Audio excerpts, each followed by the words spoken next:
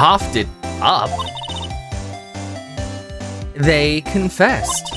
They babbled like babies. You know, I may seem like a demon sometimes, but I could be an angel too. I don't know about that. I wouldn't doubt it, I guess. Every day I dragged the dirt out of the mouths of suspect after suspect. And before long, they called me the Cop-Up Queen. Oh, and here I thought someone had gotten food poisoning from your lunches. Wow! Sick burn! And you were let go? Or fired? I felt that I had found my dream job when I became an investigator. And if these prim and proper prosecutors hadn't let me go, I'd still be one today.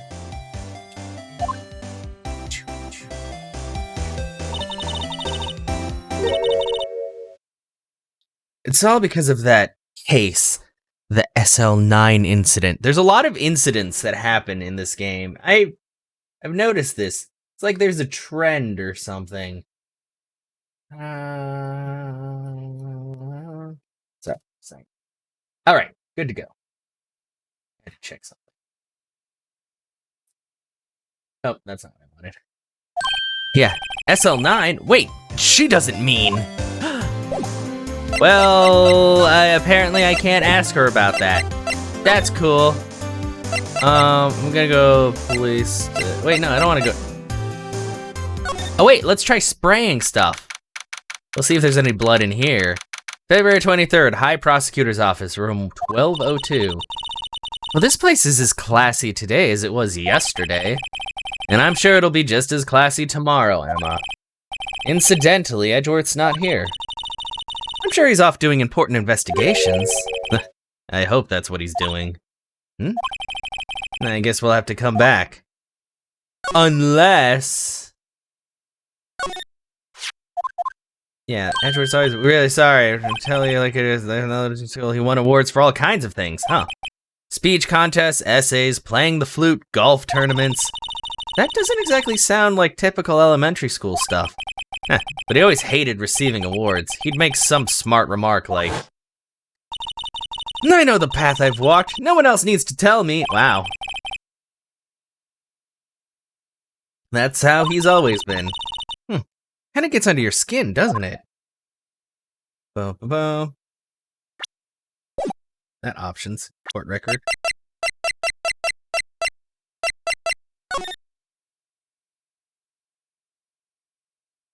Nice. Someone used a marker to write their name on this. Emma Sky. Don't tell me you bring this with you everywhere you go. Well, you never know where something might go down. What kind of a world do you think we live in? Well, it's a very nondescript bottle otherwise, other than being luminol reagent. Yeah, I don't think there's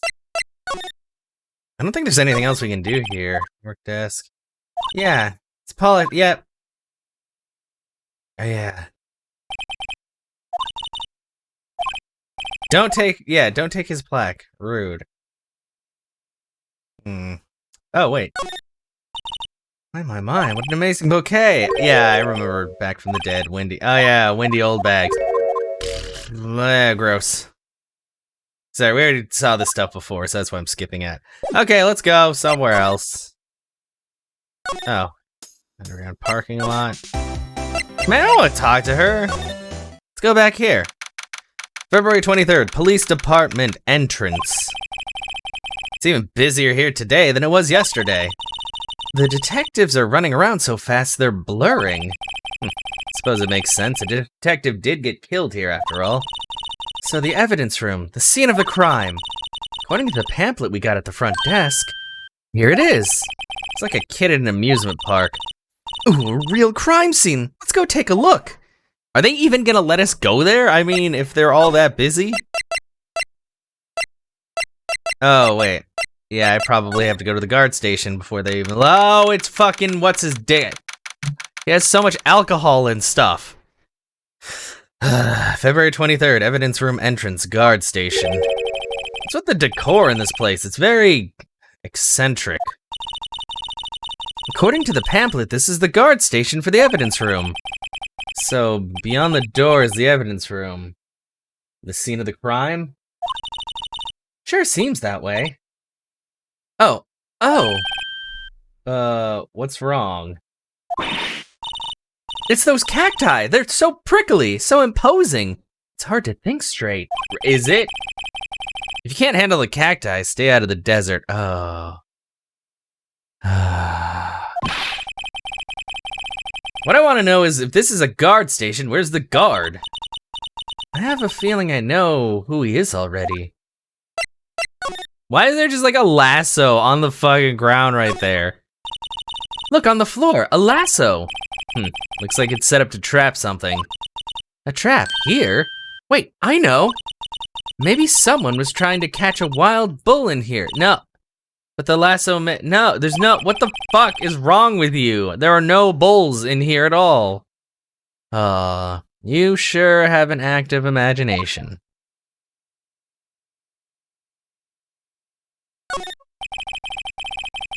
Looks like there's a video feed from the evidence room here. There's a light blinking below the monitor. It says recording. I bet we could use this computer to check on who went in and out of there. Probably, if we could access it. Yipes, these sure are prickly. They must be the real deal. I would think just one big one would be sufficient. These cacti are a lot like my sister, actually. How so? Encased in a cold, rigid shell with spines pointing in every direction. Just like her. Oof. I'm not so sure I see the resemblance. It's more an attitude thing than a physical similarity. Yeah, come on, Phoenix. There's a security guard uniform hanging here. It looks more like a costume than a uniform, honestly. A leather jacket, leather pants, a leather... What was that called again? A punchy? A paunchy? A pinchy? I know! A poochie! Wait, maybe that wasn't it. No, it's a poncho. It's a poncho, but I think I'll keep that information to myself for the time being. Also, welcome Dracus, thank you for the host. Let's see. The evidence room is beyond that door. Let's just walk in. It won't open. You thought it'd be open? I think we need someone's permission to go in there first. Like, whose permission?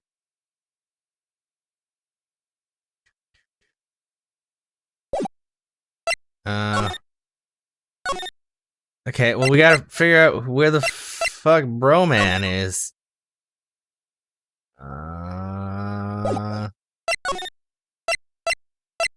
Let's go to the Criminal Affairs Department. I bet Gumshoe might be here. February 23rd, Police Station, Criminal Affairs Department. Everyone looks deadly serious here. Well, there was a vicious murder of a detective down at the police department. Yeah, but the same detective was also killed at the same time in the prosecutor's lot.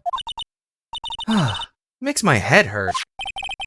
Well, first things first, let's go check out the police department crime scene. Yes, you sound dead set on investigating. But don't mess up or we could wind up dead. Wow, I doubt anyone wants more mysteries or dead bodies around here right now. But it doesn't look like anyone's gonna help us much either. Well, that's good. Let's go to Detention Center, February 23rd. Detention Center, visitor's room. Ugh. Looks like Miss Sky is in questioning. I hope the detectives aren't yelling at her. Did you kill him in two places at the same time? Can you imagine? How's she supposed to answer that? Wait a second. Didn't Mr. Gant say they'd arrested a suspect in the police department murder? Let's come back later. Well, okay.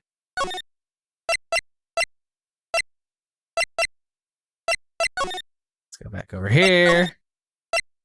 Go back to the entrance.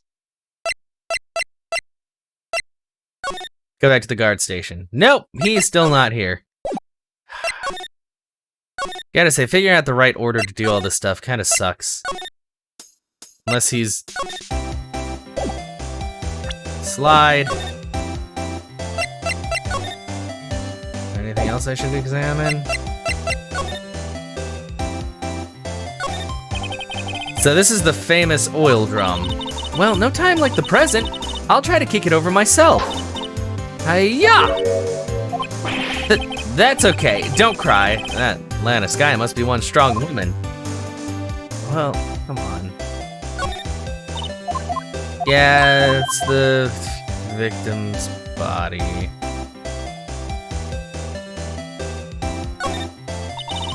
A block, this area is reserved for prosecutors. Yep, defense attorneys are on the B block. Dream of the day when I'll be able to park my car here. I'll go over to B block to buy my hamburgers from you, Mr. Wright. Planning on giving up my job that soon. Yeah, don't be rude. Okay.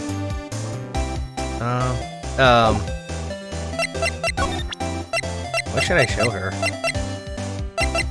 Maybe if I show her this? What do you think about this? The SL9 incident. It's written on that knife. And on that note. Goodman was the head detective on that case, you know. Really? That knife was evidence from that case, the murder weapon. It was due for transferal the very day that Goodman was killed. As I suspected, SL9 isn't over. Not yet. Do you think you could tell us more about the SL9 incident?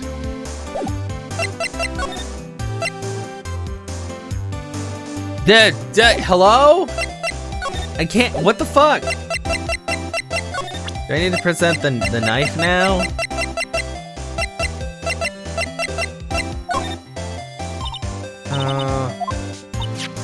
Just gonna say the same thing on that note. Goodman, blah, blah.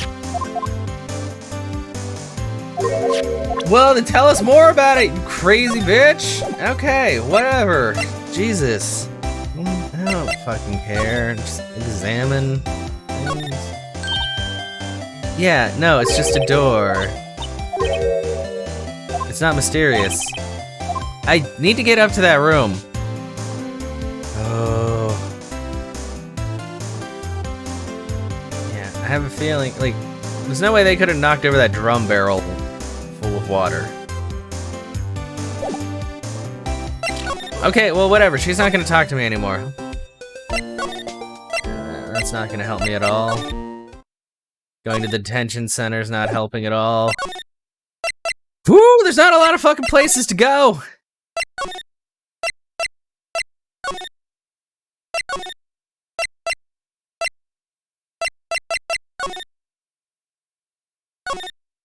There's... what else do you want me to fucking do? Looked at all this shit. Looked at the door. Wait, do I have to look at that? Nope. Do I have to look at this again? Yeah, the blue badger is still here today. Oh, we get to look at its fun little dance. Let's give him the benefit of the doubt and say he's dancing. Speaking of dancing, the whole police department has been dancing around like crazy since yesterday.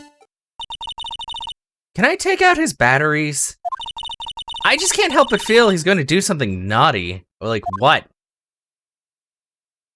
Yeah, they're still hanging out. Yeah, he's not saluting. Yeah, you idiot, what are you thinking? Where's your head? Sir, it's right here, sir. I guess he wasn't saluting. He was showing the detective where his head was. They make a good pair. Oh, do they? I don't know. They sound like they don't. Okay, what the fuck do you guys want me to fucking do? I need to check for blood somewhere? Can I check for blood here?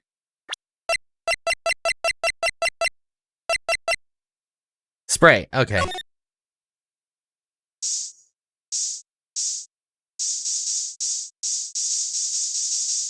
Maybe I need to spray other parts.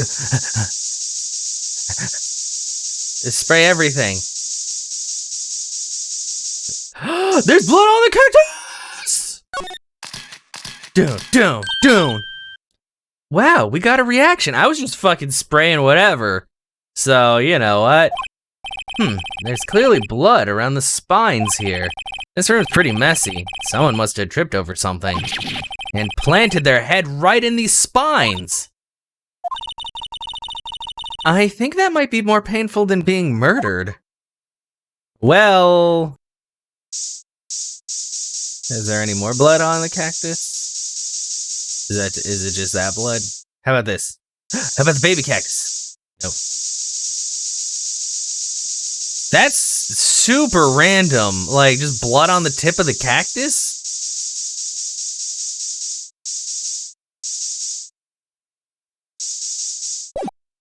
Well, let's go to... Maybe I can spray here. Court record. See if there's any blood anywhere here. Spray!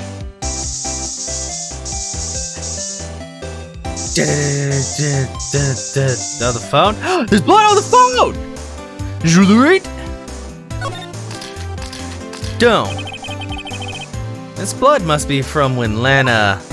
No, my sister isn't the murderer! But she did call you, didn't she?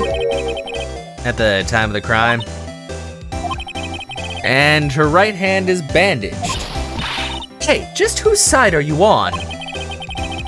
This has nothing to do with taking sides. So this means that Lana's hand had blood on it. It just keeps getting worse. Maybe she pricked herself on the cactus. I don't know. What else could have blood on it? This ladder? This door? That? The ground? I can't go there. Slide. Already got that blood. Why is there no blood on the trunk? That's weird. That's suspicious. Is there blood anywhere else? Blood? I bet I need to spray the badger! Wait, maybe, I don't know. Let's back out. Maybe that's the whole shtick this time. Spray everything. Is there blood on the badger? There is no blood on the badger. Is there blood on the detectives? On the car? The doors?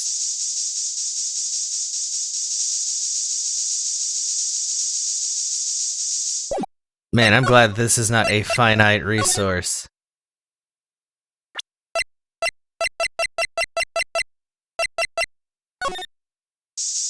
Maybe I need to spray Edgeworth's office.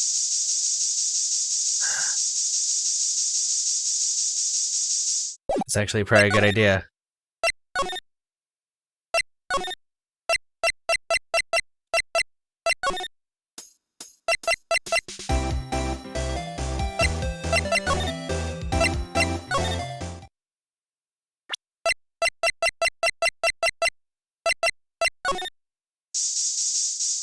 Wait, maybe it's... Yeah, I bet... Oh, no. Not on there. On his fancy suit? On his bouquet? On Steel Samurai? The tea set? The chess pieces? This floor? Chair?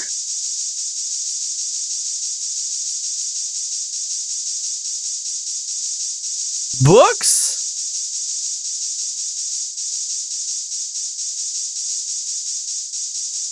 Fancy desk? His couch? Nope. Do you want to talk about the fucking incident, you piece of shit?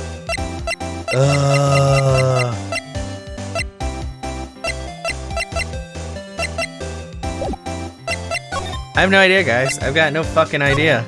Detention center now? No. Right and Co? What to do? Well, where should we begin? Oh, isn't it obvious? We should begin with, you know, that thing. The mystery of the victim, I guess. How could one man, Detective Goodman, be killed in two places simultaneous? Oh, well, you see... Should go to the police department. The evidence room, was it? I'm not being very useful here, am I? No, you're being very helpful. I already went to the fucking place, and guess what? Nobody was fucking there. And all I saw was blood on the cactus. Is he gonna all of a sudden just be fucking here? Cause, I I'm not seeing it. No clues here. Yeah, no clues any fucking where. Ugh, come on. This swinging door makes this place look like some kind of saloon. But look, it's nailed shut. You can't get in that way. Of course not. If you went in through here, the cactus would fall over. Ouch. Say I'd be more of a yarg myself. That's cool. That's really fucking helpful to this case. How the fuck do we get in this goddamn door?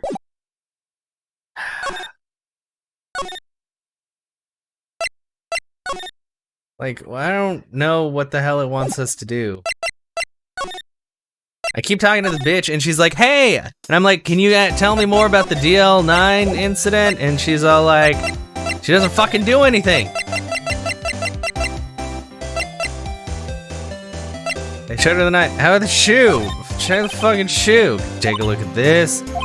Yeah, she's gonna say hot tea. I don't fucking... Wow, this is not helpful at fucking all! Okay, there's blood on the phone. That's cool. Like, can I do anything now that I know that there's blood on the phone? Nope, it's just... Okay. Yeah, you can hear just fine. Oh god, let's look this fucking shit up because I have no fucking idea.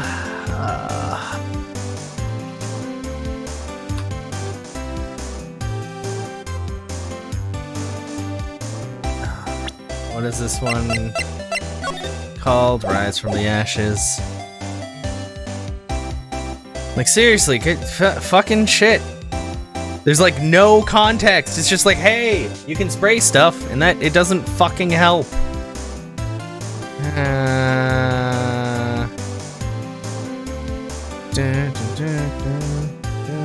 Okay, whatever.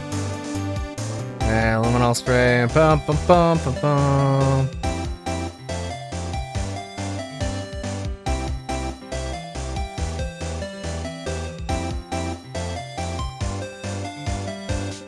Right, what? But I went there! Nothing fucking happened! Yeah, there's too little blood. Solana Goodman. But he had been demoted.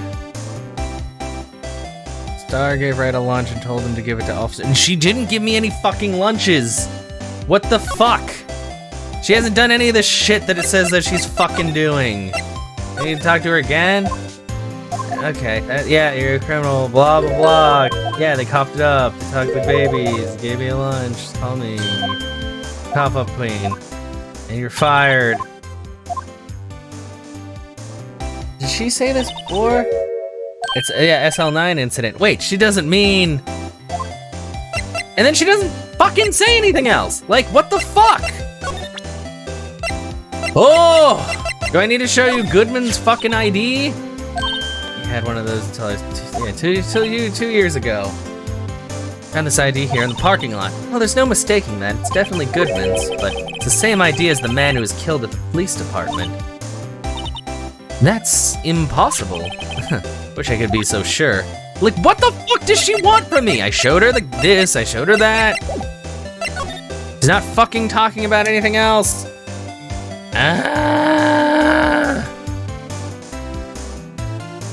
Yeah, yeah. No, Oh, I need a fucking walkthrough because Jesus fucking Christ, nothing is happening right now. What the fuck? I've talked to this bitch like 5 times and she has not given me any new information. Cool.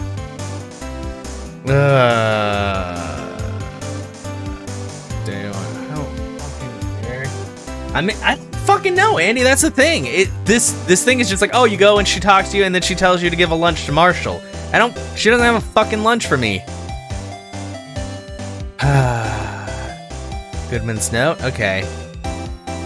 Oh, you have to show her the crime photo. Like, am I just supposed to like fucking be like, okay, well, just show them everything until something fucking happens? Because that's annoying. I have so much evidence, I can't go around just like shoving every fucking piece at her until something happens. If you think about it, I could have taken that picture from the guard room, but even I get flustered sometimes. So you went straight to the scene of the crime. I rushed toward the chain link fence in an effort to stop the murder. That's when I took this photo, yes.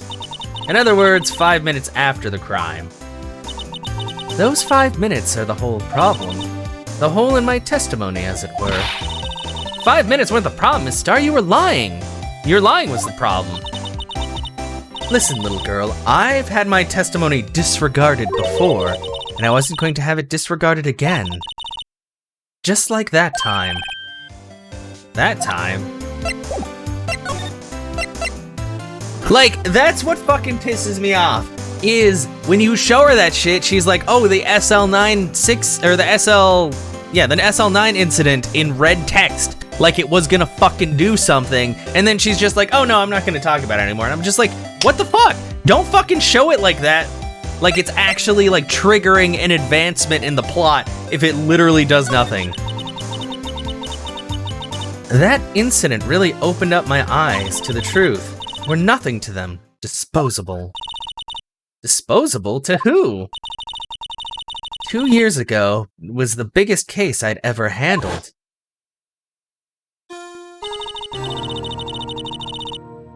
The police and the prosecutors were desperate for decisive evidence. So they didn't solve it? On the contrary, it was solved quite cleanly. The criminal was caught and executed. Executed? Yes, the criminal got what was coming to him. Doesn't come any cleaner than that. The only problem was, they never did find decisive evidence. Not a shred. What? But the criminal was executed, right?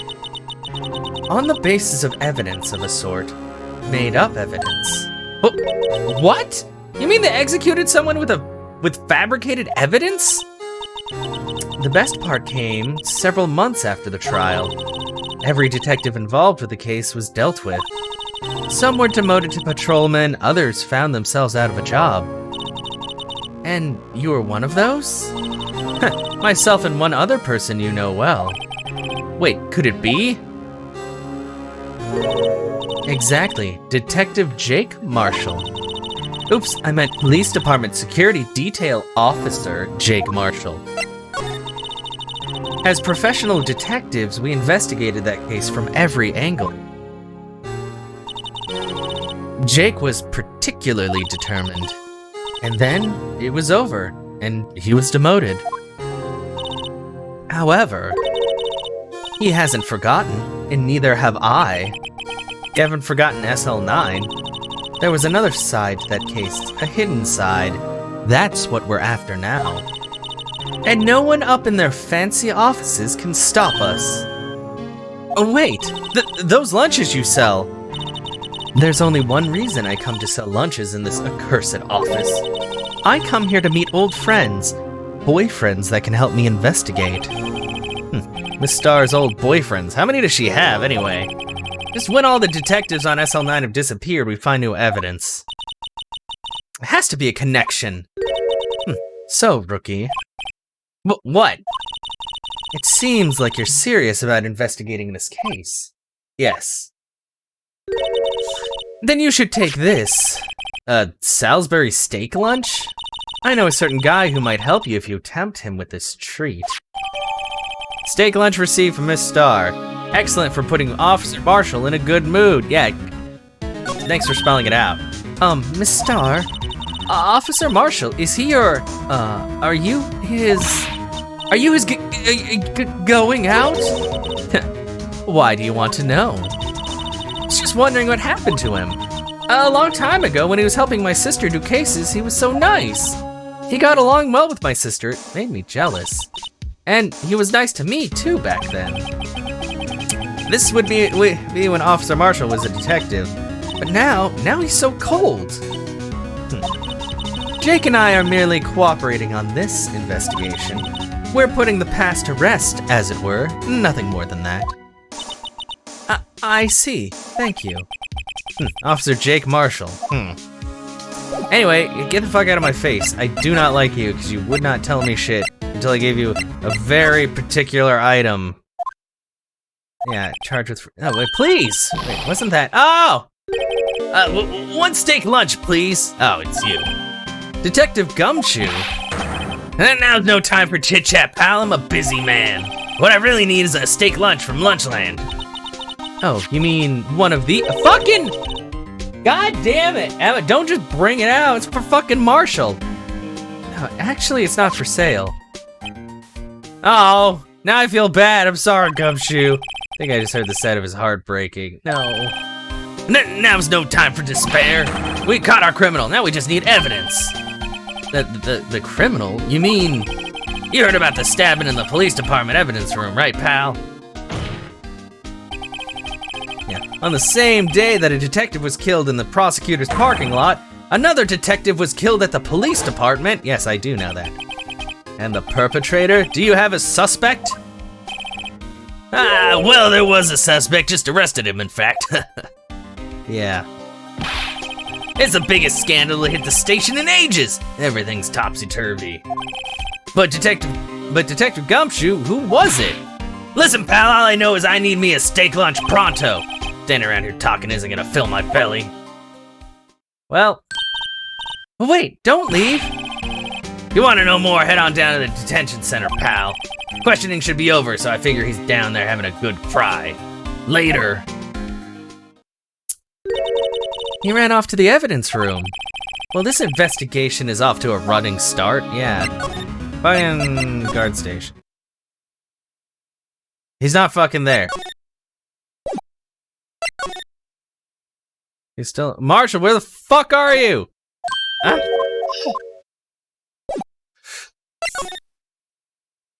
Well, I guess I'm going to the detention center.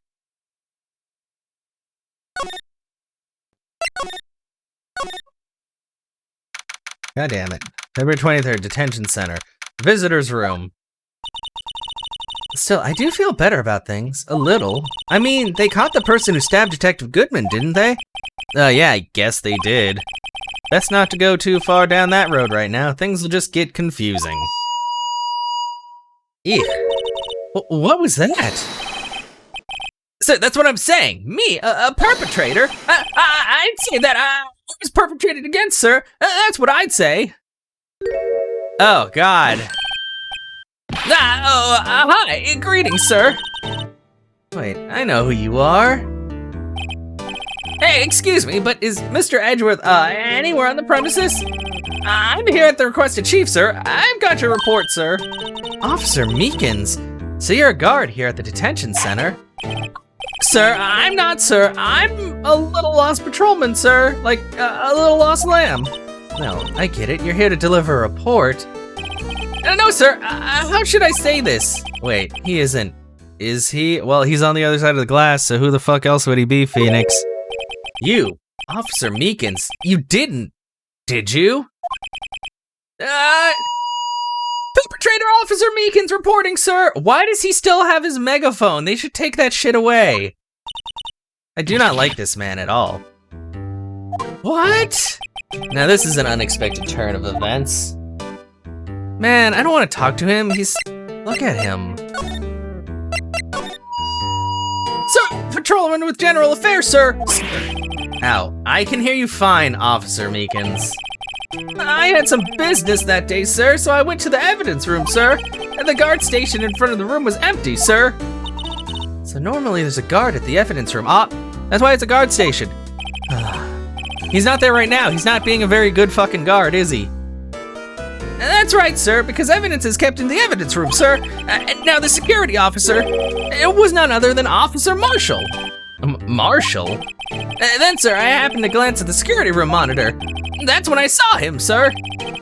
A suspicious person in the evidence room. A suspicious person, sir. A suspicious person. What is fucking wrong with this man? What the heck is this guy doing? So what happened then? After that, sir, I went white. I spread. I blacked out. And when I came to, I was here in the detention center. How long were you out? Days? Might I ask, what happened to your hand? Sir, there was no one to bandage me, sir. So I did what I could to wrap it up, sir. bandage on his hand. Just like Miss Sky, except his other hand. Yet another similarity between the case and the one at the prosecutor's office. First things first, tell us how you hurt your hand. Well, let's talk about the victim. I don't mean to pry, but you are the perpetrator, correct? You killed Detective Bruce Goodman in the evidence room, right? Sir, please don't look at me with those sad puppy dog eyes, sir. If you have to label me as perpetrator or victim, sir, then label me victim. I would, but you happen to be in detention, and alive and well at that. Yes, well that's true, sir. I suppose you could say that. Did you know the victim, Detective Goodman? Well, sir, if I had to label him as a stranger or a total stranger, then I'd say he leans heavily on the total stranger side. So, you didn't know him? Sir, I work in a tiny department devoid of light or other creature comforts. Many detectives. Wow, sad. So if he was a total stranger, why did you stab him? I had no intention of killing him, sir, none. Nor do I have any recollection of killing him, sir. At least someone around here is more confused than I am. About your hand, did that happen during the course of the crime? You see, sir, don't you think you should just confess? But sir, there's nothing I could do. Nothing you could do? Sir, to tell the truth, sir, when it happened, when the detective pointed that knife at me, I just hollered, sir. And the next thing I knew, I was unconscious. Next thing you knew, you were, huh? Then, when I opened my eyes, I was alone in the evidence room, sir. Alone. Alone because Detective Goodman had disappeared. What? When I looked down, I was gushing blood from my hand, sir. Oh, the shock. Oh, the sorrow, sir. Can you imagine how I felt?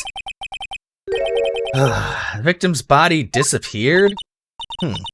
That's some story. Yeah.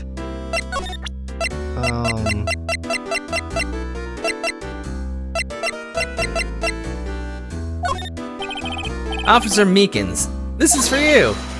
I'm scared of knives, sir. It's okay, I just wanted you to look at it. That's it, sir. Last night, sir. That's the one.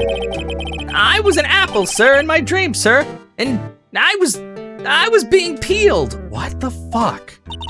On second thought, you don't have to look at that knife. He's overreacting to the knife, but I guess he's been through a lot. Well, I don't really want to talk to him anymore, and I don't think there's anything else I can get out of him. So, well, bye.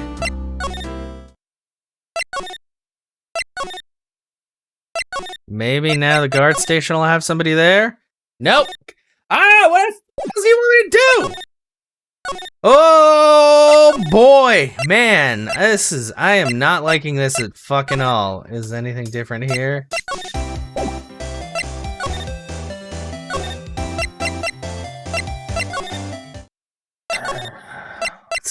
Is there something else I have to show him? Like, God, I really wish I could just choose like where to go from the whole list rather than like random fucking shit. Present, like what? What the fuck can I present him? The other knife? He's just gonna say the same fucking thing.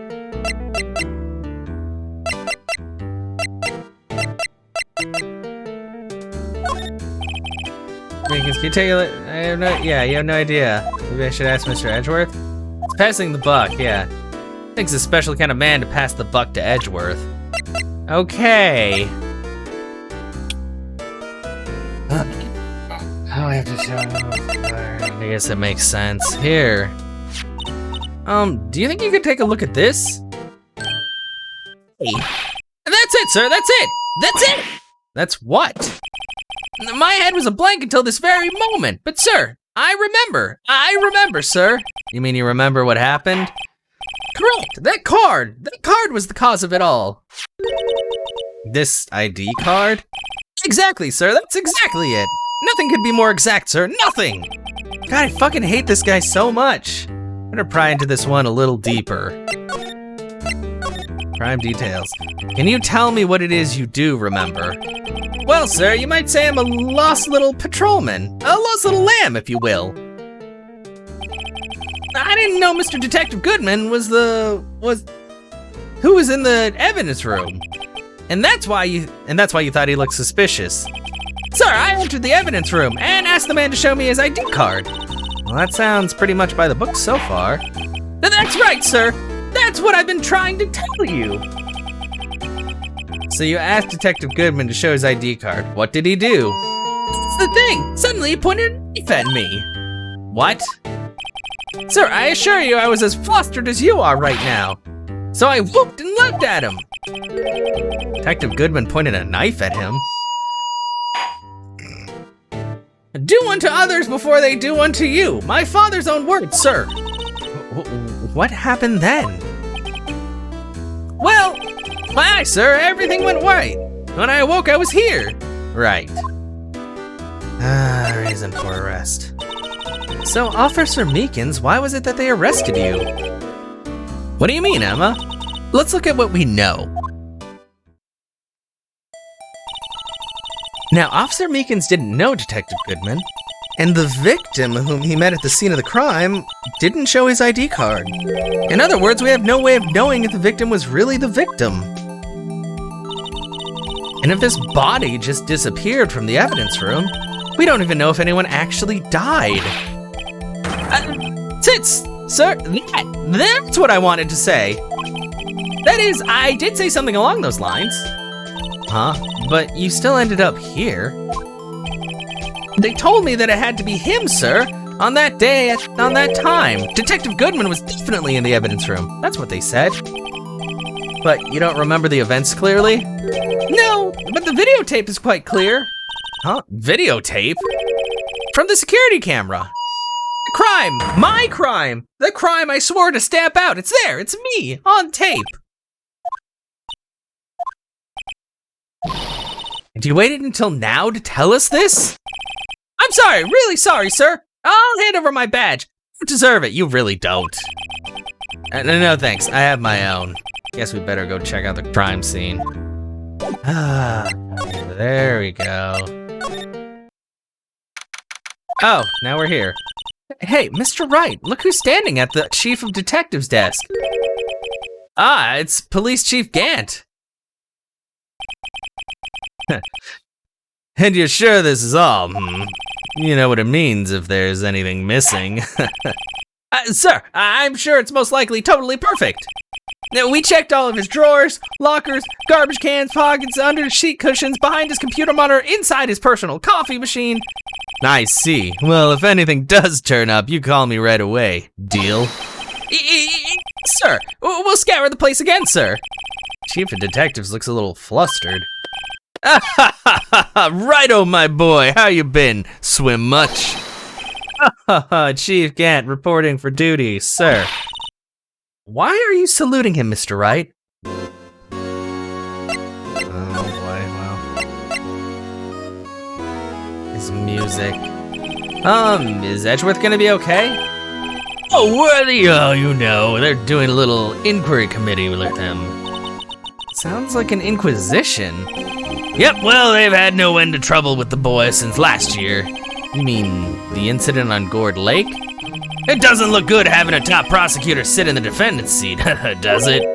And you got someone else found guilty in that case, right? Righto. Von Karma. Legend he was undefeated in his 40-year career. But in court you fixed it so he's caught for forging evidence. Oh wait, I didn't do anything wrong. He did forge evidence. In any case, the prosecutor's office is a bit of turmoil, you might say. Why, they do just about anything to restore their reputation. Now, depending on what inquiry committee decides, it could be bad for Worthy. What? Evidence room incident. It's downright odd, I tell you, detective getting killed on their turf too, I mean. They're being the prosecutors, I assume. Scientifically speaking, it's impossible. Yes, but that's what the evidence is saying. Goodman was stabbed in 2 locations at the same time. That's what it says. What evidence is this? Now, Righto, I can't give away all our secrets just like that. In this particular... well, it's a little sensitive and I can't talk about it. I wasn't expecting much anyway. You know, one thing I hate the most is hiding stuff. Secrets can't stand them. But you know, full-time job just keeping the chief of detectives trap shut. Ah, he was the one you were picking on earlier. Huh? You saw that? Whoops! What it was that he wanted the chief of detectives to do. Let's see if we can kind of discreetly ask him. Discreetly ask how? With fucking...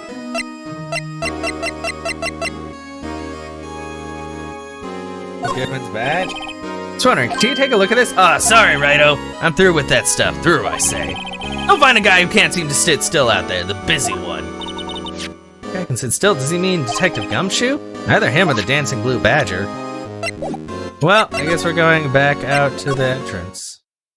No, we're not. Let's go to the guard station. Nope, that's not... What? What do you want me to fucking show this guy? He already knows all the evidence.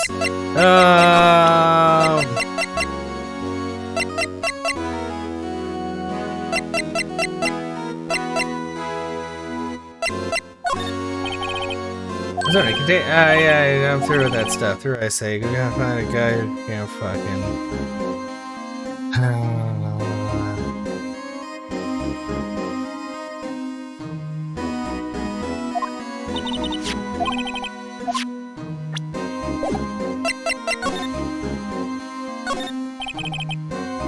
sorry you had to see that.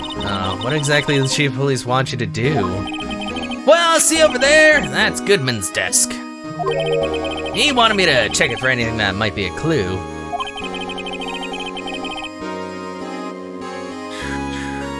Holy shit, there's still like 2 more fucking days to this. I probably won't even finish this today.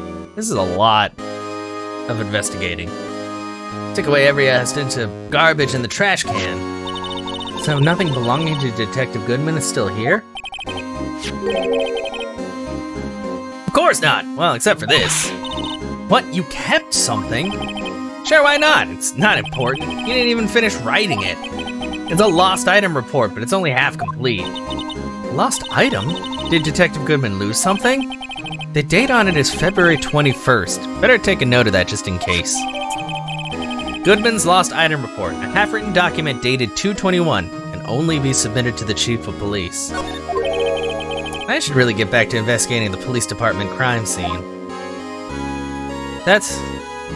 Oh man, I love how much this game tells you this shit, like, after you've had to do 50 fucking thousand other things. Are you finally here? You're not. I guess I gotta go talk to Gant again. Permission enter, there we go. Actually, I was wondering if I could ask you a favor. Well, I never thought the day would come when Righto asked me for help. I was wondering if we could investigate the evidence room? Oh, God, he's doing stupid stare again. Just fucking say yes or no, bitch! God damn it. Now, Righto. Actually, I'm sorry. I don't need to investigate after all. Righto, please, do I look like a selfish man? Huh? Heck, if anyone asked me, sir, can I borrow $50? I'd give him $50, no problem. So go ahead, investigate that room to your heart's content. Knock yourself out. Just goes to show, you never know until you ask. And for you here, you can borrow this. Huh, hey, this is a detective's ID card, isn't it? That's a special card for guests, so don't lose it. Yes, sir, it's an honor. You just run along and do your best now. Later, folks. Okay, bye, Gant. Looks pretty cool on my label, doesn't it? Just think, a real ID. You seem happy. Yes, sir, because, sir, we get to go to the evidence room now, sir. Don't talk like, if you start talking like Officer Meekins, I will fucking kick you out of our team. Do not do that. I think this is, yeah, it is a bad influence. Let's get the hell out of here. God damn it. I wonder if he's gonna be at the guard station now. No? Okay. Well, the evidence room is beyond that door. We have the ID card from Chief Gant. Let's just walk in. It won't open. Aha, the card reader is turned off. See, who turned off the front card reader? What's that security guard thinking? Oh, now he's here. God damn, we gotta do so much like bullshit to get this guy to show up. Howdy, partners. Well, well, what made my Bambina sky so gray? Get out of here with your poncho wearing ass. Officer Marshall! Why does it have to be him? Yeah, that's what I'm wondering too, bro. I've dropped my controller. Hup!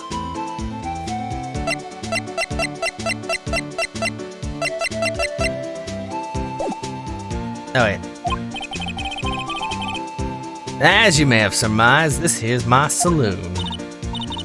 We're here to investigate the crime scene.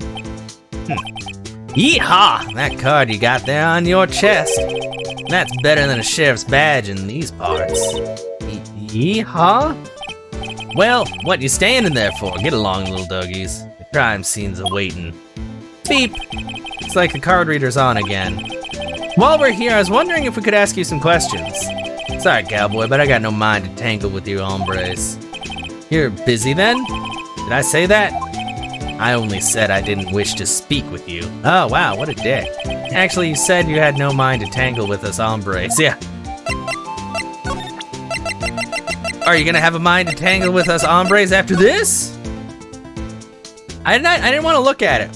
Oh, let's see. Ingredients. Meat. She must mean beef. She probably just wrote it generically. Yeah, let's hope so. Of course, as a scientist, I have to check what additives she used. Go to town. It says here, hours of sweat and labor. So that's why the sauce is so salty. Ew, gross. Gross.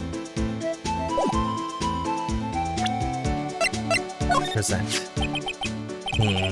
That smell. Ah, reminds me of Texas. That's not.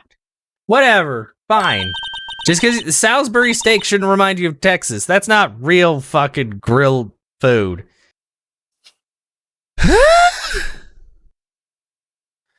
Okay. So, Officer Marshall, you're from Texas? No, I just saw a special on television the other day. Is this from my baby? Oh no, why did you call her your baby? Yeah, Miss Star. Whoa, what's this? What? What's wrong? A filet steak lunch. I see. I don't see. I wonder what it means. Steak lunch given to Officer Marshall. He looks like all of his knowledge of Texas is probably from like Wild West shows and shit. All right, Bambina, you win. Ask anything. Smack. Gross. Finally, it seems like he's willing to talk. Okay. Guard station. Officer Marshall, you're in charge of security for the evidence room, right? You got good eyes, partner. It's an easy job, and I'm grateful for it. Actually, Officer Meekins at the detention center told us. That poor little doggy. Poor guy, I keep getting his name wrong and calling him Meekly. He told us something. He said that when the stabbing occurred, you weren't at your station. Well, maybe I shouldn't be telling you this, but since I got demoted from detective 2 years ago, well, it might not look it, but I lost my fire for the job, you know? So, what were you doing around 5:15 when the murder took place? Well, I reckon I was galloping down the highway on the back of my steed, Zippy. No, he was riding down the highway on his horse named Zippy. There's no need for people here anyhow. These newfangled machines do a bang-up job of keeping an eye on the place. You mean the security camera system? I don't take to machines much. Kinda like that stewed broccoli they sneak in next to your steak, you know? Okay, whatever, bro. Broccoli's okay. Miss Star told us something. She said that you were a detective until 2 years ago. It was always my dream to be a rawhide wrangler on the scene of the crime. That's all gone now, like a drinking hole in a prairie fire. Okay, yeah. You're still investigating the SL9 incident with Miss Star, aren't you? That was my case. It's all solved on the record books, but it smells like a bad game of poker. I can't let it go. That's all there is to it. What kind of case was it, anyway? Oh, we've heard the name so many times, but no one tells us what actually happened. There's some things you're better off not knowing, Bambina. Anyway, that case is officially dead as of 2 days ago. 2 days ago? The day of our case! That's right, the evidence transferals. It's worth talking about the transferals, too. I know what maybe 2 of these machines in here do. Only 2 of them? There must be a dozen! Like I said, Bambina, me and machines, well, I like them about as much as I like stewed cauliflower with my steaks. This guy has a feud against vegetables. The easiest ones to understand are these here security cameras. Those are the ones that Officer Meekins mentioned. If nothing happens, the tapes are automatically erased every few hours. And Officer Meekins and Detective Goodman, are they on one of those tapes? I reckon they might be. You're the security guard and you reckon? One more thing. When you go into the evidence room, you need an ID card. That's the card reader by the door. The card reader leaves a record of every ID card that passes through here.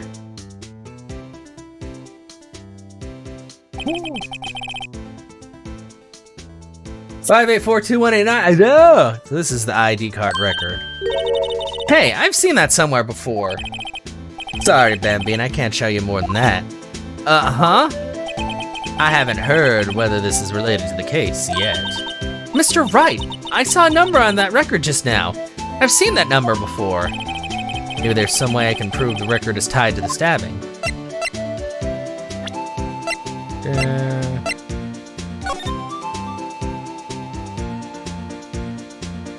Yeah, because his number... Fuck, shit. Name and ID, Sergeant 5842189. I'm pretty sure I saw that twice on there. Shut up! I don't know letters. They don't need letters in there. It's a number. Stop it. Yeah. Present. See this? This is the victim's ID card. Ah, the one that was on the ground in the parking lot. The number on this is 5842189. Officer Marshall, show us that ID card record again. Boom! Look at the 4th number. It's a perfect match. Who is 77777777? Was used at 5:14, right before the stabbing. What's more, there's only one of them cards in the world. So, when the incident occurred, Detective Goodman was in the evidence room. Oh, wait, what did Officer Meekins say? Sir, I entered the evidence room and asked the man to display his ID card. So you asked Detective Goodman to show his ID card. What did he do? That's the thing! Suddenly he pointed a knife at me! If he had his ID card, then why would he have pointed a knife at Officer Meekins? He probably, like, grabbed the knife and then turned around to see Meekins, and Meekins, like, freaked out. Alright, compadre, you win. I guess I can give you this ID card record. Yay! Got an idea. Maybe I should show this list to other people with IDs here. What number does our card have it on it, I wonder? Oh, it doesn't. I don't have it, she has it. Let's talk to him about transferal. Sorry, could you explain this whole transferal thing? What this whole transferal thing is about? We only keep evidence from solved cases in this room. They're kept here under the presiding detective's supervision for 2 years, so we can reinvestigate them if it turns out it was a mistake, see? So what happens to the evidence after 2 years? It goes to sleep forever in the underground vault at the country sheriff's department. That's what we call transferal. We do it every February. I see now. Transferal is like a funeral for old cases. 2 years after a case is solved, it's closed forever. Dead. Never to be reopened again. Never to be reinvestigated. That happened to SL9 2 days ago. Man, he hasn't used any weird puns in a while. Evidence room! Time to spray stuff. Whoa, there's a lot of things in here. February 23rd, evidence room, Sector 3. Wait, oh, the metal detector, the fishing rod. That's the stuff from the other case. That's a door, that's a target. It's quiet. The investigation must be over here. So this is the evidence room? It really is kind of like a graveyard. Graveyards are supposed to have grass and trees. This feels more like a morgue. Nice try, Mr. Wright. You can't scare me. Gumshoe, what are you doing in here? Ah! Oh, God. Gumshoe? Sorry, I thought you were a ghost. I wouldn't recommend going around smacking ghosts on the head, pal. How did she even reach? Gumshoe looks like he's like 7 foot tall. So is it true what I heard? Righto, please, do I look like a selfish man? Heck, if anyone asked me to, sir, can I borrow $50? I'd give him $50, no problem. So go ahead, investigate that room to your heart's desire. Knock yourself out. Yeah, it's true. So Chief of Police Gant will loan anyone $50. Even me? Gumshoe, that wasn't the takeaway from there, but... Oh, so that's what you were talking about. Yeah, actually, I was put in charge of the investigation for today. Just for today? Boss for a day. But guess what? You got permission from the chief, so now you're boss for a day. Gee, thanks. First of all, you'll want to have this. Evidence from floor plans, yay! Scene of the stabbing of a detective at the police department. He's so happy. Why are you so happy, Gumshoe? So, Detective Gumshoe, you're boss for the day? That's right, it's an honor. After all, the murder took place right here in the police department. But if you're boss, why are you all alone? Where are your underlings? They're using yesterday's findings to prepare for tomorrow's trial. In other words, you got kicked out of the investigation again. I'm adamant, though. I'm gonna take control and put this case to rest. In my own evidence locker, pal. You have a locker in here too, Detective Gumshoe? Of course. I am a detective, after all. They gave me a locker that only I can open, pal. Only you can open? I bet there's one that only what's-his-face can open, and now I have his card so I can open it.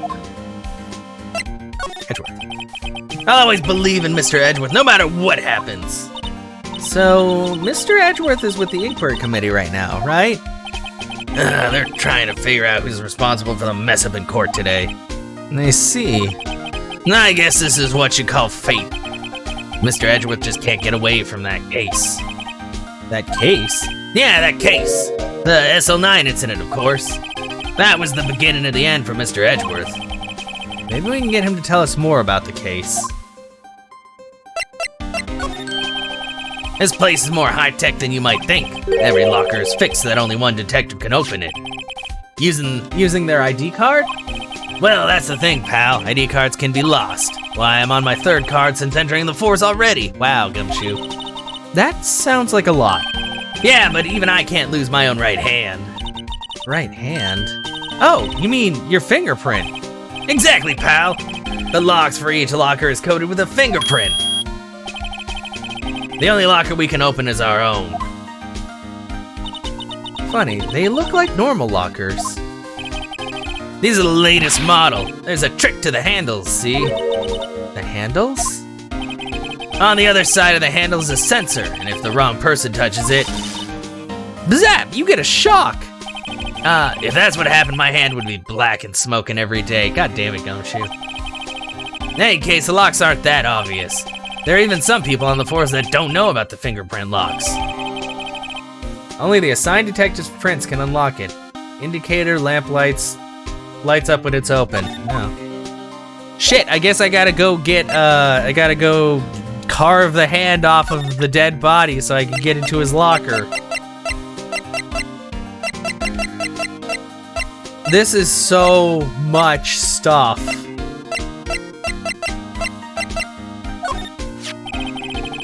Detective Goodman's note and that switchblade knife.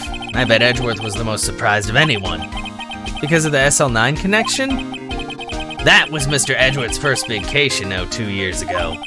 That was the first time the world knew Edgeworth was a man to be feared. But why would evidence from that case turn up now? Nah, I guess it's not over, pal. Maybe there are some loose ends left on that case.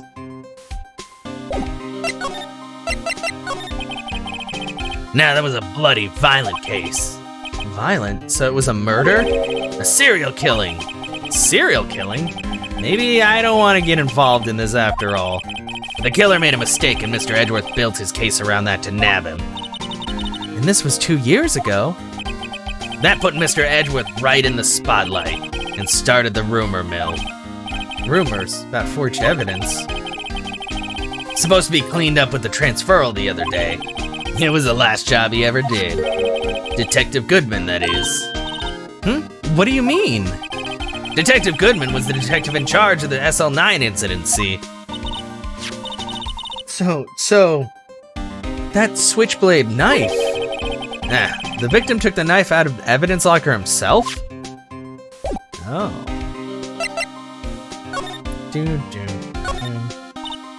Wow, look at this big pile of junk in the corner. That looks like a car door. There's a pair of handcuffs attached to the frame. Maybe the guy they caught was some sort of escape artist and he got away. Yeah, that's one of those human profiles for range testing.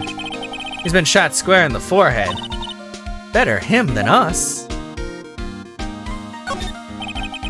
Some sort of bulky equipment is gathering dust here. What a sorry-looking fishing pole this is. Nah, that's my personal pole. I never did get around to using it. Wait, I've seen that somewhere before. Right, pal, that's the metal detector. The one that led the solving of the case out on Gourd Lake, remember? Oh, right, wow, that feels like it was ages ago. And that, I don't think I've seen this one before. No, that's a bug sweeper. Sure, it'll come in handy in solving some case sooner or later. That cheap-looking box? You can't judge a person or a machine by their cover, you gotta look at their heart. Sorry, Gumshoe. What's this? There's something sticking out of there. Looks like a shirt. Guess it must be evidence for some case. Wonder if Detective Gumshoe put this here. There you go, pal, making me out to be some kind of slob. I'm not responsible for the evidence here. That said, I bet that evidence locker was opened recently. How do you know?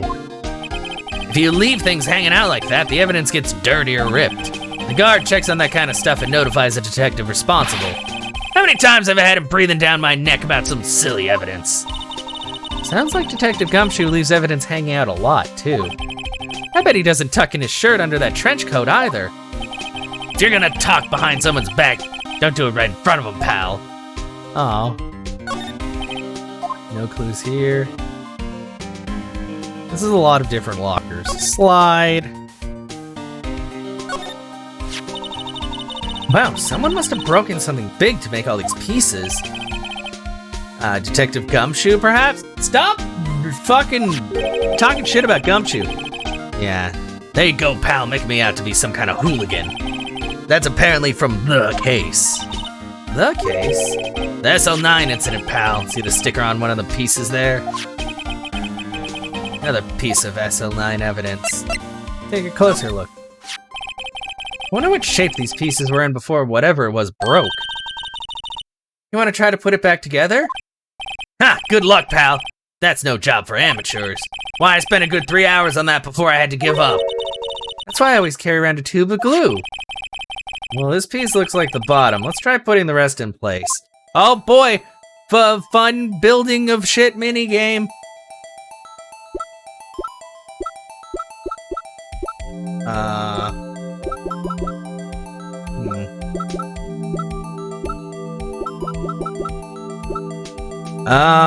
None of that.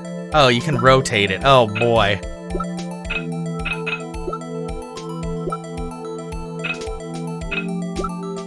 It's very jaggedy. Like, no.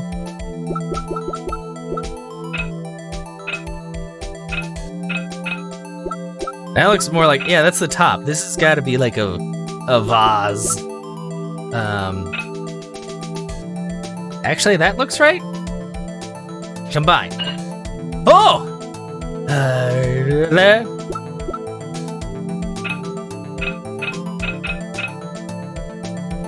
That's got too many little bits. Oh, that actually looks right. Combine!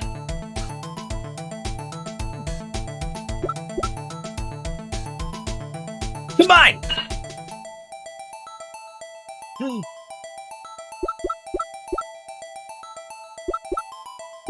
A handle? Like that? Combine! Look at me go! What? No. Come on! Shoot. Combine!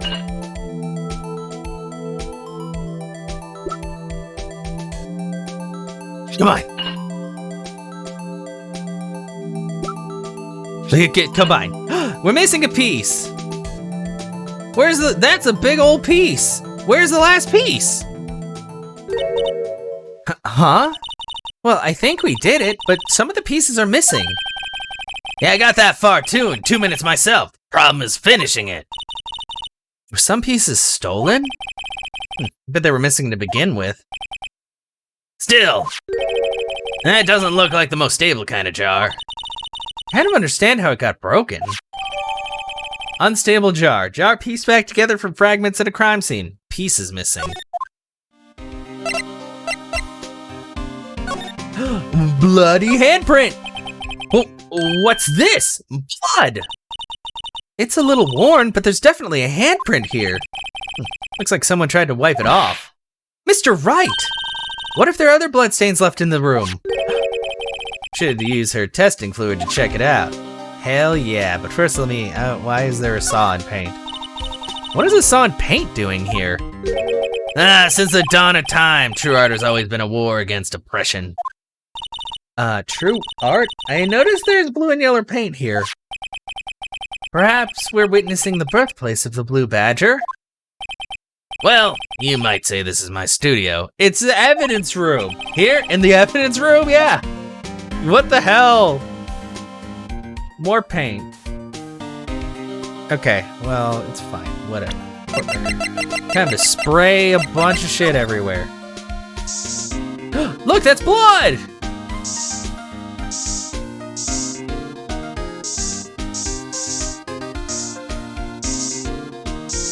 Blood! Ooh, that's a lot of blood. Do. That must have been one massive pool of blood. Never seen anything like it. I'm not a professional. What's your opinion, detective? Pale blue blood. Maybe Detective Goodman was actually an alien. No, that's... Oh, sweet boy. Sweet boy. This proves that something really happened in front of this locker. I'll make note of it on the floor plans. Hey, if you didn't want my opinion, you shouldn't have asked. Well...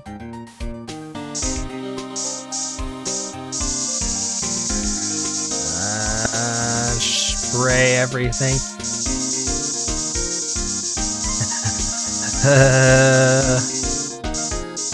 You figure there would have been a trail, especially if they did drag the body out, you know? Oh wait, I had to spray it more than once, I guess? Yeah, bloody handprint. I knew it. This is someone's right handprint.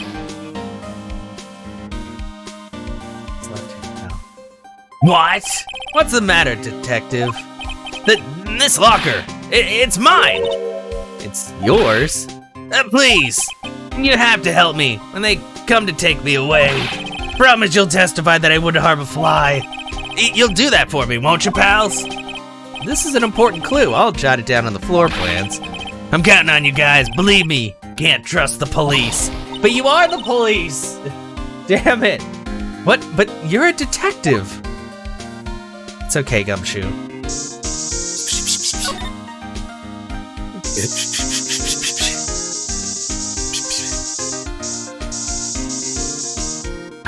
Bum-ba-da-bum! Another handprint! Why am I getting a reaction here? There's no reason for the murderer to touch this spot if he fled out the door. This just might be something significant. Hey, that's some pretty amazing stuff you got there, pal. What, this? It's called luminol testing fluid. Where'd you get your hands on that? Huh? I'd like to get some too. I'll just borrow $50 from the chief. Where do you get this, Emma? I always buy it by mail order. Well, I'd better jot this down on the floor plans.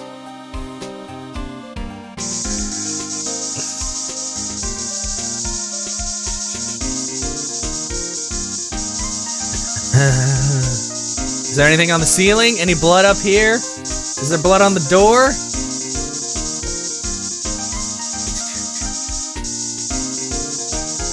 The blood on here? No more blood. Okay. So we put together the thing. Oh yeah, let's examine the open one. Look, this one's open, and the red indicator light above the door is lit. That locker is coated with Detective Goodman's fingerprint. Detective Goodman's locker? Are you sure it's okay to leave it open like that?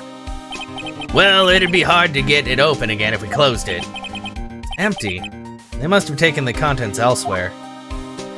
Do, do, do, do.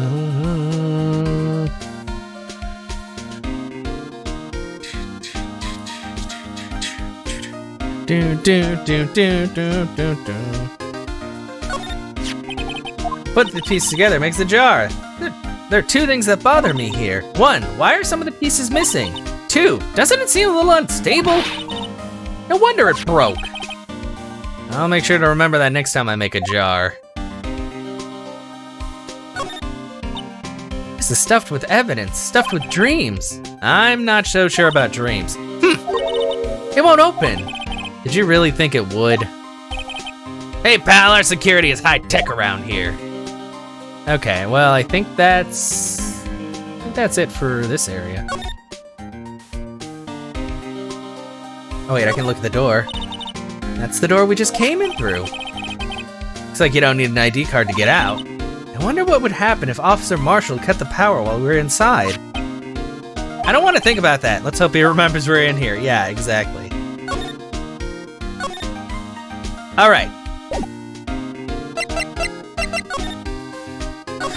To the guard station. I think we need to go talk to Frickety.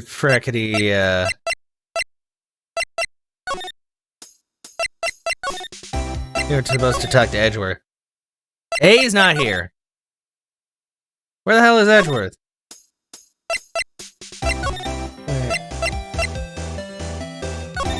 No, I wanted to go to the detention center. Crap. Criminal affairs? No. Detention center. Can I show him anything else? Officer Meekins, can you take a look at this? I'm sorry, sir. I have really no idea what that is. Maybe you should ask Mr. Edgeworth.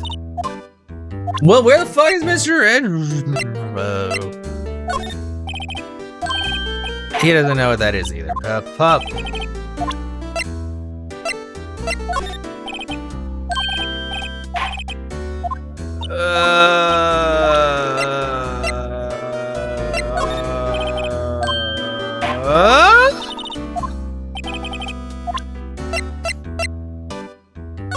Alright, let's look at this. Lost item report. Date lost 2/21. Name Bruce Goodman. ID 5. Here,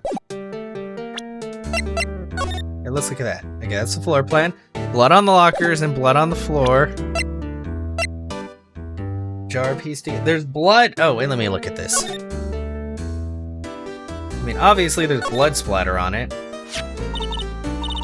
And look, they're hard to make out, but there's some dark red stains here. Looks like blood. Do you think Detective Goodman's blood somehow got on this when he was stabbed? Not likely. Blood looks like it's been here for months, maybe longer. Sure, it was evidence in the SL9 incident, yeah. That might be when the blood got on it. Oh, it's got a hole in the what? Huh? This thing doesn't have a bottom. That's weird. I wonder which side is up. Better yet, what's the purpose of a bottomless jar? At least it doesn't collect dust inside, right? I mean, I think it would still collect dust, you know. Yeah, what the hell was this for? Like a fountain? I don't know. Well, whatever.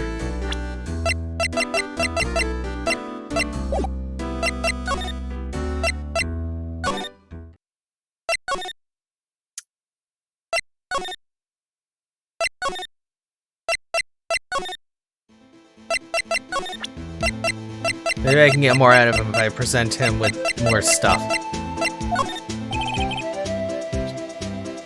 The sheriffs back in the Wild West didn't place much faith in evidence. In fact, the only thing they trusted was their shooting hand. This is neither the Wild nor West here. Aha! But that and this are two different things entirely. I guess so? Huh? I'm so lost. I am too. Looks like we need some evidence to get anywhere with this guy. Okay. Like floor plans? Nah, he's gonna say the same thing.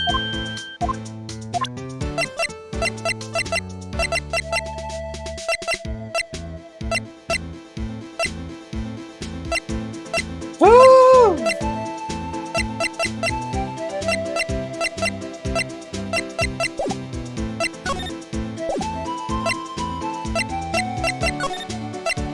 Move to the evidence room again. Maybe I need to present him with something. Allow me to say one thing, speaking as a detective. If I see a piece of evidence I know nothing about, I say nothing. Nothing! That's fine. You bet it's fine, pal. Okay, well. Could you take a look at this? This is the ID record of the people who came in here on the day of the stabbing. Nah, I heard the rumors. So it was Goodman who was here the whole— oh God, what the fuck, man? Oh, I skipped that. Whoa! What is it?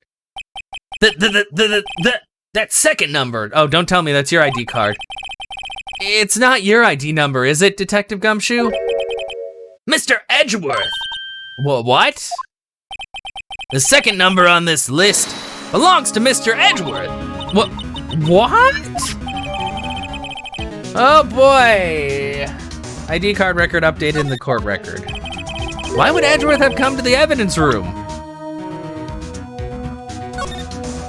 Oh, first Goodman. Well, he only came in once. Who is the third one, though?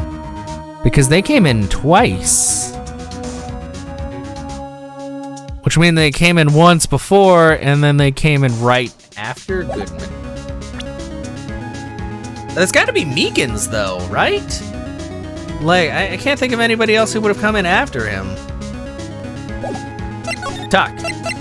Shit. Present.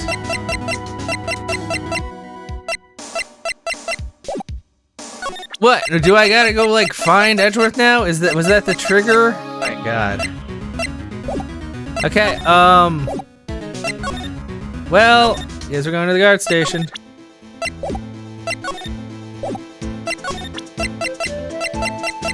Maybe I'll show him that, but he might not care because he gave that to me. Present!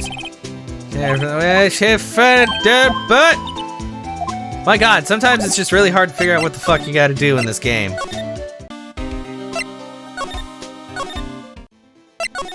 I know I need to talk to Edgeworth, but if Edgeworth doesn't show up in his stupid little office, then we're never gonna get anywhere. Please tell me you're there, Edgeworth. Edgeworth, you're not there. God damn it. Edgeworth, where are you? Can I show her anything? I mean, she is familiar with the SL9 incident. Could you take a look at this? Oh, she's gonna say something about hot tea again. Fuck.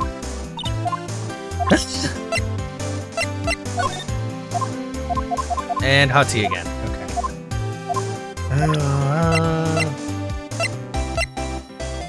I know, seriously. Oh my God. There's like there's too much evidence now. Okay, she didn't give a shit about that. Who would even do the lost and found stuff? Pretty... Wait, maybe... Present.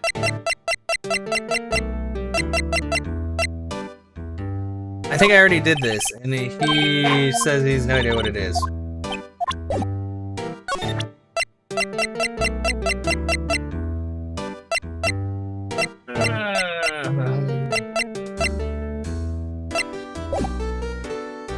Okay, time to look it up again, because I have no fucking idea. Like, I swear to God, I've had to look up how to get further, like, 5 times now, because Jesus fucking Christ. Did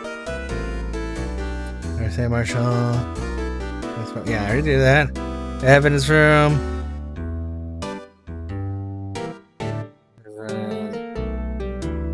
Yeah.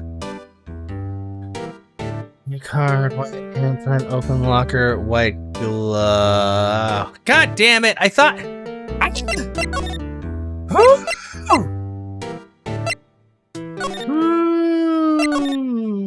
Boy. Like, I need more fucking evidence. There's so much goddamn evidence already. Examine. Apparently, this white glove is its very own evidence. Oh, it's another SL. God, I don't know. I thought they were just cleaning up. Someone left a glove here, but only one. Detective Gumshoe, maybe? Stop blaming him for, like, every fucking thing, man. There you go, pal, making me out to be some kind of absent-minded detective. That's evidence from the case, you know. You mean SL9? It does have a tag on it. Tagged evidence from the SL9 incident. Extremely thin rubber glove. It doesn't look that thin. Hey, pal, look at the time. Is this something you need to be going to? Just Mr. Edgeworth's inquiry committee should be letting out soon. I'm gonna go give them my report for the day. That doesn't look like a report. That looks like some kind of restaurant. It might help, you know. Report? You mean the note written on the back of that flyer? The one that says nothing but no problems? Hey, it's Mr. Edgeworth we're talking about. I'm sure he can use a report like this. I believe in him. Who needs enemies when you've got friends like Detective Gumshoe? I'm off, pal, later. Oh, does that mean I can finally fucking...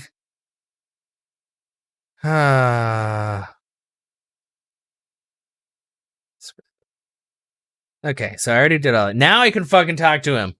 Okay. I'm sorry, guys. Like, I'd prefer not to use a guide if possible, but at the same time, I keep getting, like, fucking stumped because you have to do things in a very particular order. Otherwise, people just do not show up at places. And I don't want to be, like, stuck forever trying to figure out, like, and running through 50,000 pieces of evidence. Oh, thank you, Jesus. February 23rd, High Prosecutor's Office, room 1202. Why the fuck is this guy here? This isn't the hotel. Ah, guests, my apologies. Oh, it's you. Have we met somewhere? Huh? Mr. Edgeworth, I beg your leave. So long. Is Edgeworth here? There, standing by the window, a teacup in his hand. He looks very nonplussed. Right. Does the hotel bring him tea service? Mr. Edgeworth, you're back from the district prosecutor's office inquiry. I am. By the way, Detective Gumshoe was looking for you. Ah, yes, he brought me the latest information, it seems. Really? Was it helpful? Apparently a new French restaurant is opening near here. I think he was trying to console me somehow. The real info is on the other side, Edgeworth. Poor Mr. Edgeworth. I think this whole thing is really taking a toll on him. Present him with the... Right, please. I'm the prosecutor on this case. You don't expect me to sit here and discuss the case with you over a cup of tea. I'll pass on the tea. Just tell me about the case. Mr. Wright, Edgeworth just told you no in a very polite manner. Whose side are you on, anyway? Maybe I just show him my best evidence I can get some reaction out of him. Like this! Okay, shut up! Fucking shut up! Alright, I better check this now. As I was saying, What's this? A record of the ID card usage? Edgeworth, you went into the evidence room on that day, didn't you? Just before the incident occurred, no less. Yes, that's true. Why, Mr. Edgeworth? Please don't look at me like that. I was asked to go by Chief Gaunt, no less. Or Gant. The Chief of Police? He wanted evidence for a case that wrapped up half a year ago. He told me he wanted me to keep it here in the prosecutor's office. But it was solved, right? It would have to be if the evidence was already filed. The chief is never one to explain himself. In any case, on the day of the stabbings, I brought this back here. can I ask what kind of case it was? I can't say. It really has nothing to do with the current case. Now I'm curious about this other case. I'd better make note of it. Evidence from a past case of Edgeworth's brought back to his office by Gant's request. Isn't that the screwdriver they used for the wiretap? Maybe it's something else. Stubborn as always, I told you this had nothing to do with the current case.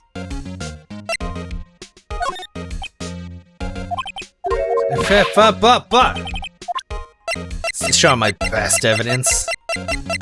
Like a glove! I now have 3 fucking pages of evidence.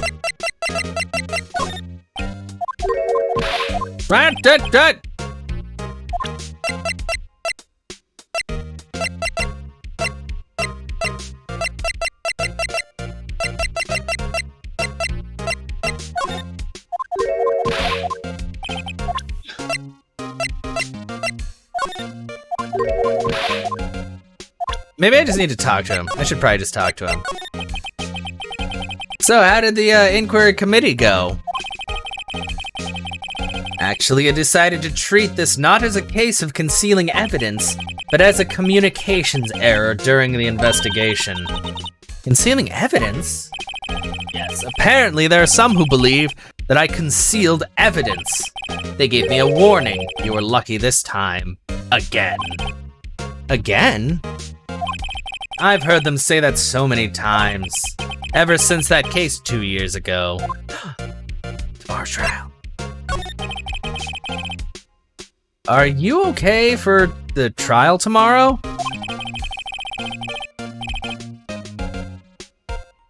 Well, I'm still presiding prosecuting attorney. However, something happened? They gave control of the investigation over to the police department. The police department? Yes, any further investigation for this case will be directed by Chief of Police Gant. I can do nothing but wait for his results. I see. Why, I ask you, why? All along, I've done only what I believe is right. I have nothing to be ashamed of. But still, I've never seen him this out of sorts. Maybe if I give him Oops, that's the wrong thing. Oh, that's a better reaction. I know you. You've probably got a hold of some information already, right?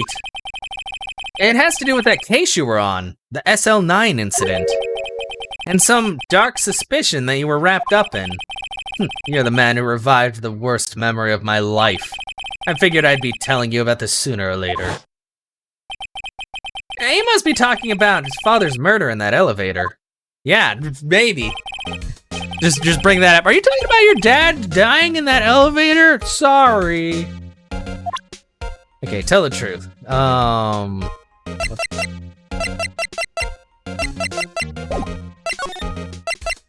Allegations of forgery. The SL9 incident was a heinous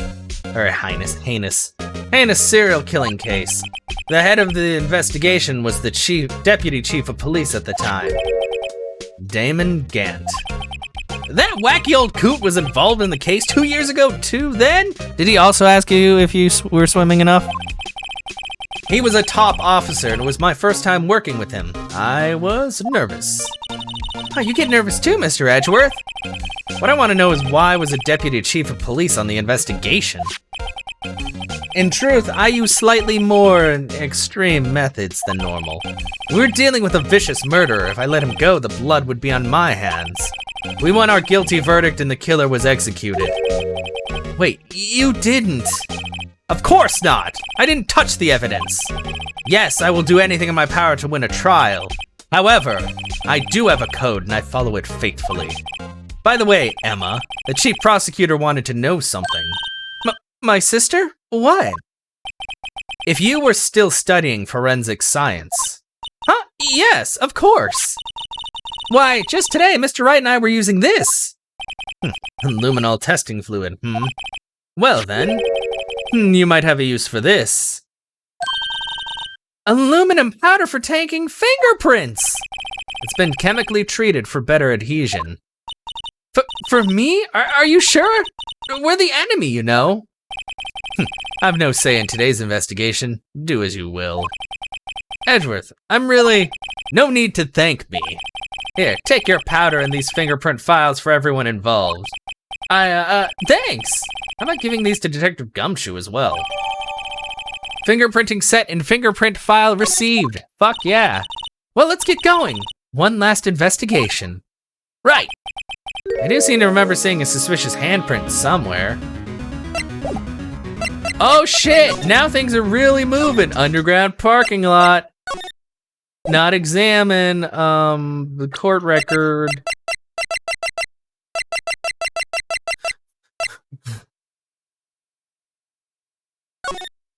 Fingerprint file. Oh, check. Look at the ball. It's so bally. What am I even looking at here? Is there anything to look at? I'm just spinning it around. Sorry, everyone. I am very disappointed. There's no extra thing. Also, how do we... From handprints. I don't know. Can't we check the... Can we use the thingy on here? Yeah, I know the phone works. Blah, blah, blah. Phone, whatever. Wonder if I have to use this every single time. Use the spray. No, use it.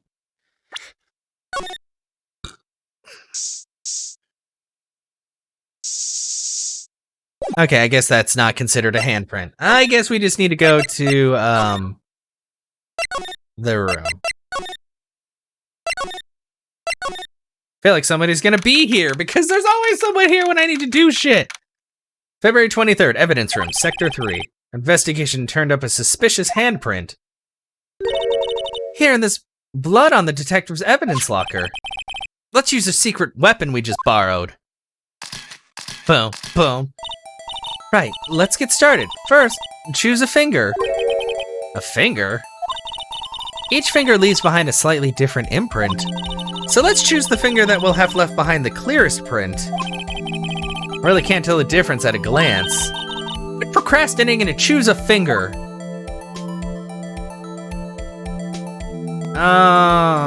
Probably this one. Well, because they used the thumbprint, but the thumbprint would have been like, oh. It's probably the clearest one, actually. Dust.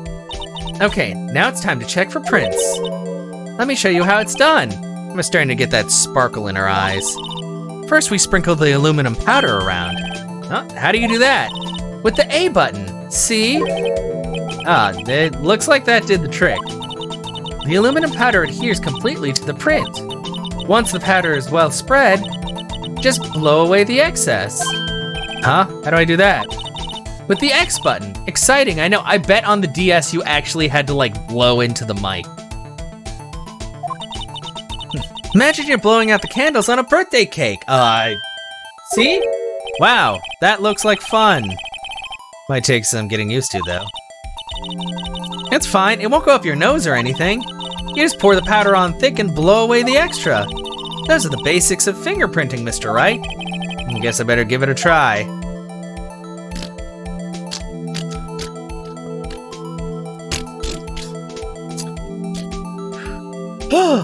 Dun.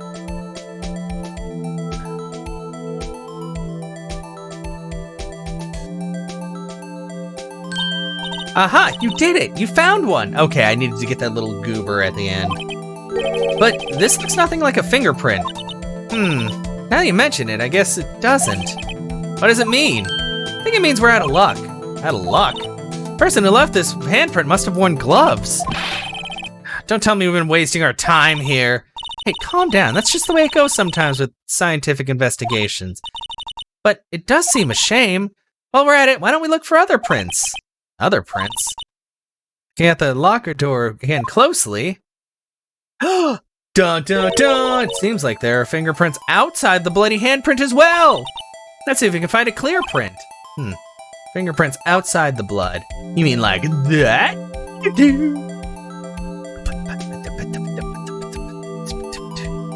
Pat it on. And blow. Oh, I need to get more down here. Or up here. Man, that is one fine looking fingerprint. There we go. So how much more, Emma? How much more powder? Yay, a print so clear it's dazzling. Dazzling? Anyway, this print took a lot of effort to find. Let's match it up right away. So we're not done yet. This is quite a process. Well, there's no point in finding a fingerprint and not knowing who the owner is, right? Guess she's right. It's gonna be fucking Edgeworth again. Look at the fingerprint data we got from Mr. Edgeworth and point out the person you think left the prints. Oh no, I have to do it. What? How am I supposed to? Yeah. God damn it. I could make a pretty good guess. The bloody handprint and the fingerprints are in different places, right? That means the prints probably don't have anything to do with our case. So whose fingerprints would we most likely find on this evidence locker? Yeah. Wow, look, he's got like, he doesn't even have a swirly. He's... Nope. Nope. First good. Nope. Dick Gumshoe! Hey, that looks like exactly like his print. Look at all these different, so many. Where's mine? Why don't I get a fingerprint? What the fuck? I feel left out. Well, whatever. Looks like Mr. Gumshoe. Compare.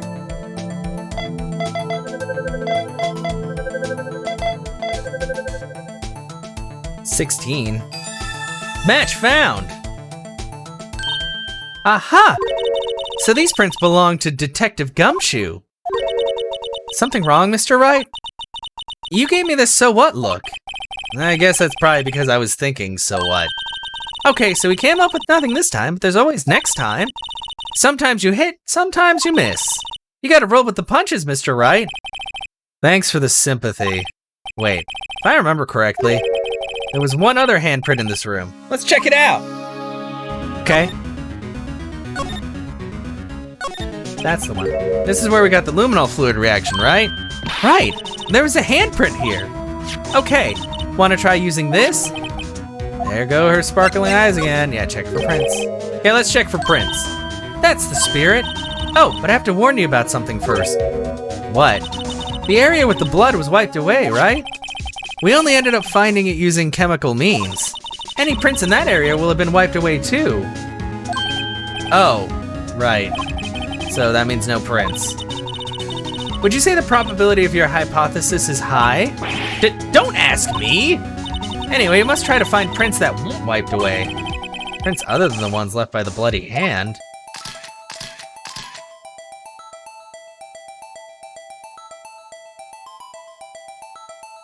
Oh, I saw it. There! Think out of it. No. Whoops. Look at that. I accidentally backed out the first time. Split it. Oh god, so much powder. I was waiting for it to come up with a dialogue box that's like, you ran out of aluminum powder. And I'd be like, shit. Blow. Ew, that's tiny and gross. Give it my best shot. Let's try a different finger. Like that finger.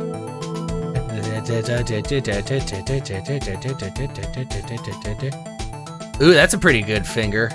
Yeah, let me... enhance!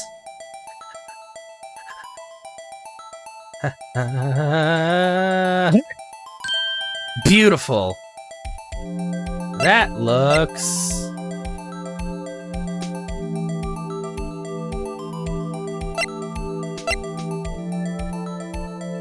Gonna try the sixth finger. Exactly. This looks kinda like that, but not quite. Because I know the angle might be a little bit different. Wait, no. That looks like Mr. Marshall. Compare. Look at all these points of articulation. Match found. Marshall. Hey, these fingerprints, whose are they? Whose? Is it someone I know? It's Officer Marshall. Huh? Officer Jake Marshall? Marshall's fingerprints added to the court record. Oh shit, this gotta be a coincidence. He's not involved in the crime. Emma, this is decidedly different from Detective Gumshoe's prints. Luminol reaction. The blood and the fingerprints are in the same place. Oh. So we have Jake Marshall's fingerprints on a wiped blood stain. Dun, dun, dun. Oh fuck. But why would Officer Marshall? Looks like our investigation is finally turning up some results.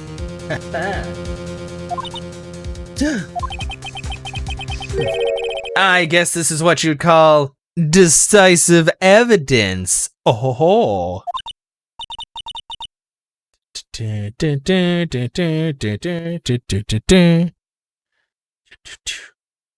I don't believe it. What do you not believe? He's to be continued. Bum, bum, bum. Oops. Sorry, I'm trying to do something here. I apologize if there's a lot of weird noises. I'm just trying to angle my microphone a little bit better. Not giving a shit about Emma's feelings. Yeah, well, fuck it, man. This is about justice. Justice has no feelings. No feelings.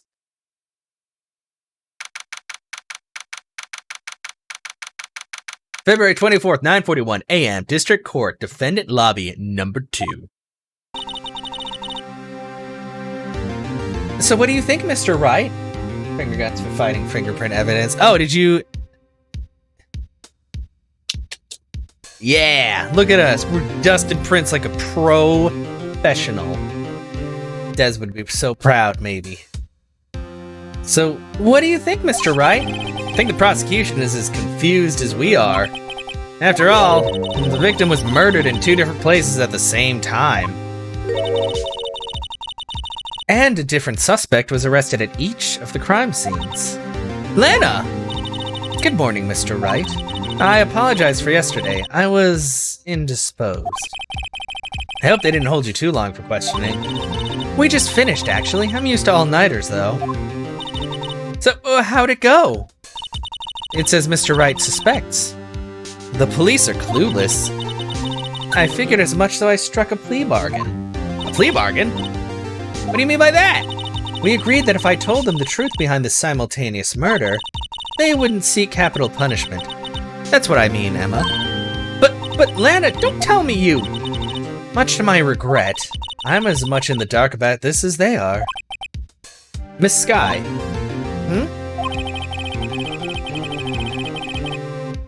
We found trace evidence of a certain person in the police department's evidence room. They belong to Officer Jake Marshall. What kind of trace evidence? Blood-stained fingerprints, to be exact. That's the trump card I have up my sleeve today. You do understand what this means, don't you? In order to defend my sister, you're going to accuse Mr. Marshall? We have to play the cards we're dealt. Isn't that right, Miss Skye? Do what you have to do, Mr. Wright. I will. It's what I do best. February 24th, 10 a.m., District Court, courtroom number 9. Hey, Edgeworth. Ah! Oh, wait. Court is now in session for the trial of Miss Lana Skye. The defense is ready, Your Honor. The prosecution is... I'm afraid you'll have to clarify. It takes 30 minutes by car to reach the police department from the prosecutor's office. Yet the victim, Bruce Goodman, was slain at both places at the same time. But that's not physically possible, is it? What's more, I heard the victim from the evidence room just disappeared. Yes, and the body eventually reappeared in the trunk of Mr. Edgeworth's car. Wow, this is one messed up trial. One of my duties as a prosecutor is to present impartial evidence. Today I will present evidence relating to the murder at the police department. In so doing, I believe the way in which we should proceed will reveal itself.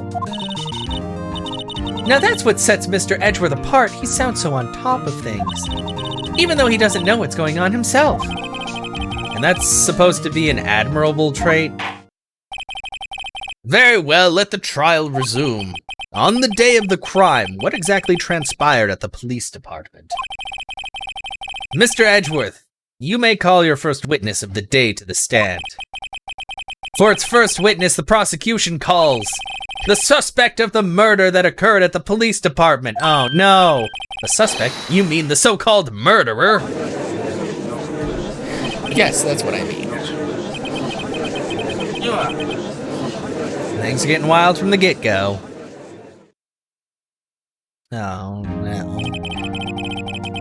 Will the witness please state his name and occupation? Yes, sir. I am Officer Mike Meekin, sir. My occupation is, that would be murderer, sir. This is already great. So you're telling us you're a professional killer? Sir, it was me, sir. I'm the one who did it. I'll never kill anyone again, sir. You gotta believe me, sir. Actually, what we'd like to hear from you is, sir, we'd like to call, part of the younger generation, sir. A person whose actions adults can't possibly comprehend. Please, Mr. Edgeworth, sir, help me, sir. Officer Meekins. Yes, sir. Give us your report of the crime. Consider that an order. Yes, sir, as you wish. After all, I'm part of the generation that must be told what to do, sir. Oh, wow, I hate this guy a lot. Can't fault him for a lack of enthusiasm. I can fault him for everything else, though. Although it's not my normal duty, I was assigned to guard the evidence room that day. I spotted a suspicious man on the security screen and rushed into the room. I was only doing what I was trained to do, sir. I was suddenly attacked. I fought for my life, then I did it. And after that, I passed out until another officer smacked me awake. I just hate the fact that he's like so freaking scattered and he repeats like the same lines constantly. Or it takes like 5 text lines to explain anything. So the victim, Detective Goodman, attacked you? Do unto others before they do unto you. That's the Meekins family motto, sir. I see. Then you fainted and a colleague helped you regain consciousness. Yes, sir. He knocked me upside the head, sir. Very well. The defense may begin its cross-examination. What I need here is more info to work with. Yeah.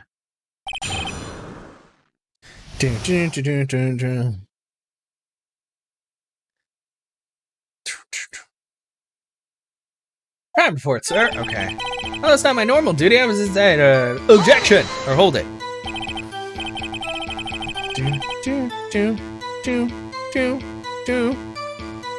Mr. Meekin, do you work in the General Affairs Department, do you not?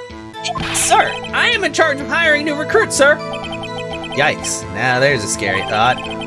Evidence transferal was taking place on the day of the crime, which meant many officers were given special tasks not ordinarily performed. I was in charge of guarding the Blue Badger, sir. The Blue Badger? Yes, sir. The lovely police mascot created by the chief of detectives, sir. Oh, why do we have to look at it again? I was to ensure it wasn't broken during the transferal process. It's my sole mission for the day, sir.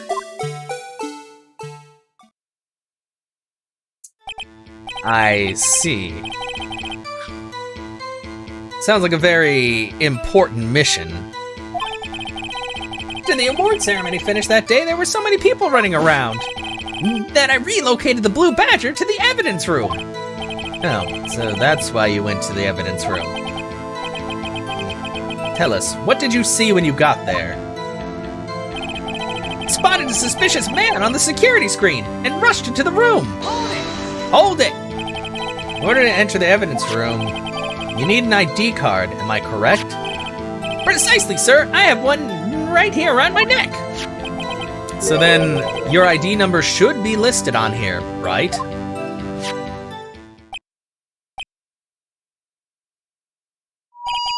it is! I found it! This is the one right here! Could you please read us the number? Yes, sir! It's 4989596! That's my number, sir! I see. Huh? But the number 4989596 is shown as being used twice. Please explain, witness. It's no real mystery, sir. The first time is when I relocated the Blue Badger to the evidence room. And the second time is when I went to go get him after everything settled down. But, I see, so it was during that second time when... Yes, sir, that's when I spotted the man on the security screen. Data added to the ID card record. I was only doing what I was trained to do, sir, when I was suddenly attacked. Okay. So you were attacked. Can you please tell us exactly what happened to you? It was a knife, sir, a knife. Detective Goodman pulled a knife on you. What happened then? Well, with me charging in on him like that, he looked as surprised as I was. You aren't exactly the kind of person who would... someone would want to run into. Damn. That's when I reacted, sir. I swung my arms like an octopus struggling to detain him. That's how I got this gash on my hand. Maybe if you just kept your cool with your hand, you wouldn't be... When I saw the blood trickling down my arm, I panicked. I grabbed the man by his collar. I fought for my life, then I did it. What exactly do you mean when you say you did it? I know I don't look the type, but I'm really into kung fu films, sir. The man let his guard down for just an instant, so I snatched his knife from him. You took his knife? I spun him around and performed a disarming maneuver. I made sure to close my eyes like a man. What? See. You must have been desperate. The next thing I knew, his white coat was drenched in a sea of my blood. And then, next thing I knew... Yes? He punched me right in my face, sir! And after that, I passed out, till another officer smacked me awake. Wow. About what time did you regain consciousness? No offense, sir, but how am I supposed to know that? I was unconscious. Oh, right. According to the report from the officer that woke up the witness, it was about 5:30. He hit me right in the head, too! I woke up crying tears of pain! That's nice. I mean, it's nice that you recovered, that is. Man, even the judge doesn't like this guy. Around, though, I made sure to finish my mission, sir. Your mission? Yes, sir, the Blue Badger, sir. I returned him to the entrance before things got out of hand. Well, we can all rest easy now. I believe we now have a fairly accurate picture of what happened. Yes, Your Honor. Only one thing remains unclear. Was the man this officer murdered really the victim? He's got a point. Yes, Officer Meekins? With regard to that, sir, take a look at this! It was sent to my jail cell. Chief Gant delivered it to me just this morning, sir. The chief delivered it? What is that? A videotape? Yes, sir. That's absolutely right, sir. Videotape, sir. It contains footage from the security camera in the evidence room. What? But I specifically asked if there was such a tape and was told it had been mistakenly erased. That's quite the mistake. I just do what I'm told, sir. It's the only thing I'm really good at. Looks like communication with the police department is as good as ever. Well then, let's have a look. Show us the video of you murdering the victim. Oh, please stop using that word murder, sir. It scares me. Video of a real murder. Just what are we getting ourselves into?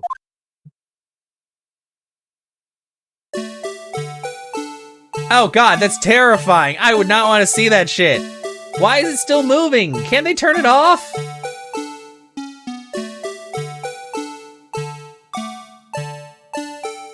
Oh, whoa, that was in 3D. Holy shit. Can we, why is it, seriously? God damn it. Really? You gotta put the flag like right over his face as he's going in there? Oh, there's Meekins doing Meekins-y things.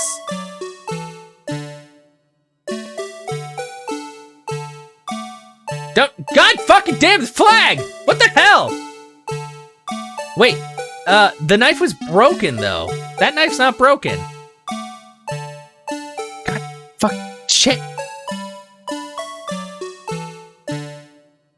Yeah, Meekins, you're knocked out and the guy is gone. That doesn't seem like a murder. Where the fuck where'd he go? Hello? What? Wait, what? Well, I believe we're all thinking the same thing. How can we deal with these unsettling feelings stirred within us? What the hell was with that wiggling piece of plywood? That's the pride and joy of the entire criminal affairs department, sir. It's the Blue Badger, sir. Why am I not surprised this isn't going smoothly? Security video added to the court record. Yes, well, anyway, this tape seems to prove that the witness did indeed encounter, someone in the evidence room, and some sort of, activity did take place. Your Honor, instead of relying on clearly incomplete footage, the witness's testimony will suffice. Is that all right with you, Officer Meekins? Yes, sir, as you wish, sir.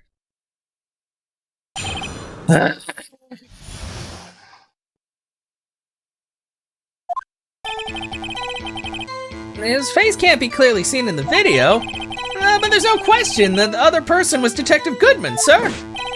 I mean, he opened the locker, which required Detective Goodman's fingerprints to do so. The locker he opened is unquestionably Detective Goodman's locker, sir. So it must be him. No one else could have unlocked it. What's this about a fingerprint? Each detective has been given a locker equipped with a fingerprint-activated lock. These locks ensure that each locker can only be opened by the detective it belongs to. Intriguing. That would mean the victim of the crime scene would have had to have been Detective Goodman. Very well, the defense may begin its cross-examination. I don't know where this cross-examination will lead, but everything begins with contradictions. That's where I have to start. Mystery man.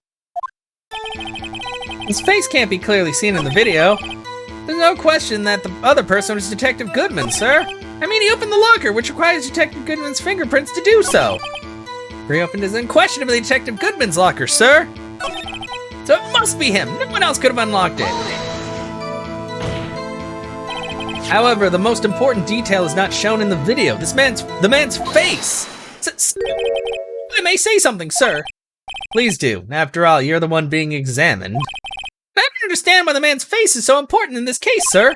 I mean, it was his hand that opened the fingerprint lock, and it was his hand that tried to thrust his knife into my body, sir. My unsettled state can testify enough to this, sir. Yes, you have a point. The footage doesn't lie. That is, unless the defense can find a problem with it.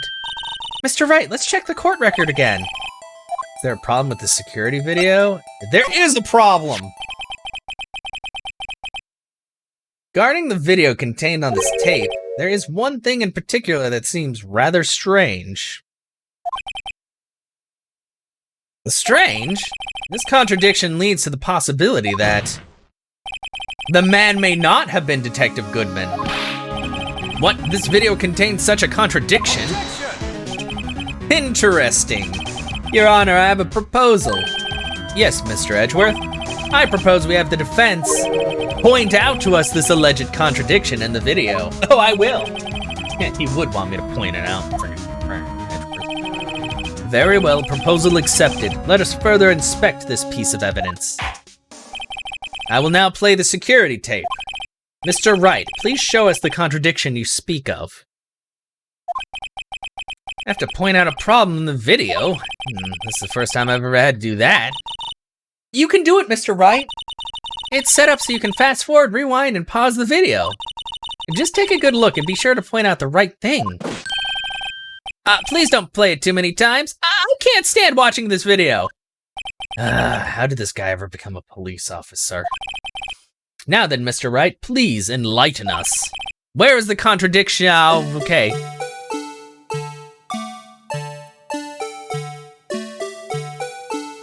Oh, wait. Pause. But, present. That's on. That means that it's already open. The thing that's strange about this video has got to be this. Officer Meekins. Do you mean me, sir? As I understand, the locker apparatus works like this. When you grab the handle, a sensor reads your fingerprint. If it's a match, the light turns on and the lock is released. According to my very limited experience, that's the way I understand it, sir. God, it's gonna keep playing. If so, then something is seriously wrong with this picture. Oh God.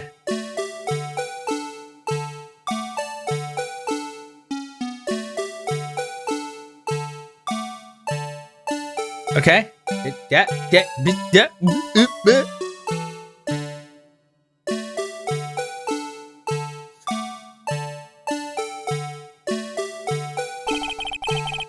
When the victim reaches for the handle to open the locker, let's rewind to a little earlier. Oh my God, they're gonna really make us watch this whole thing again. It rewinds faster than that, sir. That's not a rewind.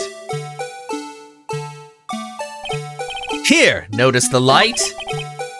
What's this? It's already lit. Just like this courtroom is lit. Oh, fuck. Precisely my point, Your Honor. The locker was already open before the victim grabbed the handle.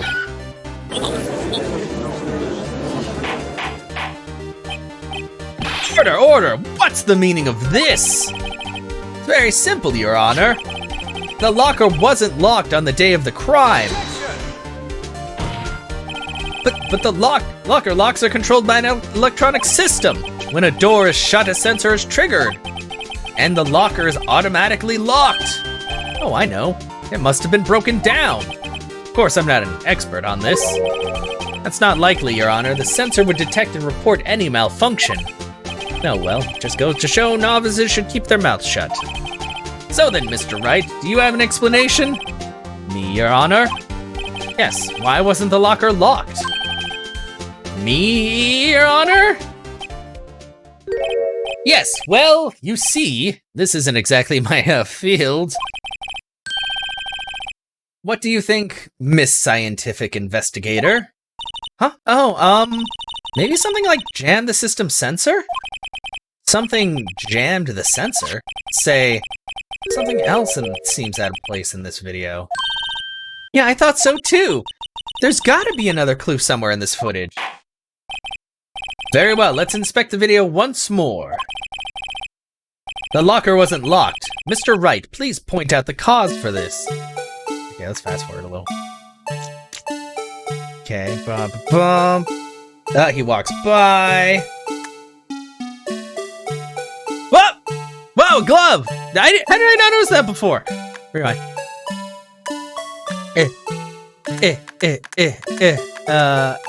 Pause! What did you do? Maybe I was too transfixed on the terrifying blue badger. Please watch closely. This is the continuation of the part I showed you earlier.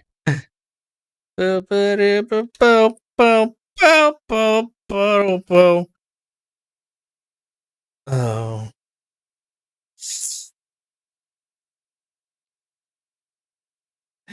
Pause. Wait, rewind. What's this? Something white fell out of the locker. But sir, it's been my experience that things fall out when doors are opened. Now I often fall out and roll great distances when I open my cart. Shut the fuck up, Meekins.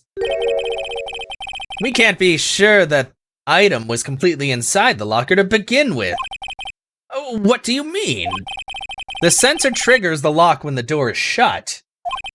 What if something was inserted, say, between the sensor and the door? Inserted?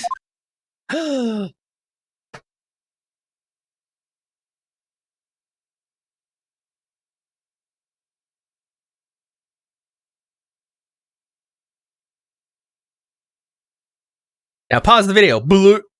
Wait. This white thing wasn't inside the locker. It was stuck between the door and the sensor. Oh, I understand now, sir. It's just like my tie. 2 out of 3 times it gets stuck in the door when I get out of my patrol vehicle, sir. This man needs a new profession. The door closing, my tie chokes me. But the object would have had to been extremely thin to fit in the door. Not only that, it would have also had to block electrical currents. It would need to be an insulator. Yes, an insulator, but at the crime scene, there just might have been something that fits the description. But sir, shut up. I think I finally got this figured out. Very well. Will the defense please present the relevant evidence? What was this insulator that was stuck in the locker door? Man, I feel so smart now, even though I felt like an idiot just doing the regular parts of this because I was like, who the hell do I talk to now? I found this near the locker, a thin rubber glove. But we can't be sure that was in the victim's locker. It has a tag that says SL9 incident. The video seems to depict the victim opening the locker, but that isn't the case. The lit lamp attests to this. On the day of the crime, even I could have opened that locker. Is this not so, Officer Meekins? Sir, it wouldn't be so, sir. Order, order, order! So, are we to believe then that the victim, whom this witness stabbed in the evidence room, was not Detective Goodman? Do not be misled, Your Honor. What do you mean, Mr. Edgeworth? The defense has merely demonstrated that possibility and nothing more. The victim in the video was indeed Bruce Goodman. The prosecution will offer one more testimony to prove this. What? Officer Meekins, please testify about this. Sir, me, sir? I'm not sure what you're referring to, sir. Oh, you mean that, sir? Of course, sir. Is this a joke? Very well, begin your testimony. Hey, what's going on, Adventure Kid? Mystery Man 2. There's one other thing that proves that man was Detective Goodman, sir. To enter the evidence room, one must use their ID card. When an ID card is used, there's a record of it. At the time of the crime, the detective had used his card. ID card record, I see. I have the ID card record right here, Your Honor. The ID used at 5:14 is that of the victim. Just before the crime, Yes, without a doubt, this is the victim's ID. However, one thing does strike me as unusual. Several hundred cases should have been due for transferal. Why were there so few people using this room? This particular evidence room is used only for storing certain special cases. Special cases? Extremely violent cases involving police staff. And just hearing that makes my hair stand on end. Me too, although it doesn't make much of a difference. God damn it, Phoenix.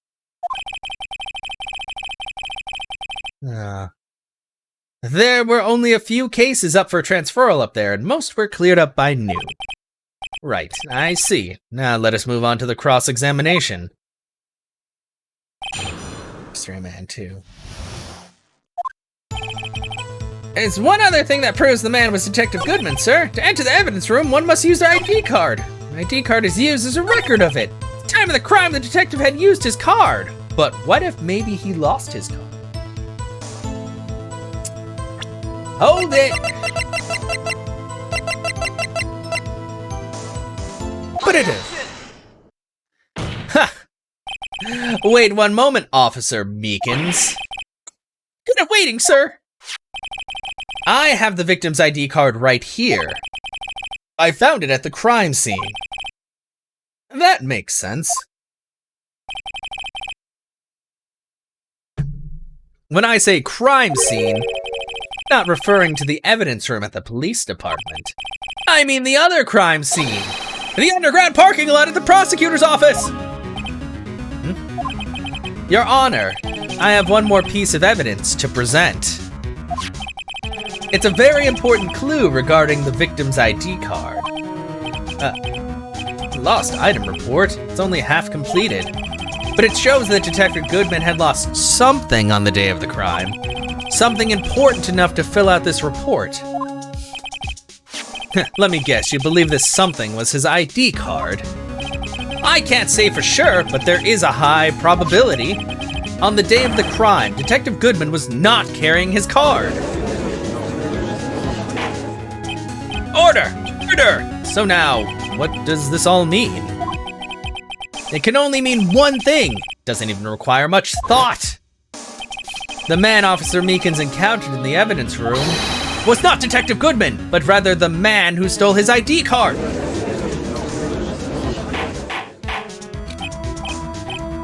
Order, order, order! Does the prosecution have a response? I have only one thing to say to the defense. Bravo, Mr. Wright. Bravo? Allow me to summarize the defense's argument. At 5:15 p.m. on the day of the crime, the man in the evidence room Officer Meekins encountered was not Detective Goodman. There are two grounds to support this. First, the locker in the evidence room was already unlocked. Second, the victim lost his ID card. Am I correct so far, Mr. Wright? Yes. What's he up to? That being the case, we must inevitably arrive at a single conclusion. If the victim in this video is a fake, then the murder in the evidence room is also fake. In other words, the security camera does not show the instant of the murder. That is, well, I guess that's right. Is something wrong, Mr. Wright? Only moments ago you seemed content to be pointing your finger around. This isn't going to end well. Oh, well, it seems you finally realized exactly what you've gone to such lengths to prove. Explain yourself, Mr. Edgeworth. The defense has already done the explaining for me. The victim in this video is a fake, which means a murder did not take place at the police department at 5:15 on the day of the crime. So the real crime could only take place at one location, the underground parking lot at the prosecutor's office, the murderer being Miss Lana Skye, the defendant. The evidence is compelling. A trustworthy witness observed the moment of the defendant used the murder weapon. Ah! Shit.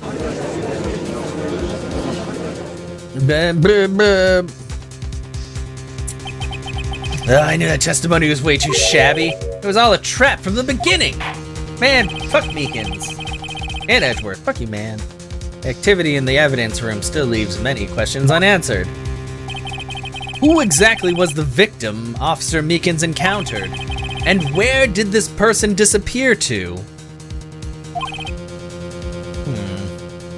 However, this trial's purpose is to examine only the murder of Detective Goodman. Just so, Your Honor.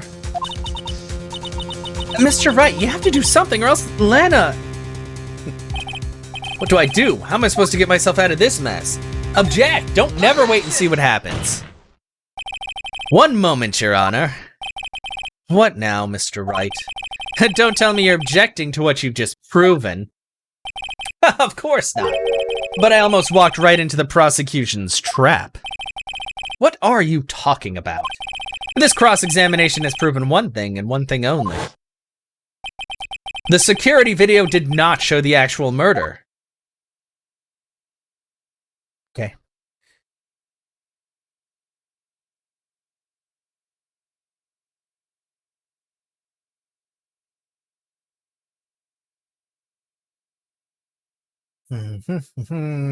Okay, cool. Come on.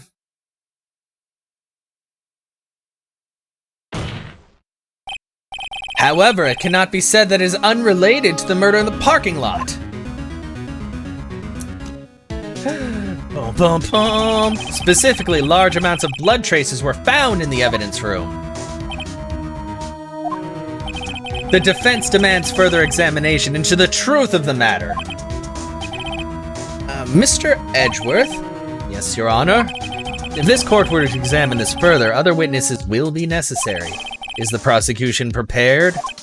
I'm sorry, Your Honor. The prosecution considered the incident at the police department to be unrelated. We have not prepared any other witnesses for this incident.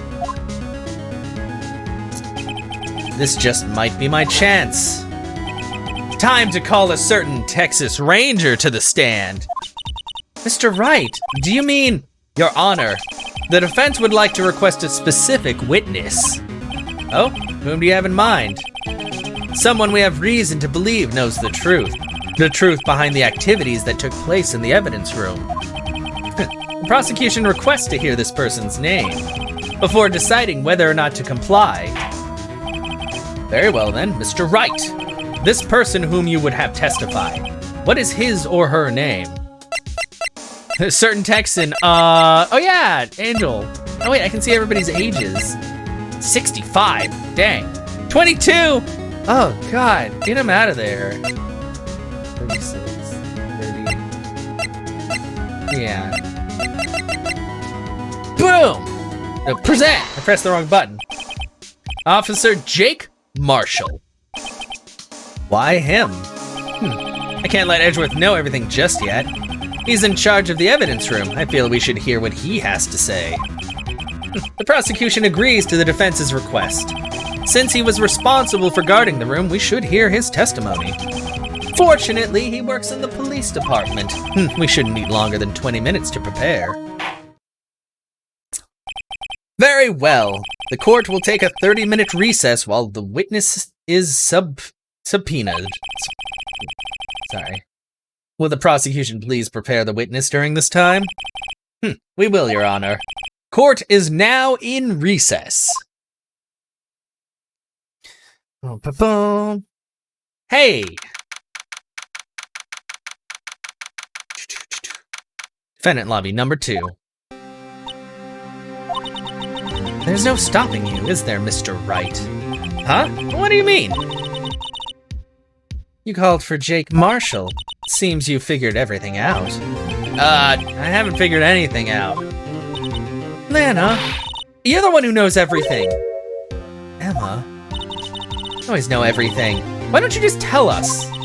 Mr. Wright is trying his hardest to protect you. I don't recall ever asking for his protection. How can you be so cold? Don't you trust us? Don't you trust me? Hope I'm not interrupting anything, pals. Oh, I guess I am. I'll come back later. No, Gumshoe, come back! Wait, Detective Gumshoe, what is it? Don't worry about those two. You got a lot of nerve, pal, making a detective run around all around while on duty. And top it off, you call me here. I've seen happier people at funerals. Sorry, Detective. You better be, pal. Hey! I didn't see you there, Chief Prosecutor Sky. Jesus Christ. That's okay, so have you brought what I asked? No! You mean this, right? That's a fucking huge stack of papers. My apologies, Detective. Due to my present circumstances, I was forced to use Mr. Wright's name when making my request. My name? Never in a million years would I have thought it was you who asked me. Could I bother you to bring me the SL9 incident files? I'll need them by noon. Talk about crazy. The SL9 incident? But Lana, that's... I thought Mr. Wright might need them, so I had them brought here. Here, you might do well to read them. I can't believe you, the chief prosecutor, were witness in that case. What's going on, Inu? Miss Sky was a witness? What? Files for Joe Dark killing solved 2 years ago. Take it from me, you don't want anything to do with serial murders. Okay, oh what? Now that I brought you your stuff, you're just gonna ignore me? Emma? But why? Why is your name in here? What? My name's in there? I don't know, unless... No, it couldn't be. Lana, this SL9 incident, is that? That's the classification number the police filed it under. 2 years ago, the rest of the world knew it as the Joe Dark killings. The Joe Dark? No, Lana, who's Joe Dark? What's happening? Why is she freaking out? She just fucking ran away. God damn it. Emma, wait, she ran away? Yeah, you know what? I just remembered I gotta be somewhere. Sorry, pal, but I'm out of here. What? Jake Marshall, Angel Star, Damon Gant, Miles Edgeworth. Not to mention Lana and Emma. Everyone involved in this case is connected to those killings 2 years ago. This can't be just a coincidence. Thank you so much for the host. Knowing you, you just might be able to figure it out. Time to get back to the trial, Mr. Wright. Best of luck. Okay, let's look at this shit first.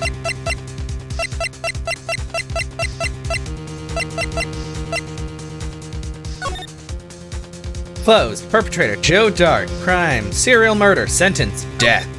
Victims, Edward Jones, Jason Knight, Edith Kirby, Rachel Moss, Jeb Bates, Neil Marshall. Head prosecutor, Miles Edgeworth. Witnesses, Lana and Emma. Witnesses. Investigation Task Force. Executive investigators, Damon Gant, Lana Sky. Head investigator, Bruce Goodman. Investigators, Jake Marshall, Angel Star. Yeah, so everybody's in this crap. Holy crap. Okay, I'd better take a good look at this file. I did. Will it help me? Who knows?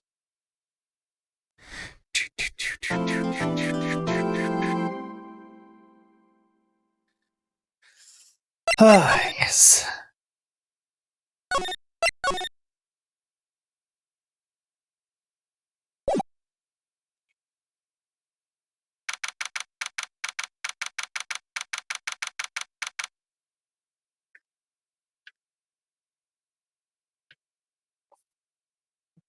February 24th, 12:14 p.m. District Court, courtroom number 9.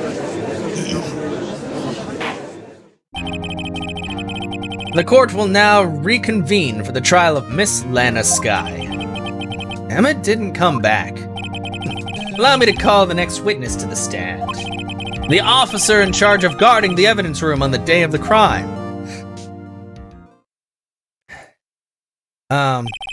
Witness, please state your name and occupation. Me, partner. Oh, I'm just a man, same as you, wandering the trails of civilization. Occasionally helping the elderly cross intersections when needed. Yes, we get it. Oh, I know, you're a patrolman. As for my name, if you listen hard enough, you can hear the howling wind calling it out.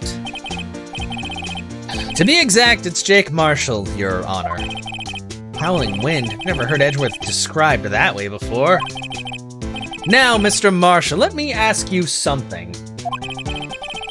You were in charge of guarding the evidence room on the day of the crime took place. Is this correct? According to the papers, partner. What do you mean? A desperado soul is as boundless as the desert sands. No paper can sum it up. Maybe it's best we get on with this quickly. Please share with us your testimony of the day of the crime. In plain old English. Yeah, that's right. You tell him. Day of the crime.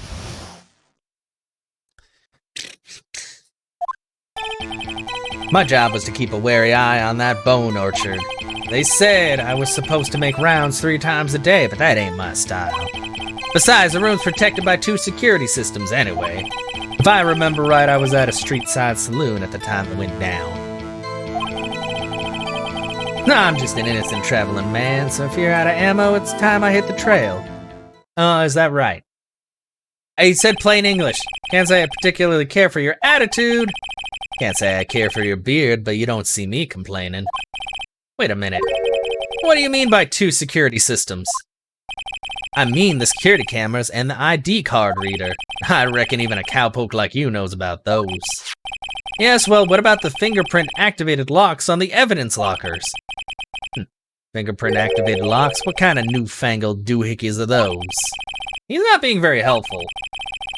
He's not that good with machines, or with following orders. Everyone's got their weaknesses now, don't they, Mr. Prosecutor? This one seems like trouble. Oh, okay, Mr. Wright, he's all yours.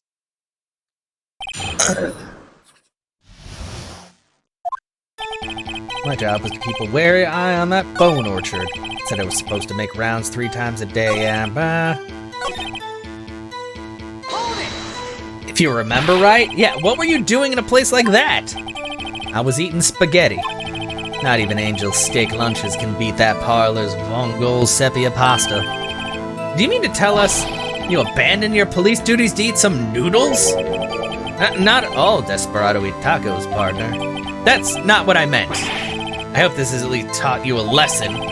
Strange. It's usually where Edgeworth says, "Did you not want to raise this year?" He didn't say it this time. But I have evidence to the contrary of that, sir. Where is it at? There's like a bajillion. Jesus. Objection! It's too much evidence. I liked before when they were like, it seems like we don't need this evidence, let's discard it. But now we have every shred of evidence, and it's a lot. Officer Marshall, doesn't it strike you as odd? That is, you being called in to testify like this? After all, you weren't in the security room at the time of the crime, and yet you dragged me down here. Explain yourself, partner. It's quite simple. You left a very large trail behind at the scene. Or to be exact, a handprint. Listen real good, partner. Like I said, I'm the caretaker of that crypt. I pay my respects. That is, I make my rounds about once a month. It's only natural my fingerprints would be in there. I only wish it were, officer. But you see, your fingerprints were covered in blood. Goodness, what's the meaning of this? Your blood-stained fingerprints were at a crime scene? The blood was wiped away. However, a luminol test clearly revealed this. Well, Officer Marshall? It seems to me there ain't a person in this room with a head on his shoulders. I take it you have an explanation then, Officer Marshall, about the blood-stained fingerprints? Very well, you may begin your testimony about your fingerprints found at the scene of the crime.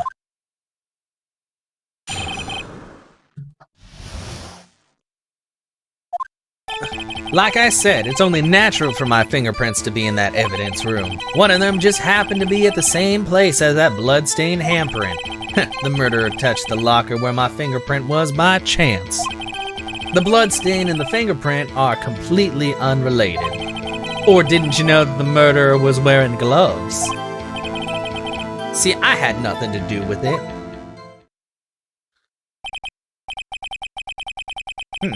The witness's explanation appears valid, although there's room for doubt.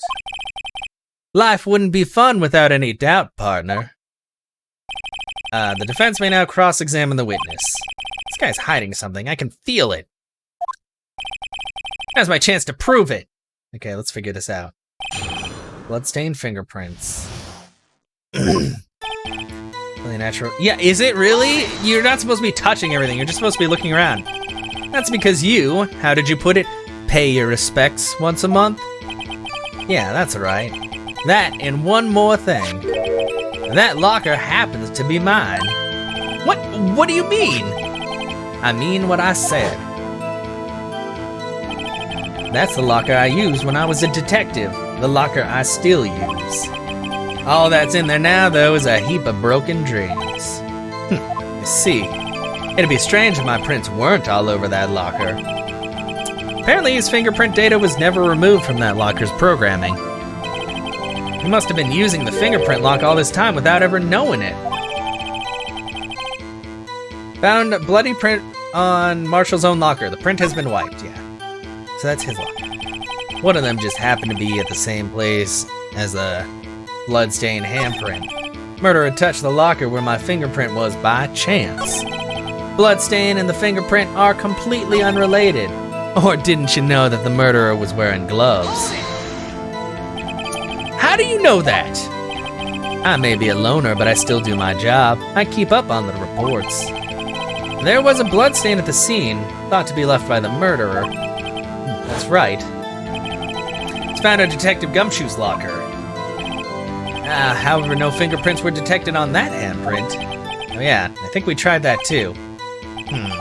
So then that would mean the murderer wearing gloves happened to place their hand on top of Officer Marshall's fingerprints. That's the only logical conclusion.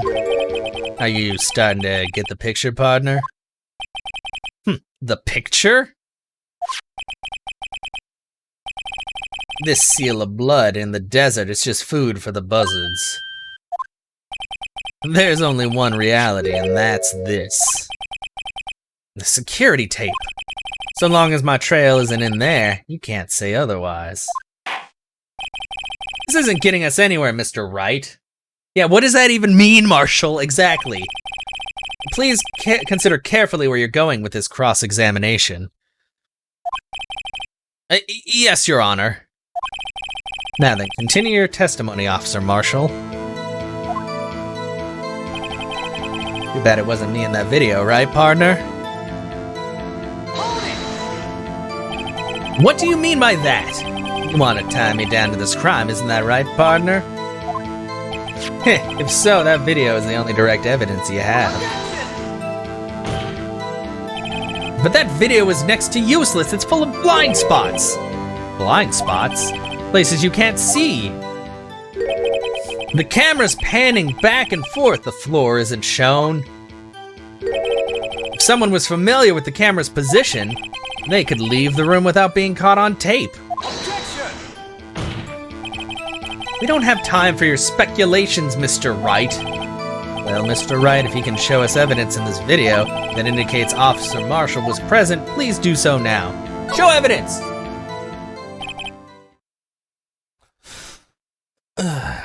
Very well. Allow me to point out your mistake, Officer Marshall.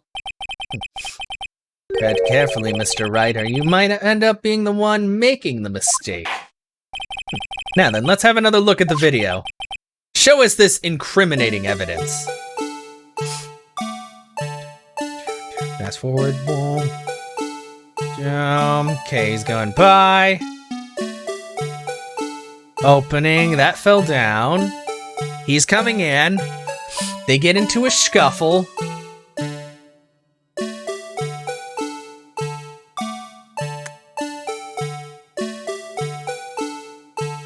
Okay, I think this is where it finishes.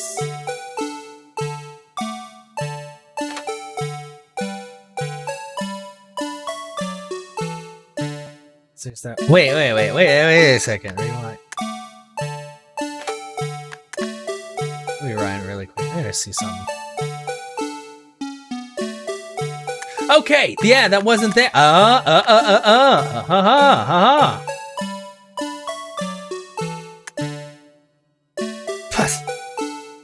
Zach. Objection, or take that!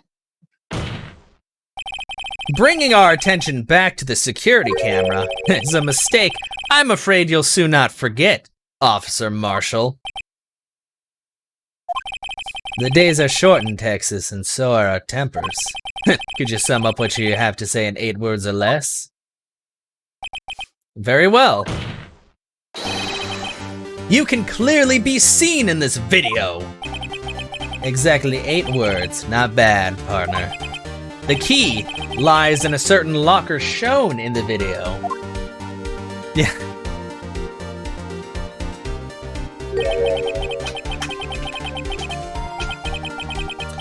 That locker with the white cloth sticking out. That was the witnesses, I believe. Now then, let's rewind the video a bit. Can you rewind it at like regular rewindy fucking shit?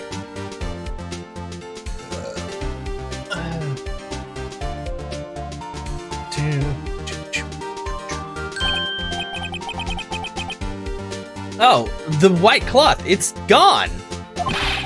What's the meaning of this, Officer Marshall? Yeah, I know, they're like, come on guys, check it out. When the crime took place, the white cloth wasn't there. Then it suddenly appeared. There's only one explanation. Officer Marshall, you were in the evidence room at the time of the crime. What's more, you opened your locker when the camera was turned away. Order! Order! Order! It seems that's the only... Hold your horses. Sorry, partner, but you got the wrong man. So what if my locker was open? That doesn't mean I'm the one who opened it. The murderer needed to hide something, so he opened a locker and stuck it in. It's not my fault he happened to choose mine. That's really what you're going with? Well, why is everyone staring at me like I'm a wanted man? Because you're an idiot, that's why. This guy isn't just playing dumb, he really doesn't know. I hate to rain on your parade, but you're the only person who can open that particular locker. Oh yeah? I call your bluff. You say I opened that locker, now prove it. Yeah, cause literally the only fucking way you do, just go all the way. Take that! Fingerprint sensor. And now he's sweating. Ooh! We talked about this earlier today. The lockers can only be opened by the detective they belong to. But what kind of crazy talk is this? Well, Detective Gumshoe did mention something about this. In any case, the locks aren't that obvious. There are even some people on the force that don't know about the fingerprint locks. So, Sheriff, what do you have to say in 8 words or less? Oh, he's got jerky. I kind of want beef jerky now. I only got 1 word for you, partner. No! That's... okay. What? Yeah, what? Order! Order! Order! Witness, explain yourself! If this is a joke, it's the worst I've ever heard. I assure you this is no joke, Officer Marshall. Now then, please tell us what you were doing in the evidence room at the time of the crime. Yeah, that was a very dramatic no. Eating jerky, apparently, angrily. Olay! Please answer the question, please, Judge, stop. You're starting to look smart, but you're ruining it. What is he now, a bullfighter? That's all right, Officer Marshall. I believe we can figure the rest out from here. We can? Have a look at these floor plans. There's no place for someone to hide in the evidence room. Yet Officer Meekins didn't see Officer Marshall. If that's so, then where was the witness? Seems Mr. Wright has an answer. That's right, the only possible conclusion. Well then, let's hear it. Where was Officer Marshall at the time of the crime?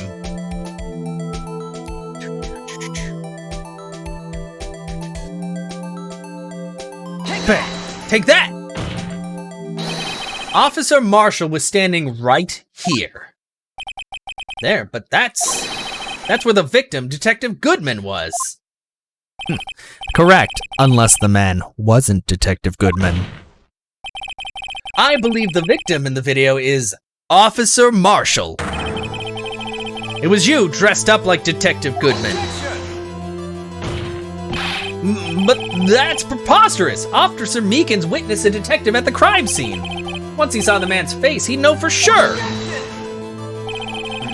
May I point out, though, that Officer Meekins did not know Detective Goodman. He also testified about the man's reaction when confronted. When I entered the evidence room, I asked him to show his card, sir. Yes, and how did Detective Goodman respond? He suddenly pulled a knife on me. Something about the officer's story puzzled me. If the man had his ID card, why didn't he just show it? Yes, he would have needed it to enter the evidence room, so he must have been carrying it. The answer is simple. He couldn't show it. As you can see, Detective Goodman's picture is on his ID card. Oh, I get it. If he showed that, his cover would have been blown. Officer Meekins would have realized the man wasn't Detective Goodman. Do you have anything to say to this, Officer Marshall? You've got quite an imagination, partner. We got a term for that. It's called circumstantial evidence. Circumstantial evidence? He's still denying it. You're gonna have to do better than that to break a detective. Unless you have hard evidence proving I dressed up as the victim. I can't say I particularly care for your uncooperative disposition. I can't say I care for your beard, but you don't see me That's the second time you said that. Stop talking about his fucking beard. Leave him alone. Well, Mr. Wright, do you have any evidence proving beyond a shadow of a doubt that Officer Marshall dressed up as the victim? Well, who am I kidding? I don't have anything like that. I can see the fear in your eyes, partner. Seems like you're the one who couldn't take the desert heat. Ugh, this can't be happening. So obvious he's the one. What can I do? It looks like your lack of experience has finally been exposed. I'll pass on to you what someone told me when I was just starting out. When you've run into a wall with no place to go, return to the basics. The basics. For me, that would be what Mia used to tell me. Phoenix, try thinking outside the box. I shouldn't look for proof that Officer Marshall was in disguise, but rather I should look for evidence that came about because he was in disguise. Why do you think this locker was opened in the first place? What do you mean? There's no reason for Officer Marshall to open his locker at the time of the crime. Yet he did, despite the chance it might be discovered later as it had been. Which means he didn't originally plan to open his locker. According to the defense's argument, Officer Jake Marshall dressed up as Detective Goodman at the time of the crime. Then after the crime was committed, he opened his own locker for some unknown reason. The fact that a white cloth is sticking out of the locker seems to indicate that he opened it in order to put the cloth inside. So, just what exactly is this piece of cloth? Perhaps the video is the key to all our unanswered questions. I don't have any evidence, so this video is my only shot! Very well, let's take yet another look at the security tape. After committing the crime, the witness opened the locker to put away the white cloth. Please show us why the witness had to open his locker. Speedy. Why would he have to open? Okay, so he's wearing the coat. He's opening the locker. Meekins is there, being all Meekinsy.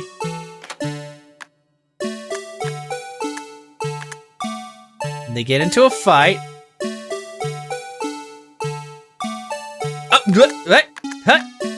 Shit. Because he's got Meekins' blood. I see Meekins' bloody hand. Let me see if I... Does he hit him? And then... Oh, his hand's all bloody. Ew. Oh, wait, go back. No, shit, back. I need to stop, because I need to look at... Take that! For some reason, you disguised yourself as Detective Goodman and entered the evidence room, though I don't know to what end yet. However, something unexpected happened. Officer Meekin barged in on you. When asked to show your ID card, you pulled a knife on him. However, Officer Meekins panicked, and the white coat you were wearing was soiled with blood. A bloody white coat? You couldn't just walk out like that. So you hid the coat in your locker. Not bad, partner. Wow, cool. Can you not lie to the court, please? Now then, Officer Marshall, are you ready to tell us the truth? Looks like I underestimated y'all. I hope you're happy now, Mr. Edgeworth. 2 years ago, if you were only half as persistent as you are today, we all wouldn't have to be here now would we? Officer Marshall, tell the court what you did. All of it. All right. It seems the time has come. I know exactly. Or like freak out really bad usually. Marshall's confession. I had to do it that day. I couldn't just stand by and let it die. Stole the detective's ID and dressed like him. I planned to take out the evidence. I wasn't expecting Officer Meekins. I knocked him out and managed to escape. I knew which areas wouldn't be caught on the camera. There wasn't any murder in the evidence room at 5:15. So the supposed victim was really you. But there's one thing I still don't understand. Traces of a large quantity of blood were found on the floor in the evidence room. If no one was murdered, then how could that be? Officer Meekins managed to cut his own hand. My guess is he's the donor. That was way too much blood for such a small donation. Marshall's confession. Time to cross-examine. I had to do it that day. I couldn't just stand by and let it die. Hold it! When you say it, you mean... Do you even have to ask, partner? It's SL9 incident. 2 years have passed since that case was closed. It was going to completely end with the transferal that day. Not if I have anything to do with it. That incident's not over.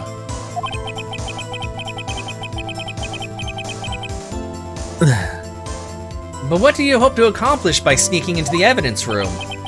When a case is closed, only that case's lead detective can look through the evidence. I wanted to have a look at it myself one more time, no matter what the cost. I don't care what anyone says, partner. That case is mine. But Officer Marshall wasn't in charge of that investigation. Why does he care so much about it? That day was my last chance. That's why I stole the detective's ID and dressed like him. I planned to take out the evidence. Hold it! Why did you disguise yourself as Detective Goodman?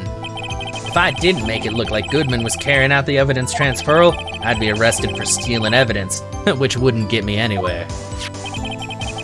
So you did it to fool the security camera. And the detective's ID card? I stole that the morning of the incident. So that really was why Goodman started filling out that lost item report. I returned his ID card. I left it on the floor in the prosecutor's office parking lot. The ID card I found was left there by Officer Marshall. So, essentially, you managed to succeed despite your lack of foresight. What do you mean, partner? I mean the fingerprint-activated lock, of course. No matter how well you disguise yourself, you can't change your fingerprints. Under normal circumstances, you wouldn't have been able to open that locker yourself. But he could because a rubber glove just happened to get stuck in the door. That means Detective Goodman must have opened the locker before Officer Marshall. I wasn't expecting Officer Meekins. I knocked him out. You pulled a knife on Officer Meekins and tried to drive him off? Let's just say I was a little surprised. I only planned on being in the evidence room for no more than 5 minutes. I didn't think anyone would actually come in during that short time. Officer Meekins certainly is a 1 in a million type person. But I hate you, so yeah, exactly. So let's help out the defense a little. Staking a detective for an intruder and demanding to be shown his ID. I'll have to think a little more about his raise this year. When did Edgeworth get so much influence? Anyway, he threw himself at me and I ended up cutting him slightly. I'm sorry it had to turn out that way, with me knocking him out and everything.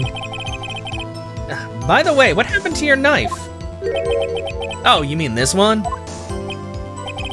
I don't know what to say. So you knocked Officer Meekins out and managed to escape. I knew which areas wouldn't be caught on the camera. So you did your research beforehand. Those who go into the desert unprepared don't live long, partner. I didn't think it would make a difference, though. The security tape is erased every 6 hours. If all had gone as planned, no footage would have been left. However, you bloodied your coat in your struggle with Officer Meekins. If someone was in the security room when I came out, the jig would have been up. I opened my locker and stashed it in there. What was Officer Meekins doing during that time? What else? He was sleeping like a baby. So what you're saying is on that day, wasn't any murder in the evidence room at 5:15. Apparently they just regrow every time he stops shaving. He's like one of those, one of the fucking Play-Doh extruders. Somebody's just constantly pushing more hair out of his face. But the blood found at the scene certainly indicates a crime took place. What are you, blind? And the victim is shown on tape as me, and I'm not dead yet, partner. So you stole the evidence from the locker. Actually, no, I didn't. Why not? When I opened the locker, the evidence was already gone. What? Mr. Edgeworth, where is that evidence? It's still missing, Your Honor. Detective Goodman's locker was already empty. Someone else stole the evidence. Officer Marshall, may I ask you one thing? Fire away, partner. It's a free country. Just remember, I'm also free to decide whether or not to answer. Not when you're on the fucking witness stand, you piece of shit! Why did you do this? Stealing a detective's ID, injuring a police officer, this is no small offense. Moreover, you're an officer yourself. This will have serious consequences. Can't just be forgiven with a simple cut in salary. Not that salary cuts are ever a valid solution. Like I said, this isn't your case. This one is mine. And I'll do anything it takes to get an answer I'm satisfied with.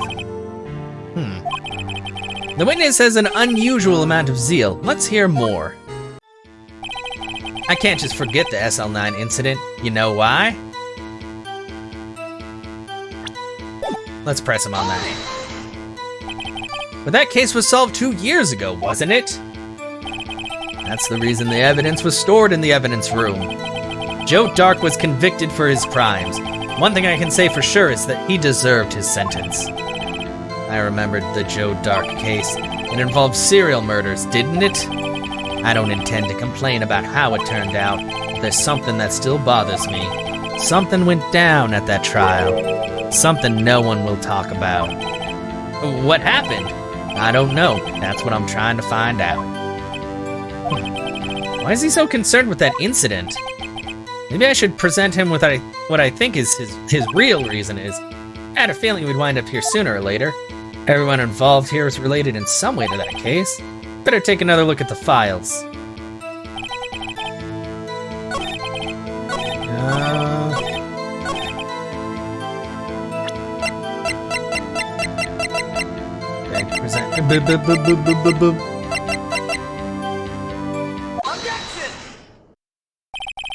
Officer Marshall, I think I understand. I think I know why you care so much about the SL9 incident. Sounds like you've been sipping too much cactus juice, partner. I have the SL9 incident file here. The name Marshall is mentioned here. in a list of murder victims. Neil Marshall. Are you related to this man? Neil Marshall? Yeah, I'm sure you've heard that name. 2 years ago. Is that his brother? He received the same lousy prosecutor award you got. What? A prosecutor? Must be talking about the King of Prosecutors award. Now I remember Prosecutor Neil Marshall. He handled the SL9 case before I did. That's right, he was killed. And the case fell into your hands. But what's his relation to you? He was my brother. I knew it! Oh. He was investigating the murders with Damon Gant, the then Deputy Chief of Police. The group of detectives I was part of worked under them. We were desperate to prosecute the killer. Joe Dark. My brother fought Dark and was killed. That was the first time Dark left behind any evidence. That was all we needed. He was arraigned and incarcerated. The case was finally closed. At least, according to the public records. Oh, what do you mean?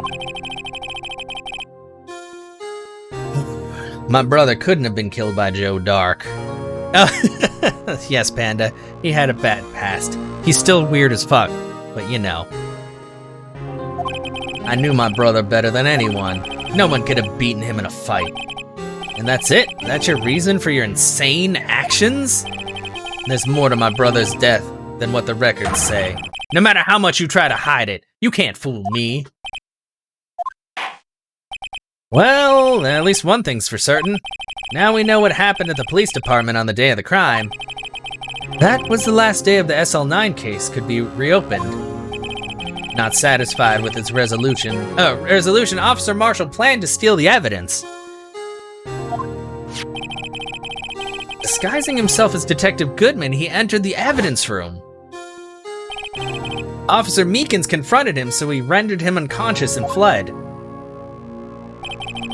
Yes, this mystery has finally been cleared up. No more murder took place at the police department that day. The things that happen by chance never cease to amaze. At exactly the same time as the murder at the prosecutor's office, this fake murder was going on at the police department. Chance? It's gotta be more than that.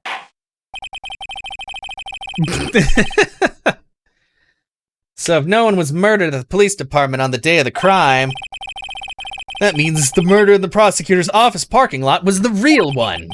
Which in turn means only one person could have committed the crime. Chief Prosecutor Lana Scott.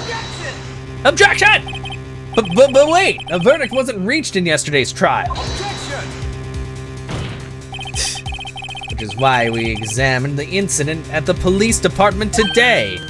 But there's only one reason the defendant was not convicted yesterday. There yet remained the mystery of the simultaneous murder at the police department. It seems to me this boy's got the draw on you, partner. I don't like that.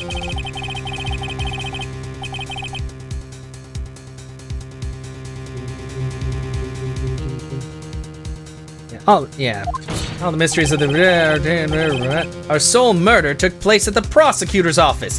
The only suspect is Lana Sky. And the testimony of one Miss Angel Star is completely incontestable. If you have a response, make it a single word or less. Fuck you! Oh wait, that's 2 words. ARG! God damn it. I rest my case. No! Bad! Seems this trial has reached its conclusion. There's no room for doubt. Well done, Mr. Wright. Thanks to you, I didn't need to waste my time disproving the alleged murder at the police department. There's no doubt what I proved today is true. The apparent murder on the security camera tape really was fake. But I didn't realize that would end up proving Lena guilty. Now then, the time of the verdict has arrived. This court finds the defendant... Hold it! Hi, what? Your Honor, wait. Wait, why are you standing there? Emma, what? The defense has an objection. A scientific objection, right? What do you mean, right? Mr. Wright, are you this girl's guardian? Your Honor, in a sense? Please, Your Honor, all I'm asking is for a minute of your time. Please hear me out. Mr. Edgeworth, please. I don't want to leave any loose ends. You want a minute? I'll give you 3. Look at him. Aw, he's so nice sometimes. I was kind of in shock. I mean, finding out the SL9 incident referred to the Joe Dark killings. Now that she mentions it, names of both Sky Sisters were in that file. But that's when I figured it out. I mean, what Officer Marshall was trying to do that day. So I knew his fingerprints had nothing to do with the crime. That left only one thing, the other handprint. You mean the traces of blood found on Detective Gumshoe's locker? But no fingerprints were found on it, right? No, but I figured if I examined it scientifically, I'd be sure to find a clue. So I ran over there and looked at it again. Did you find something? No. Huh? Sorry, I guess I'm not much of a scientific investigator after all.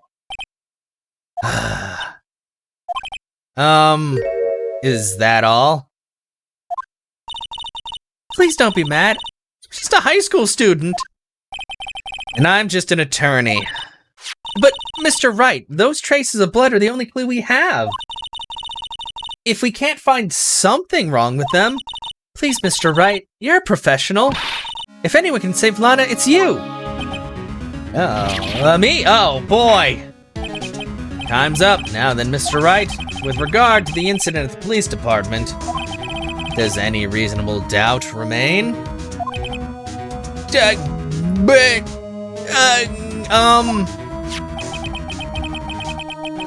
Oh boy, it appears the defense is troubled by the other blood mark.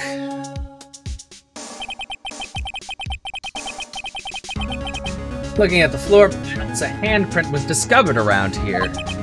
Is there a problem with this? Mr. Wright, I'm sorry I can't be of more use. But still, if you can't find anything wrong with that blood mark, Lana will be... Please answer my question, Mr. Wright. We don't have all day. Yes, Your Honor. If I ever needed to concentrate, it's now. What could be wrong with the handprint on Detective Gumshoe's locker? Could there be something I'm missing?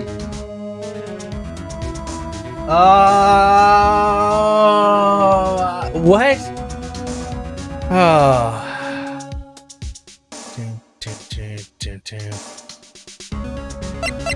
I object! Objection! There's gotta be something wrong. The handprint left at the crime scene clearly shows a contradiction. The only thing that seems clear is you're grasping, Mr. Wright. You've been staring pretty intently at those floor plans. Tell me, is there a problem with them? Yes, this is strange. Take a good look at these floor plans. Something is missing. Missing? You mean something hasn't been drawn on there? Yes, something that, when drawn, will completely change the meaning of the blood mark. Let's pray the defense isn't simply trying to buy time. Very well, Mr. Wright. All this evidence here. There's gotta be something I can use. Question is, which item can prove something is missing in the floor plans? The blue, oh yeah, because he was in front of that specific locker. Take that! Take that! What about that piece of plywood? Why are you back? Well, I thought Emma was there. I don't know what's happening. The Blue Badger, mascot of the police force. Defender of truth, guardian of proof. Explain yourself, Mr. Wright. Please look at the floor plans of the crime scene. The blue badger is not there. So watch what happens when we put him in. This is where he was dancing at the time of the crime. Well, what? That's right. So long as the blue badger is dancing here, it would be impossible to place a handprint at this spot on the locker. Oh shit. Well, welcome back, Emma. So that means, just exactly what does that mean? It means it can't be done!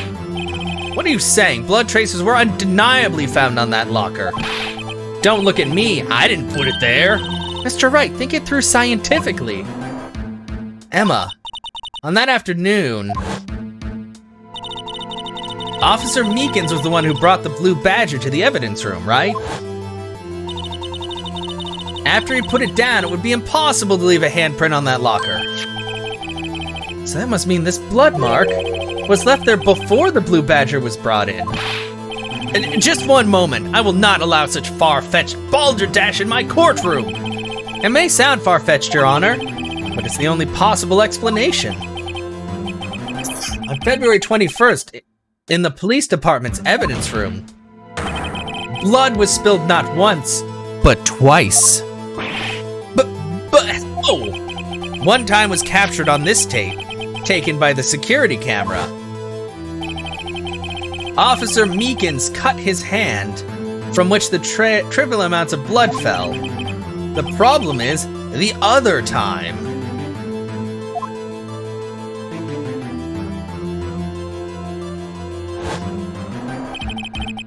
Someone bled prior to the struggle shown on this tape. It had to have been Detective Goodman when he was really murdered. Like, what? That's ridiculous. I refuse to accept your absurd claim. The murder portrayed in the security tape has been proven to be a fake. However, that does not explain the blood mark found on the locker. This is objection fest going on. So then, assuming this murder you purport really happened, when did it take place? I demand you show evidence that proves when it occurred. When did the first incident occur? To summarize, the defense claims that prior to Officer Meekins being cut by Jake Marshall, who was posing as Detective Goodman, another incident took place in that evidence room. That's right. The blood mark on the locker proves this. Very well, then tell us, when did this first incident occur? As Mr. Edgeworth said, the proof must be presented. Proof that shows when the murder took place. There's only one piece of evidence that can show that. Now then, will the defense please present its evidence? What shows when the first crime took place? That!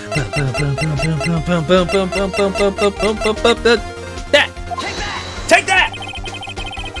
If the crime took place inside the evidence room, then the killer would have had to enter it. And in order to do so, an ID card would have been required. An ID card? Oh, and the ID card record. Officer Meekins brought the blue badger panel into the evidence room. Let's see here, 4:50 p.m. If the crime took place before that time, then it would be 4:40 p.m. Ah! Ah! Miles Edgeworth, just what have you done? My God, this judge likes to jump to conclusions. I never would have figured you had the nerve, boy. Trap the act, witness. It doesn't take a lot of thought to figure out it couldn't have been me. Nope, I ain't getting it. I'm afraid I don't understand either. It's clear from the luminol test that blood was there. However, when the second crime took place, both Officer Meekins and Officer Marshall failed to notice the blood. That means the blood from the first crime was wiped away by the real murderer. I would have just 10 minutes to murder the victim, carry his body away, and clean up the blood. Ultimately, that's physically impossible. That would mean the crime must have taken place before Mr. Edgeworth entered the evidence room. Let's look at the chart again. Who is that? Yeah. There's only one other card number remaining. 77777777. Talk about a lucky number. But wait, that doesn't make sense! Could Detective Goodman have entered the evidence room? Since there's no record of his card being used beforehand, he must have entered along with the real murderer. That's the only plausible explanation. He went in with 77777777. I think that was too many sevens, whatever. Mr. Edgeworth, please look into this ASAP. Find out whose ID number is this 77777777. That's 1 7 too many, Your Honor. Unfortunately, I'm unable to look up the owner of that ID card. At least, at present. What? Explain yourself, son. The ID number 777777 belongs to someone with a rank of captain or higher. Someone who is a so-called executive officer. We don't have the authority to inquire into such a person's identity. But that's ridiculous! Just how? I'm not finished talking, Mr. Wright. There is one situation in which we can be granted such authority. If an official charge filed against an executive is accepted. An official charge? You're all alike, aren't you? With your cover-ups and your forgeries. That's how prosecutor's office operates. Wow, stop talking shit. I take pride in my work, Officer Marshall. I would appreciate it if you would keep your slander to yourself. Slander, is it? Okay. Let me ask a question.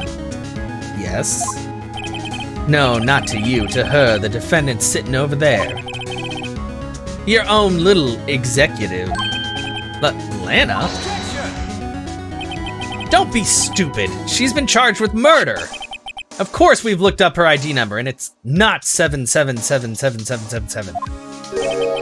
Don't play me for a fool, partner. That's not what I wanted to ask. All I want to know was one thing about that incident. The SL9 incident? Answer me this, Chief Prosecutor. In that trial 2 years ago, did you really only use legitimate evidence? Bum bum bum bum!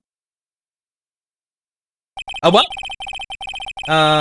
Did you need the witness to repeat his question, Chief Prosecutor? I heard him fine, Mr. Edgeworth. 2 years ago, I was in charge of the prosecution for that trial. At the time, occasionally, we felt the powerlessness of the law. At least, I did. Oh! Lana? I became a prosecutor in order to suppress crime with the law. But before I realized it, we were the ones being suppressed by the law. Defendant, what are you saying? I'll ask you again, Chief Prosecutor. During that trial 2 years ago, did you really present all the evidence in court? Can you look me, an investigator in that crime, in the eye and say that you did? Chief Prosecutor, you didn't!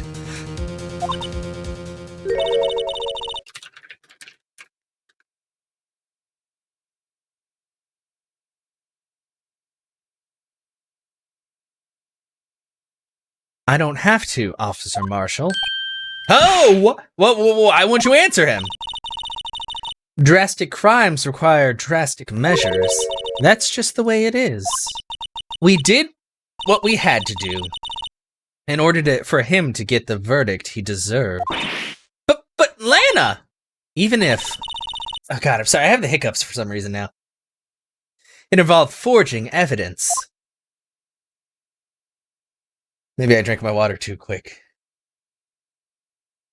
Oh, wait, whoa. Did she just admit to forging evidence? Is that what she just said? That sounds bad.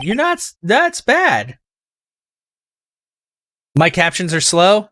Sometimes they take a minute.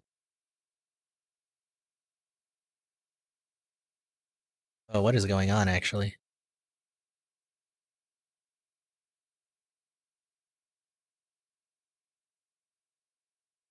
Let me try something.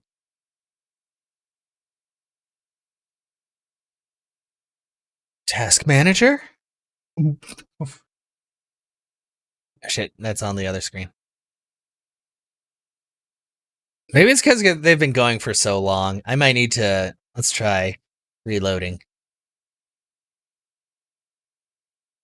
Alright, how's this? Wait, I have to start captioning. Okay. That might be a little bit better now.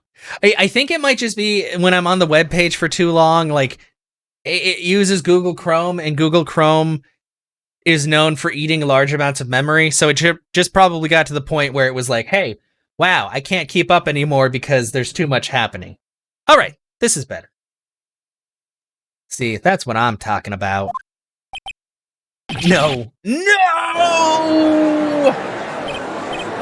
Order! Order! Order! Order! Lana's remarks caused such a stir. The chaos in the courtroom could not be quelled. The conclusion of the trial would have to wait until the following day. To be continued. Ta-da! Save your progress up to this point? Yes, please.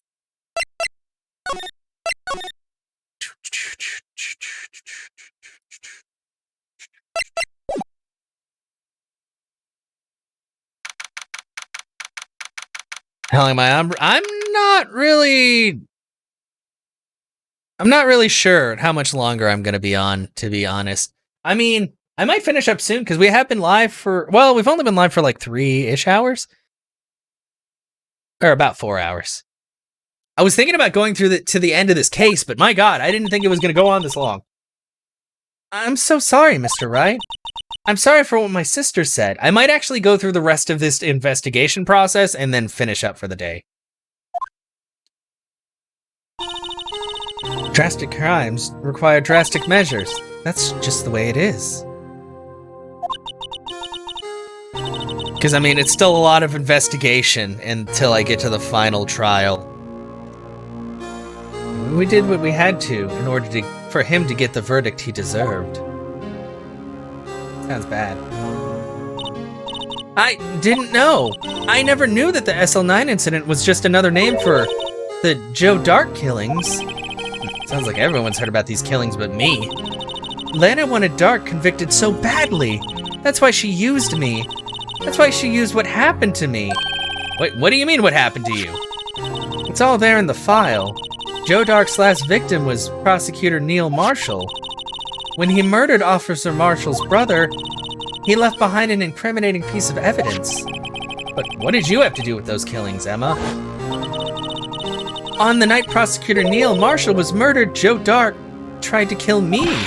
What? He tried to kill you? Officer Marshall's brother, Neil, was only trying to save me. Aww. So that means you... Yes. I was a witness in the Joe Dark trial. Oh, I didn't see that one coming. I didn't either! The fuck? Well... Do you want to talk about it, baby? It happened 2 years ago. It was right about this time of the year, too. There was a terrible thunderstorm that day. Unusual for the season. I was alone in my sister's office. We were planning to eat dinner together once she finished her work. Then suddenly, this terrifying man came bursting into the office. Joe Dark. It seemed like he was running from someone. He pulled out a knife and screamed at me. I didn't know what was going on. Just then, Prosecutor Marshall showed up. Jake Marshall's brother. Joe Dark tried to take me hostage, but before he could, Mr. Marshall tackled him. Then, what happened? I'll never forget it. Lightning struck, and the lights went out. Suddenly, a bolt of lightning flashed outside the window, lighting up the office for an instant.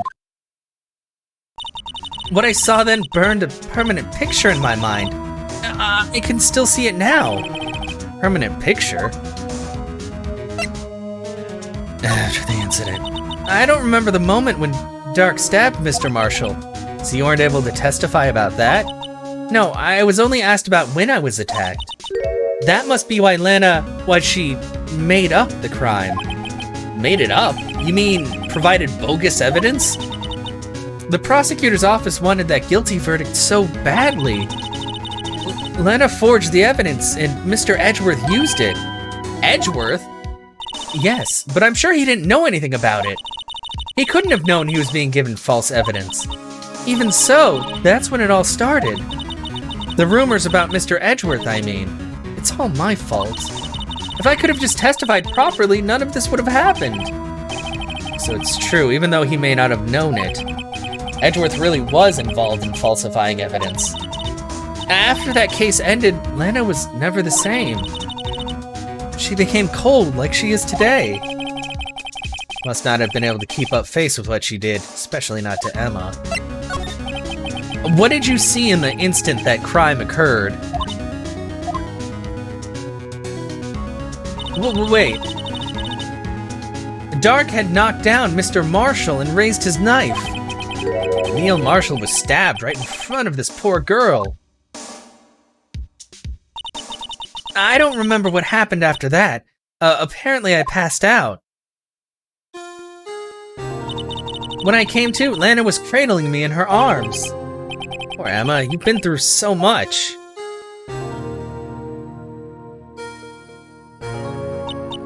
I couldn't bring myself to testify about that instant. I tried, but the words wouldn't come out. I drew a picture, but it wasn't any good. 2 years ago, you must have been 14. That's understandable.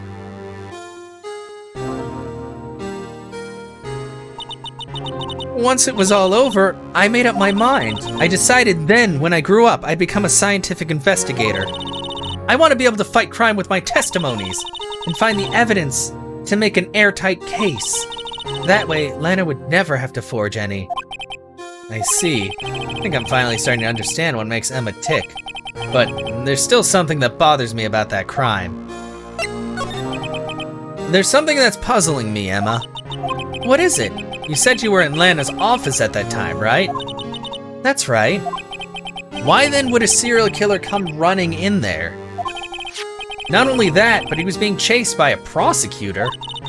Oh, there's no mystery there. Joe Dark had been taken in for questioning that day. Taken in for questioning? You mean by the police? Of course. This happened at the police department. He tried to run away halfway through the interview and fled into my sister's office. Why did he run all the way over to your sister's office? Because the detective offices in the questioning room are right across from the elevator. Across from the elevator? But Lana was the chief prosecutor, wasn't she? No, silly, didn't I tell you? 2 years ago, Lana was a detective. She was the best in the entire force. What? That's news to me, yeah. After the Joe Dark case, she was transferred to the prosecutor's office and made chief prosecutor. Lana used to be a detective. Well, I better have another talk with her. Okay. Time to go to the detention center. Oh, she's actually there when I need her to be there. That's helpful. February 24th, detention center, visitor's room. Lana? Mr. Wright, it seems I keep causing you trouble. Falsifying evidence. I didn't think you were the type. Criminals don't mind playing foul. Why should we? But Lana, if you're wrong, an innocent person might be found guilty. Believe me, I understand the risks. Lana, Emma told me about you. Oh? About how you were a detective 2 years ago. And how the SL9 incident was the reason for your transfer to the prosecutor's office. That's right. Could you fill me in on the details, especially about that unusual change of jobs? I suppose you have a right to know, Mr. Wright. A lot of revelations were uncovered at the trial today, not the least of which was the fact that this case is largely connected to another one, 2 years ago. Evidence from that case was stolen as well, though I expected as much. I know how obsessive Officer Marshall can be. That trial, it really wasn't fair, was it? I believed in you, Lana. I believed that no matter what happened, you'd always stick to the truth. Couldn't be helped, Emma. At the trial 2 years ago, I sold my soul. Well, all drama aside, the fact of the matter is at 5:15 there was no murder at the police department. Tell me it's not true, Lana. What the witness, Ms. Starr, said. About you stabbing Mr. Goodman with a knife. Lana, I don't understand. Why won't you tell us? Emma, this doesn't involve just me. I don't think I've ever seen Lana look so fazed before. Okay, Detective Lana Scott. It's true, I was a member of the police force 2 years ago. She was amazing! I'm very highly suspicious of that man, Mr. Gant.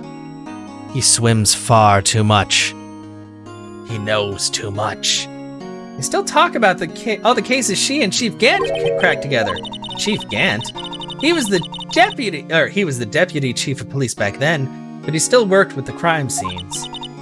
Damon Gant. He was everything I aspired to be. They were the best team ever! They solved crimes before the reports could even be filed! Emma really idolizes her big sister. But now you're chief prosecutor. What happened?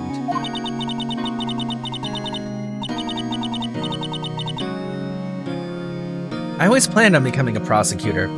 But the reason I became a detective was to gain experience investigating crime scenes so you could use that experience in court, right? Gant's help in the SL9 case was crucial to its resolution.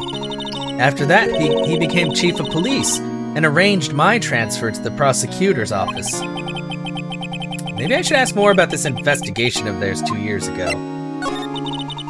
2 years ago, I was second in command of the detectives investigating Dark. Second in command? That means the investigation lead was Damon Gant, right? Yes, Deputy Chief Gant and I shared the same office and the same investigations. They even had the same office. We led a team of the best detectives on the force. We also went swimming every day. What's going on, Fireman? How are you doing today? Detective Goodman, whose case it was, Jake Marshall and Angel Starr. It was the first time Marshall worked with his brother. He was quite gung-ho. Without a doubt, Joe Dark was the serial killer. We asked him to come in for questioning. We were desperate for evidence. That was when his final murder took place. When he tried to murder Emma. Prosecutor Marshall was trying to save me from Dark.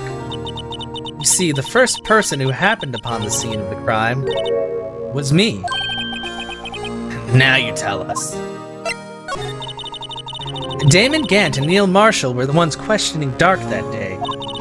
The investigation was in its final stages, and Dark must have suddenly panicked. So he waited until Gant and Marshall let their guards down, then fled the room. From there, he ran straight to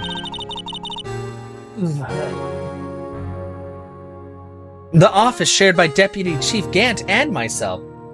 Play Journey mode in Terraria. Yeah, I know a couple of my friends were like really excited about that coming out. And one of them, yeah, she had played it quite a bit. But I'm glad. I really should play Terraria again. It's been a while. Like, I have it on Steam. I think I even have it on PS4. But I haven't played it in forever. That's where he found me. So, you were the first person to run to the scene, Lana. It appears so. I was filing some papers while Gant and Marshall were questioning Drake. Oh, it's the switchblade! When I returned to my office, I saw 3 bodies on the floor and smelled blood. 3 bodies? Prosecutor Marshall, the victim Emma, who had passed out, and the suspect, Joe Dark. During the struggle, it seems Mr. Marshall struck a final blow before he died. Joe Dark had incurred a minor concussion and lay unconscious. What did you do? To be honest, I panicked.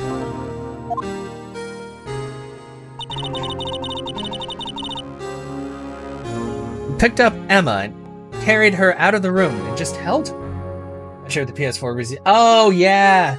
The PS4, I think, took like forever to get a lot of things. Like, the PC obviously has like every update, but everything else is kind of. Can't blame her after all her sister must have gone through.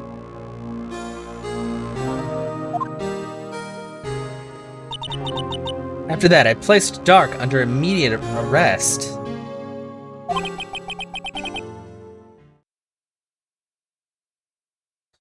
Let me get this straight. You were all involved in the SL9 incident.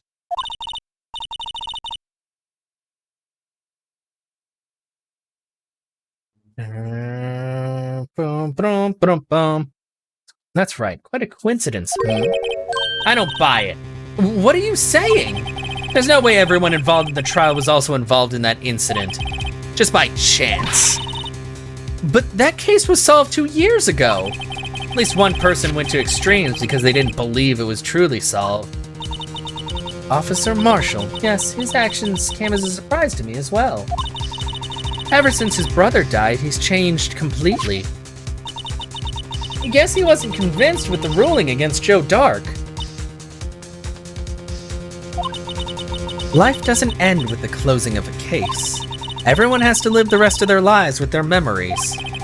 That case just might not be over yet. Emma was assaulted by Dark at the police department, right? Yes, in the office that Damon Gant and I shared. The office that Mr. Gant now occupies by himself, the chief's office. Maybe we should have a look at the chief's office, the site of the final SL9 murder. I bet the one who killed him was actually Gant to get the evidence, because Gant fucking fuck. Time to move to the chief's office.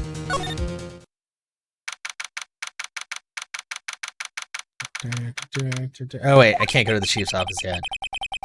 I don't see Detective Gumshoe anywhere. Things seem kind of quiet around here today.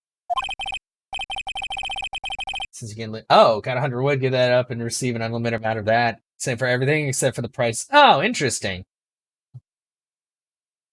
Detective seems the same though. Why don't we go look for other people to talk to? Right. We can come back here later.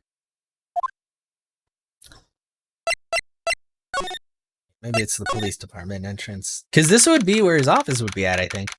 February 24th, police department entrance. Oh, hey there. Howdy, Bambina. Oh, Mr. Marshall.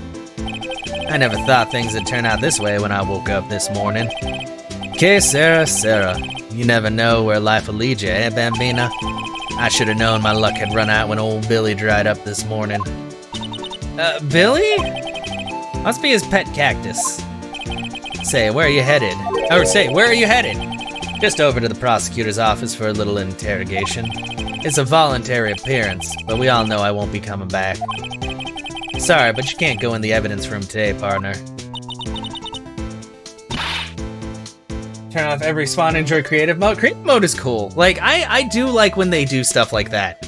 Like, I've never got into Minecraft because I'm terrible at surviving in, like, regular mode, but it is nice that there is a creative mode and stuff if you just want to, like, kind of fuck around forever. But, Mr. Marshall, why did you do it? Why do prospectors head west? If ever there was a case I needed to know the truth about, it was that one. Before you turn yourself in, Mr. Marshall, would you mind telling us exactly what happened? I'm sorry, they keep switching, like, characters so quick, and I'm, like, stuck in one character. Looks like I won't be getting a steak lunch today. Dark trial. Something was fishy about that trial from the beginning. It wasn't just me either. All detectives thought so. What do you mean? What do you mean fishy? Some of the facts reported were inconsistent with the evidence we found. For example, the murder weapon. The murder weapon? You mean that switchblade knife with the broken tip? That was Joe Dark's, all right. But in the initial autopsy report, a question was raised. A question? The blade of the knife was not a perfect match with the wound the victim sustained. What does that mean? It means there's a good chance that knife was not the murder weapon. Whoa! However, in the report that was finally submitted, that possibility had been erased. And the facts have been concealed with forged evidence? That case left behind scars on all of us. The scars that SL9 incident left behind. Okay, well, let's talk about Prosecutor Marshall. Hey, Cecil, what's going on? Actually, before I have to ask, because I am really bad with my Steam shit and all that. Is it just like an update? Or is it actually kind of like DLC? Like, I'm guessing it was just an update in the making for a while, but I never, I haven't checked my Steam in a while. I should probably, it's an update? Okay, then I probably need to update that later on so I can actually like check it out. Because I figured it seems like any updates they had all free updates. Like, I don't know if Terraria had DLC really. I think there was just like the complete edition, or like you could get like cross play stuff if you bought it on PS4 or Vita. I don't know. The only DLC for Terraria is the OST. Oh, okay, cool. I got the looks, but he got the brains. He was one of the best prosecutors around. I had just made detective when it went down. It was our first case together. How old was he, your brother? He was 27 at the time.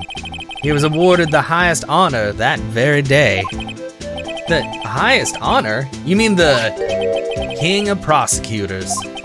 I knew it. What are you looking at me like that for? That's an honor for a prosecutor. Mr. Marshall must have really been close with his brother. Watching this for about 2 hours? Nice. Oh man, yeah, God.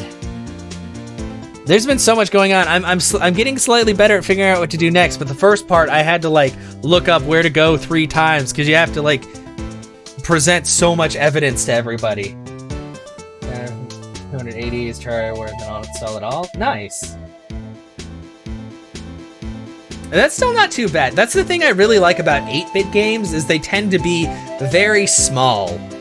Like, some of them are pretty big, but for the most part, like, compared to other, like, full 3D games, like, even Minecraft, I think, has a pretty decent-sized install, just because there's, like, so much shit, especially if you have mods and all that. Yeah, he must have been close to his brother. The day SL9 incident took place, that wasn't the same day as... That's right, it was the day of the evidence transferal. Interesting. It was drizzling that morning, and by nightfall there was thunder. I can't believe 2 years have gone by already. Epic Games stores 380 megabytes. You can't play that. Yeah, this is true. I don't like. Yeah, man. I tried to steal the evidence so the case wouldn't die. Apparently, someone tried to stop you. Detective Goodman was murdered, and the evidence locker was empty. There's something going on behind the scenes in that case. We all knew that later. Every detective involved in that investigation, save one, was taken care of.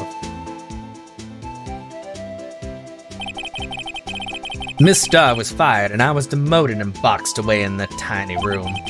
What about Detective Goodman? If they did something to him too, the commissioners would get suspicious. No, they were careful enough not to be too obvious. They? What are you talking about? Don't get upset, Bambina. I mean Damon Gant and Lana Skye.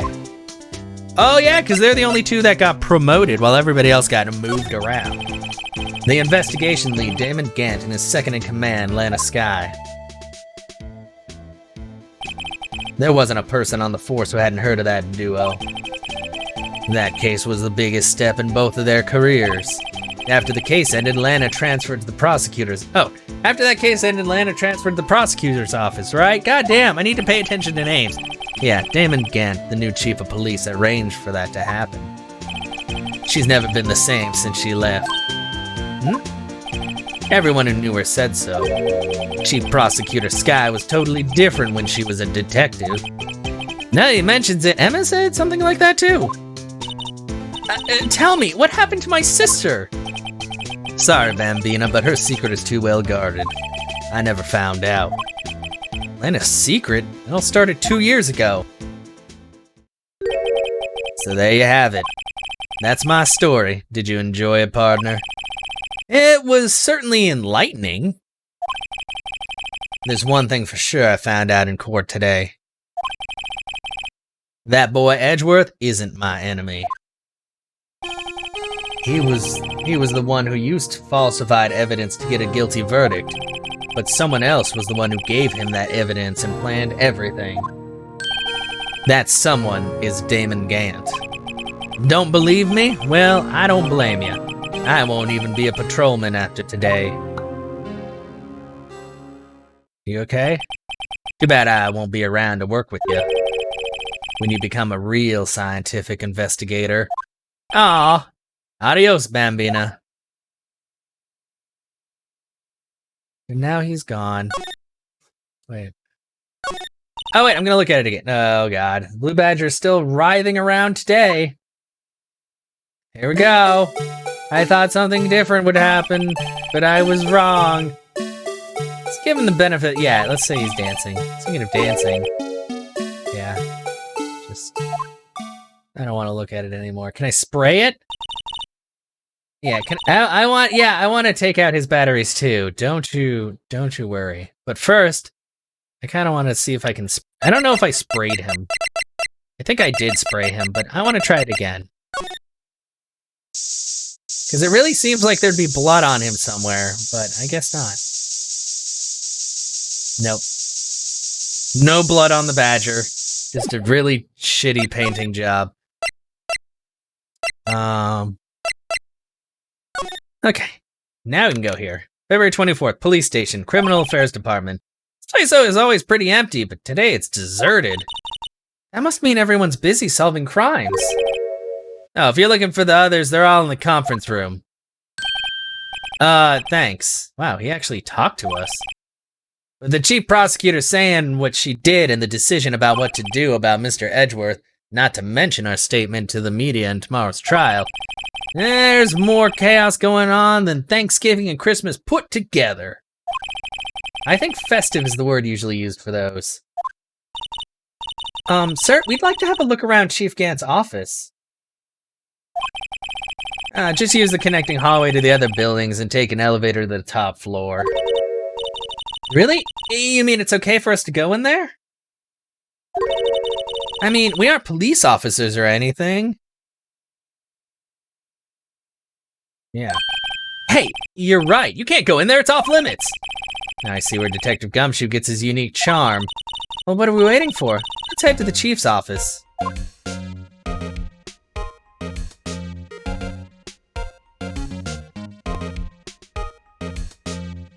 A second.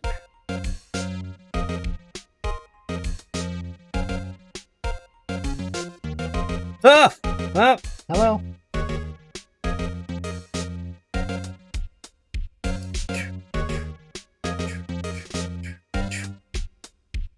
Am I okay? I am fine. I was just responding to something. Let's go to the chief's office. Dun, dun, dun, dun. Everything's fine. What the fucking shit? He has a full ass pipe organ in here? February 24th, Police Department, Chief's Office. This place is fucking fancy as shit. It's huge, also. Whoa, where am I? Yeah. In the Chief's office, silly. At least that's what it said on the door. Just check out that pipe organ. That's real, isn't it? Hey, I used to take organ lessons in kindergarten. They used to call me Little Miss Bach.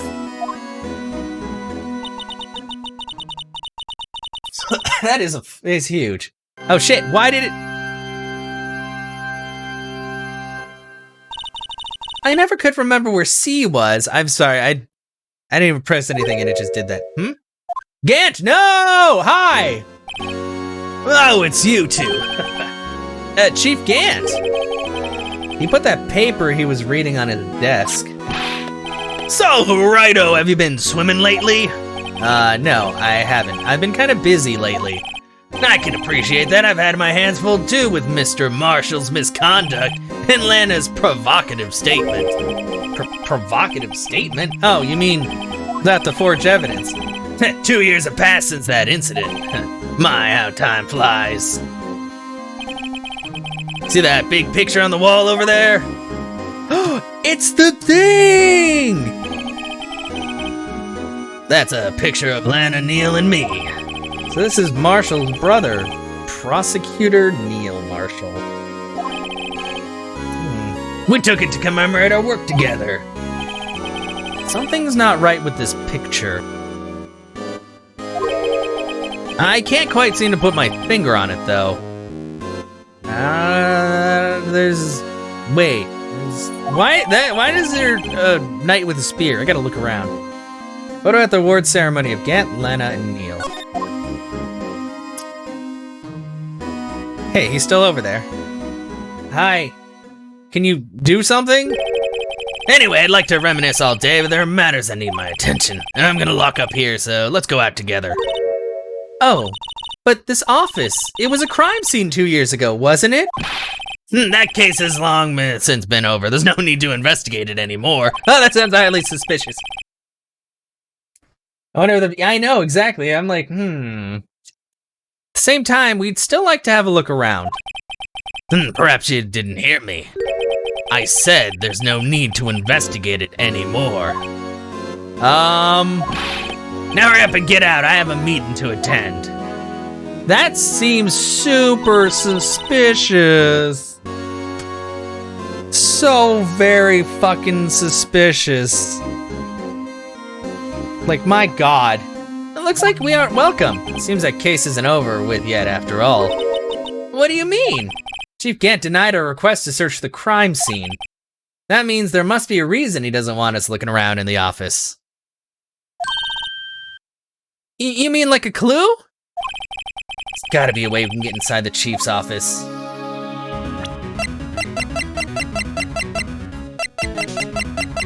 Wait, did I get that picture? I did. I want to examine it. Can I not examine? Back into the Criminal Affairs Department. February 24th, Police Station, Criminal Affairs Department. I know, seriously. Hey, pal. Detective Gumshoe, aren't you supposed to be in a meeting?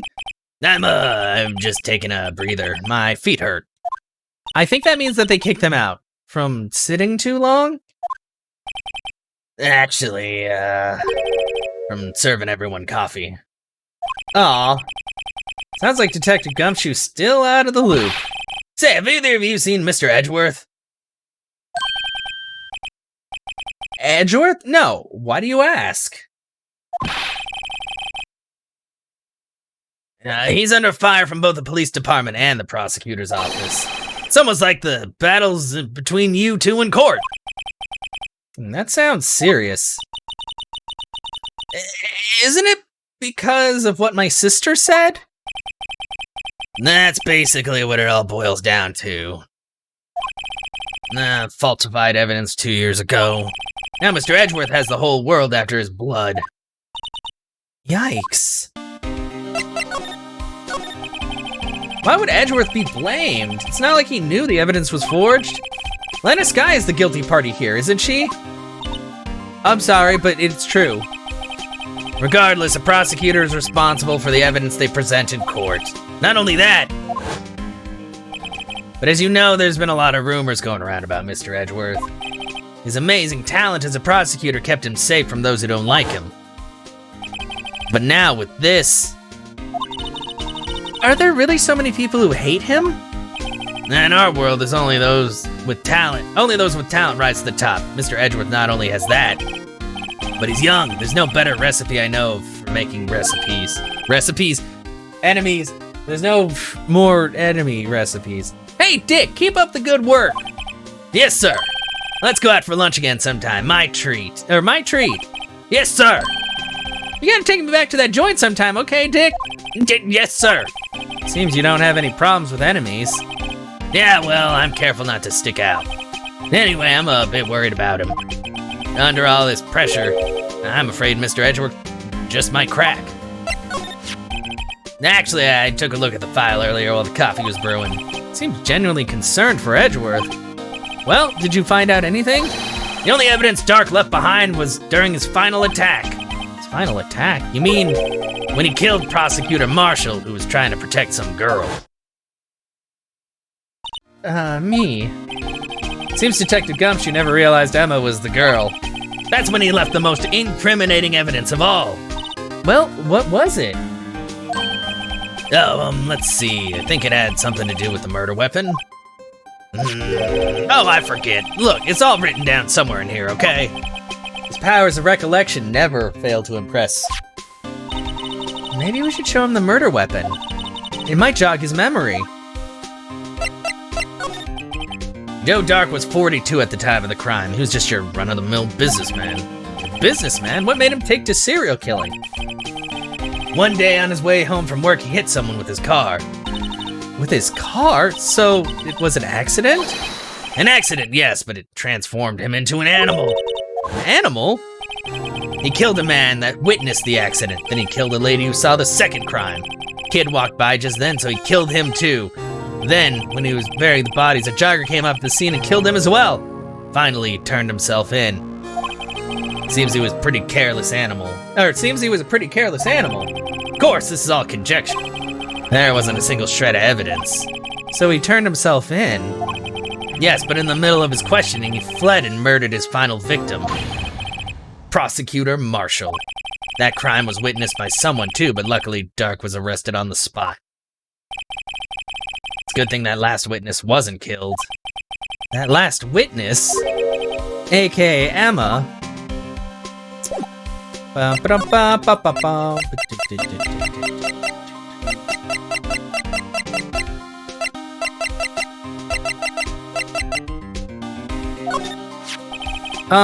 this. Hey, is that? It has a tag attached to it with the label SL9 incident on it. I believe this would be the broken murder weapon you were speaking of? What are you doing with that? Ever since that case was closed, that knife's always been locked away in a locker. On the day Detective Goodman was murdered, this suddenly disappeared from the locker and was found in Mr. Edgeworth's car muffler. That's it! Now I remember what it was, what that incriminating piece of evidence was. Can't read her. Yeah, he's okay. When you showed me that knife, it all came back to me. Well, what is it, Detective? Quick, before you forget again. Rare. Murder weapon. Yeah, you want him in danger? No! Why do you want him in danger? He's a good boy, kind of. This knife, it was Joe Dark's, wasn't it? That's right. We traced it back to the store he bought it at, plus it had his fingerprints on it too. But no one actually witnessed him using it to murder anyone, right? That's where his luck ran out. When you take a good look at this knife, you'll see it's broken. You don't have to take a good look to notice that. Oh, you don't want him in danger, okay. Oh, you know, oh, sorry. I missed that no. Yeah, well, anyway. Take a guess where the broken off tip of the knife was found. That's what did him in. Where was it? The victim, Neil Marshall, was carrying it inside his own body. Oh. It was found deep inside the stab wound. Ow! Oh, that's a big piece of knife to just be stuck in you. Did it match Dark's knife? You bet, down to the last fiber. That's pretty conclusive. Neil's autopsy report added to the court record. Stabbed in the back, died from a punctured heart and lung. Ow! Ow! Ugh. Broken tip was found in the victim's body, belonged to murderer Joe Dark. Well, there you have it in a nutshell. And that's all I know. Can I ask you one more thing? What is it? If it's money you need, you should ask Chief Gant. It's not money, but it does concern the chief. His office is a crime scene, right? It's where the prosecutor Neil Marshall was murdered. The chief's out now and his office is locked, but we'd like to have a look around if that's okay. Well, any detective's ID card can unlock the door. Wait, what? Really? But if I let a civilian in there, I'd be charged with breach of trust. Breach of trust? Simply put, I'd be canned. Oh. Sorry, pal. I don't plan on getting fired because of you. How about this ID card? It was Detective Goodman's. That won't work either. The data was deleted the day he died. Oh. So in other words, Gumshoe is our only chance at getting into that office. I wonder if there's something they could show him that would make him change his mind. Well, we can't do anything else for now. Let's go talk to Edgeworth. Or, oh, well. February 24th, prosecutor's office, underground parking lot. No one's here today, not even Miss Starr.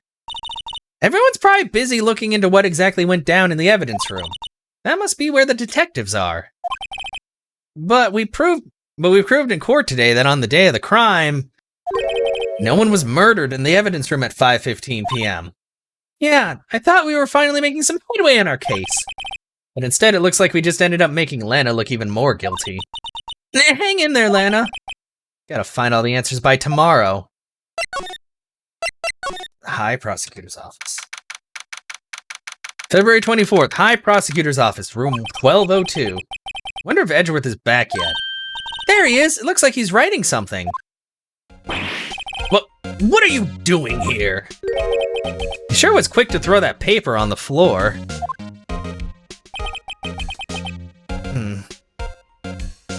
Tough day in court, huh? I've had to live the past 2 years with rumors flying around. What's another allegation to me? Cheer up, Mr. Edgeworth. I'm rooting for you. That's Edgeworth for you. Always trying to hide his real feelings. So what do you want? Unlike some people, I don't have all day. Forged evidence. There's no excuse for what I've done. 2 years ago, I used false evidence to obtain a guilty verdict. That's what it all breaks down to, and nothing I can do. Nothing I do can erase that fact. But you didn't know, did you? I mean, that evidence was falsified. The police department and the prosecutor's office share a bond of trust. If that bond is broken, we stand to lose everything. The police department's error is my error, and my responsibility as prosecutor in charge. That fact remains the same, no matter what excuses I may have. Mr. Edgeworth? I take pride in my work. So tell me why? Why has it all come to this? Even Edgeworth can't keep this kind of emotion bottled up. Are you up for the trial tomorrow? First last year's trial and now this one. Seems all you do is worry about me. Aww. Be honest, you're getting on my nerves. What? Mr. Edgeworth, you can't just walk out on the trial. Tomorrow is the last day. It's too late to change prosecutors. I'll bet that's what my superiors are banking on. I never thought that case would come back to haunt me like this. What do you mean? The list of evidence seems too short. Most lists run twice as long. It's only half as long as most lists. That's odd. After Neil Marshall was murdered, I became prosecutor for that case.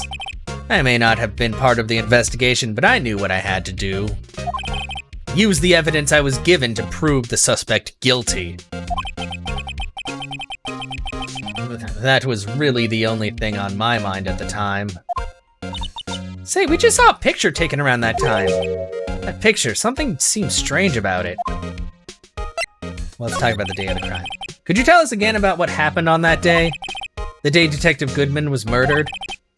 You were participating in a ceremony over at the station, right? I've never cared for ceremonies, but I had to attend that one.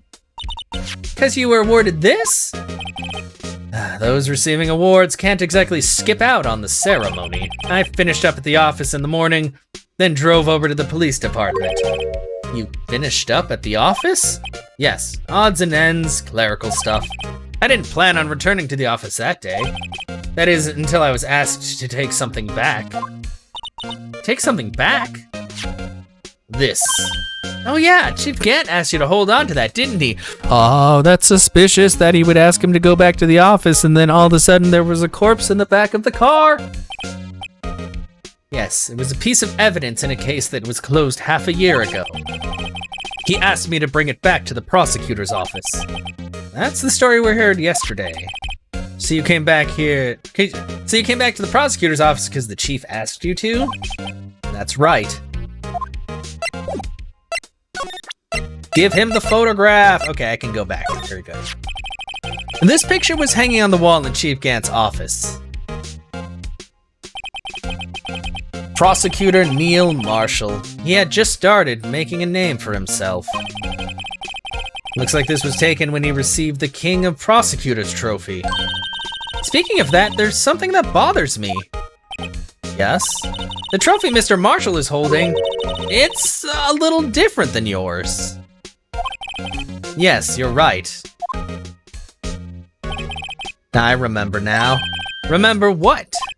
That was what the official prosecutor's trophy looked like until 2 years ago. There's a story behind its design. A story? Sounds interesting. Would you mind telling it to us? It's simple, really. Contradiction. That's what the award's based on. Oh, okay. Well, let's talk to him.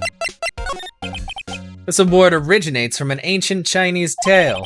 In Chinese, the word contradiction is written with 2 characters. The first means halberd, and the second means shield. Have you heard the story? Me?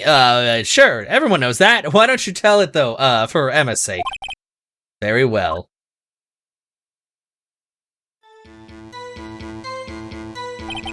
Long ago in the kingdom of Chu, there was an arms merchant. One day he presented the king with 2 items. The first was a halberd he claimed could slice through any shield or armor. The second was a shield he claimed could withstand any weapon. Wait a minute. Objection! Those claims contradict each other. Wow, why am I getting the fucking, like, music?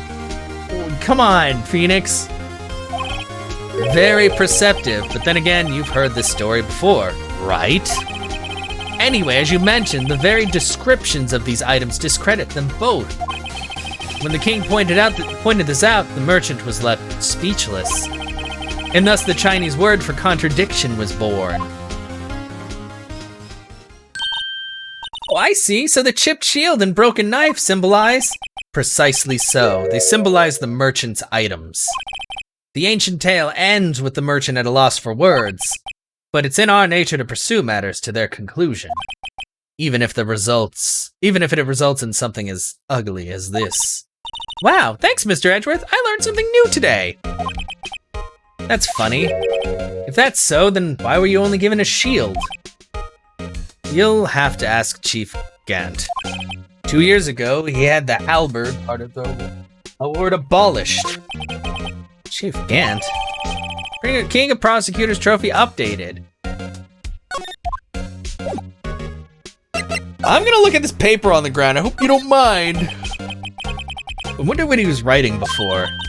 Come on, Mr. Wright, let's take a look. Are you crazy? Edgeworth is sitting right there.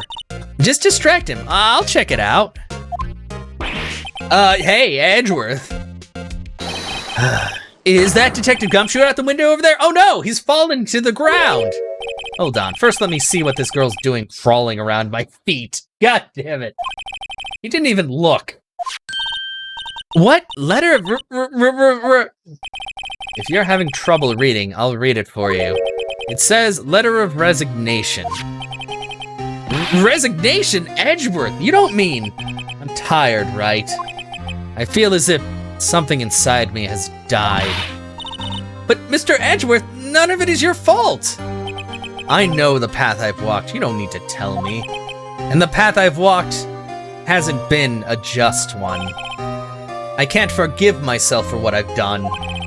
And no one else should forgive me either. Uh-oh, I think he's serious. Mr. Wright, please, you have to do something. It's a letter of resignation. I wonder if I can use it for anything.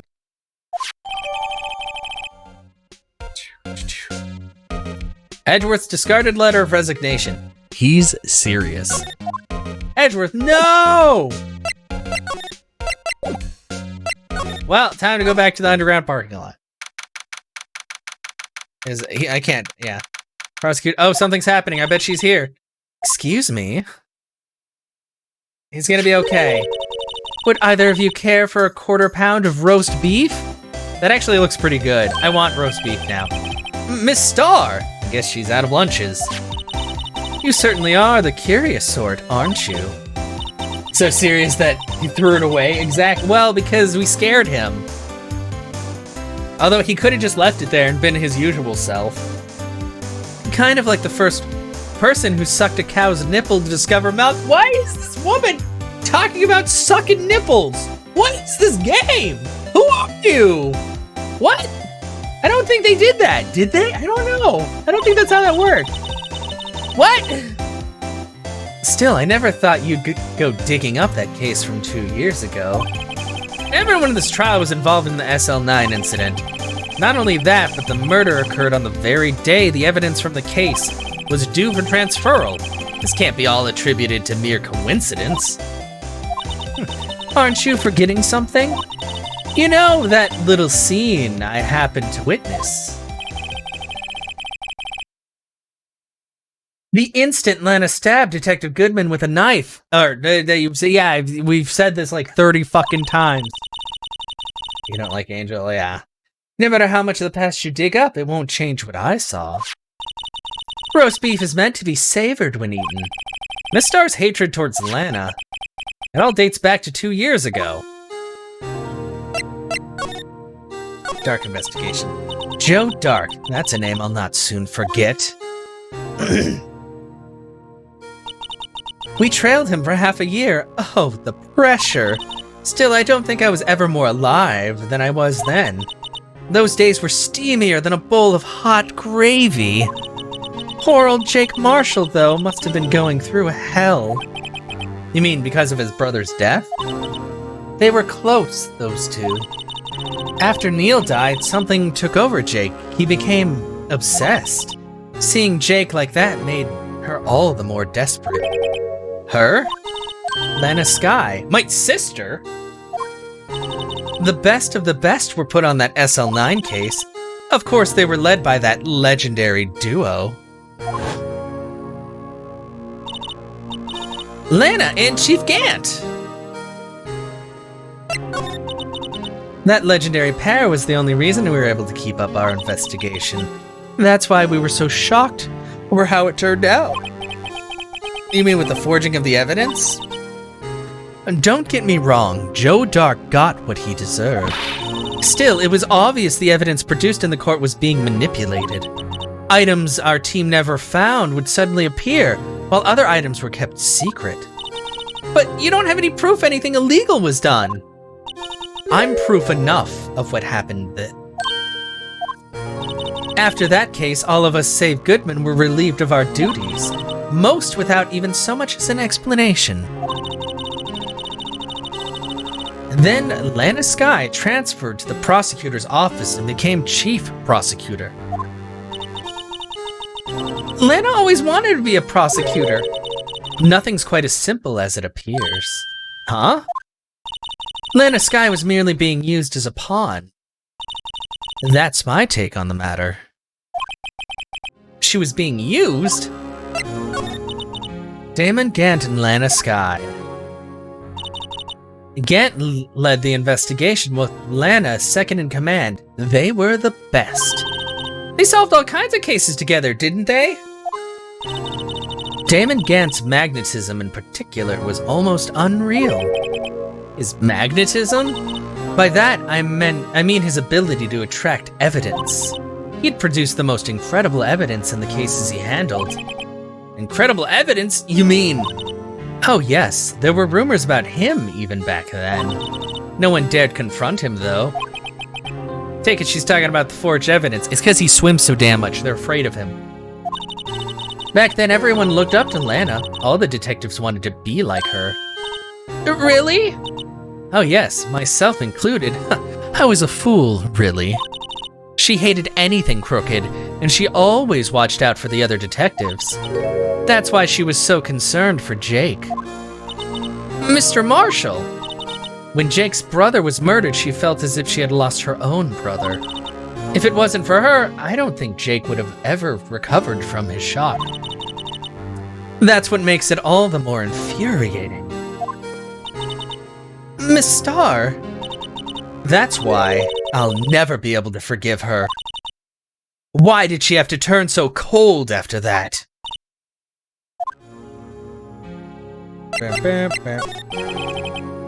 Lana transferred to the prosecutor's office 2 years ago, didn't she? Yes, thanks to Chief Gant's powerful influence. Chief? That's right. Having solved the SL9 case, his position as chief was secured. There was only one thing left for him to control, and then no one could stand in his way. The prosecutor's office.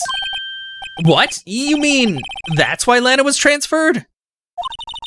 If he could control the chief prosecutor, he could control the prosecutor's office. That must have been his goal all along. But how could he control Lana? I don't know, but one thing's for sure.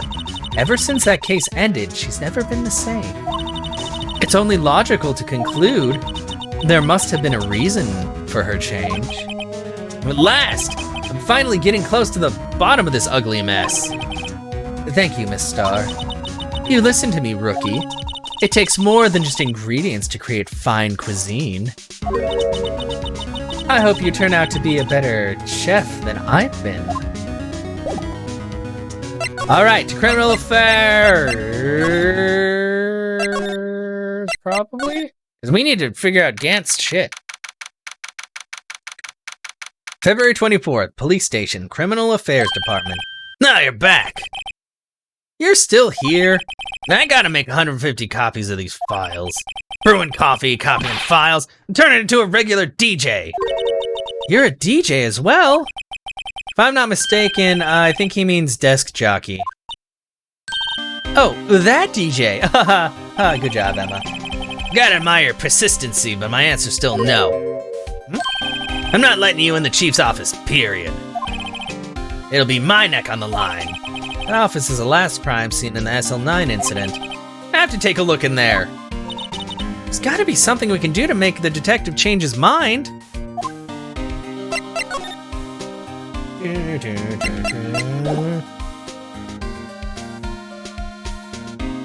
But I already talked to him about it. Oh, I know what I can do. Haha! Something he might... Yeah, I was about to say, like, he really likes Edgeworth, so if I show him this, he's gonna, like, fucking flip out. What's this crumpled up piece of paper? No way! Mr. Edgeworth can't be serious! Is he ever not serious? I can't believe they pushed him to this... Mr. Edgeworth really feels responsible. When I first met him, I thought he was as cold as ice, too. But I know different now. He trusted us detectives to provide him with sound evidence. We betrayed him. Detective? That's it, I made up my mind.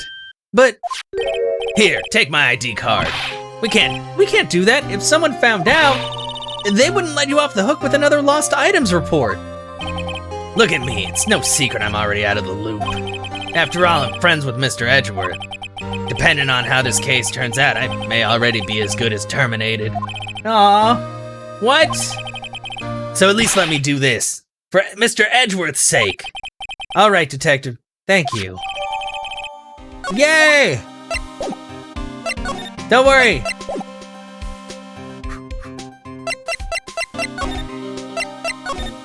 Aw, he's such a good guy. February 24th, Police Department, Chief's Office. Here goes, Mr. Wright. Click. Beep.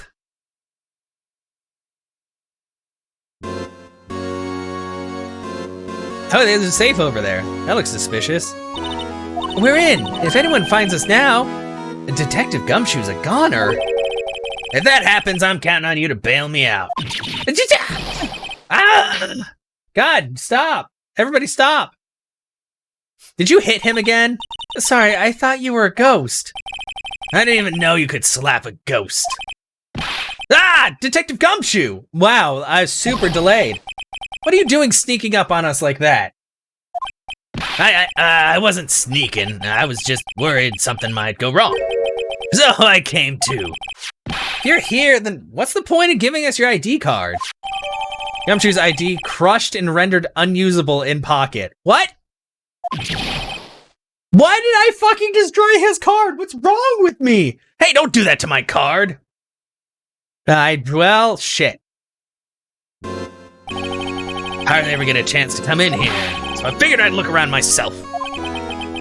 Besides, we're all in this together now. You really do want to get fired, don't you? Not if we're lucky. Now, come on, let's see what we can find out. Got a bad feeling about this. But I've got a good feeling about the safe. Now, this is a safe, isn't it? It's very... Come on, Phoenix, Jesus. Safe. That word is ripe with intrigue. Okay, if you say so. It looks like a code needs to be entered in this panel to open it. 7-digit number. I think I just might know what it is. Input number. Do you know what it is? I have a hunch.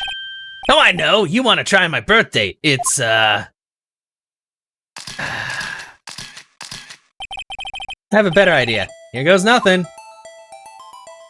Okay.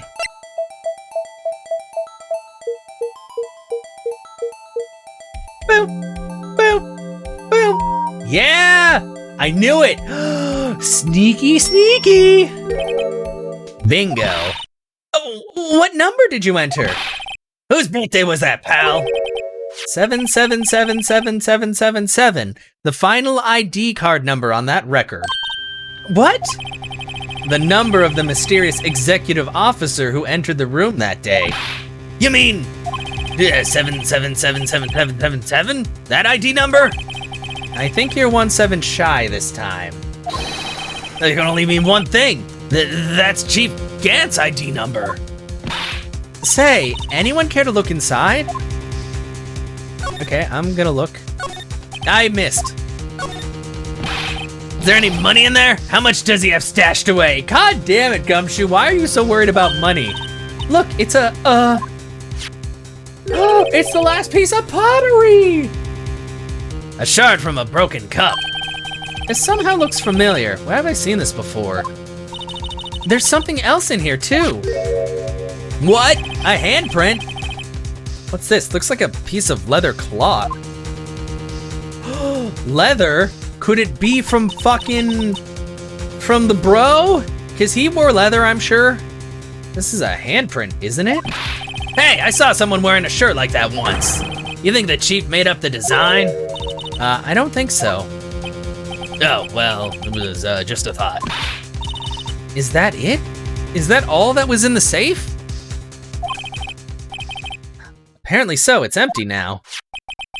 Piece of cloth with a handprint on it and a broken shard from a cup. They look like pieces of evidence. Yeah, but unless you can prove they have something to do with the case, I'm afraid I can't just let you take them. After all, it's my neck on the line here. Great, now I have to prove their relevancy to get them. How are these two related to the SL9 incident? Come on, there's gotta be something we can show the detective. There fucking is, in fact. Like, this fucking shit. Detective Gumshoe, could you have another look at this jar? I remember when the three of us put that back together. Ah, those were the days. It's kinda early to be nostalgic. Wasn't this jar a piece of evidence from that case? That's right. One of the shards had SL9 incident sticker on it. But if you do, shouldn't it? Yeah, exactly. Doesn't this ring any bells? You know, that fragment we just found? You mean this one that was in that safe? Yes, that one. That was in the safe. Now you mentioned it, it's ringing a lot of bells. Let's see if it fits. Assemble fragments. Yeah, let me see that. I'll take a crack at this. Go ahead, pal. Show us what a rookie can do. Mr. Wright, here's some glue. If I can piece this together again, it'll prove Chief Gant was knowingly hiding evidence. Here goes. Oh wait, do I have to start from the bottom? That's it. It just shoves it in there. Done. Look, it's complete.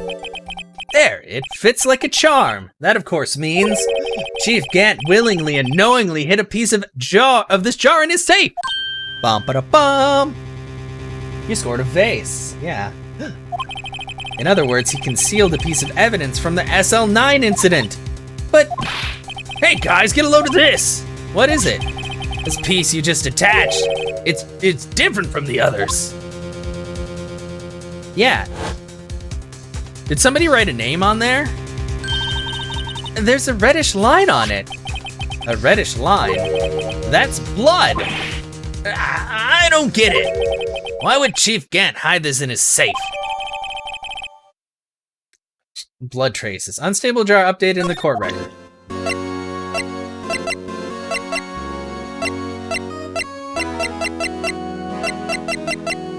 Maybe we should check for fingerprints. Detective Gumshoe, I'd like you to have a look at this. Hey, I know what that is. So you want to take some fingerprints? That's a great idea, Detective.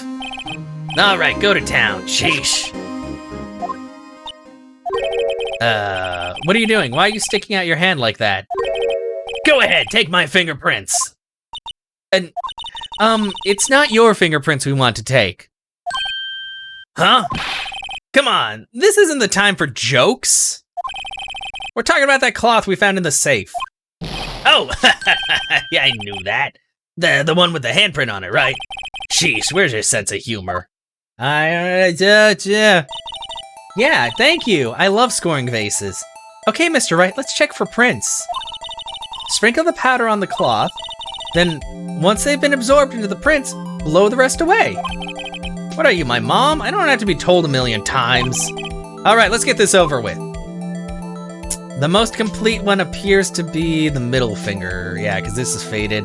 That's kind of weird. That's faded. Last time I tried to do a thumbprint, it was poopy. Okay, dust. Put some of that sweet, sweet dust on there.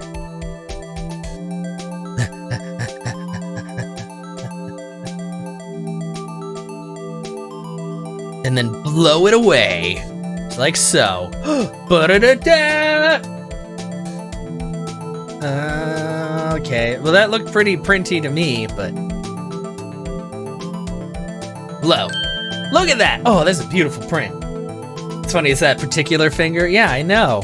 Okay, so it's not Gant's. Wait, that's... What?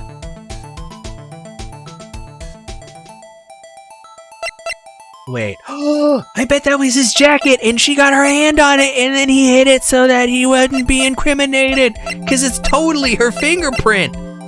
That's yours. That's you. Yeah, I was about to say, like, you probably actually had to blow on it. I have an emulator, so if I play the later games, I wonder, like the ones that weren't remastered, I wonder if I'll have to blow on stuff in those too. Because I'm planning on playing the trilogy. I want to play Dual Destinies. My friend Dez has said is like the best one in the series. And I think that's, I don't know, is that DS or 3DS? I think it's just DS. I don't know if any of the Phoenix Wright games were 3DS. No, how can this be? What are Emma's fingerprints doing here? Hey, you found a match. Whose fingerprints were they? It seems the prints are... No, don't hide the shit. It's 3DS? Oh, okay. And Nintendo, yeah. Oh, it seems the prints are too old. And they aren't clear enough to get a match. Oh, that's too bad. I thought they'd be Dark's prints. Psst, hey, you, over here. What's going on here? What are the kids' prints doing inside the chief's safe? Don't ask me! Now let's just keep this information from Emma for now. Here, maybe you should, hold on to this. Piece of cloth folded and added to the court record. 6 games. I know, the other game I want to play that she said is really good is the crossover game of Ace Attorney and, Professor Layton, which I have Professor Layton in the Diabolical Box, but I haven't played any of the earlier ones. Probably because I'm not so good with puzzles, but I don't know. I should probably check those out too, because I hear that they're quite good. Okay, let's examine stuff. this suit of armor. This is the real deal, isn't it? This armor and these weapons? Sure is, pal. The chief doesn't care for imitations. First the pipe organ, now this armor. Do you know how many taxpayer dollars must have gone into this room? What, you mean we're paying for this? That's it, I'm not paying 1 cent of my taxes. You don't have to pay, yeah, you don't have taxes. Shh, careful what you say. Who knows? Chief may be hiding in this armor as we speak. I don't think he'd fit in there. Even if he did, he'd never be able to get back out. Cut it out, you guys don't know how scary that guy can be. Shed objection as well, but you just shouted fuck it at work? Wait, really? That's amazing! Oh, I wish they still had that. It's excellent. Yes. Wow, look at the size of Chief Gant's desk. Speaking of that, when we were here earlier... Oh, it's you two. Chief Gant! He put that paper he was reading in his desk. Oh. I wonder what he was reading. This looks like a list of evidence. List of evidence? In most cases, the list runs twice as long as this, though. Hey, look at the case name. SL9 incident. SL9 incident. I wonder what this is doing here. Oh, hold on, detective. What did you just say? I said, I wonder what... No, about the evidence list. Normally they're twice as long? That's right. I guess there wasn't a lot of evidence. A half-size list of evidence. This list of evidence, it seems too short. Most lists run twice as long. What would the other half of the list be doing here? I knew it! The chief must be hiding something about that case! It would appear so.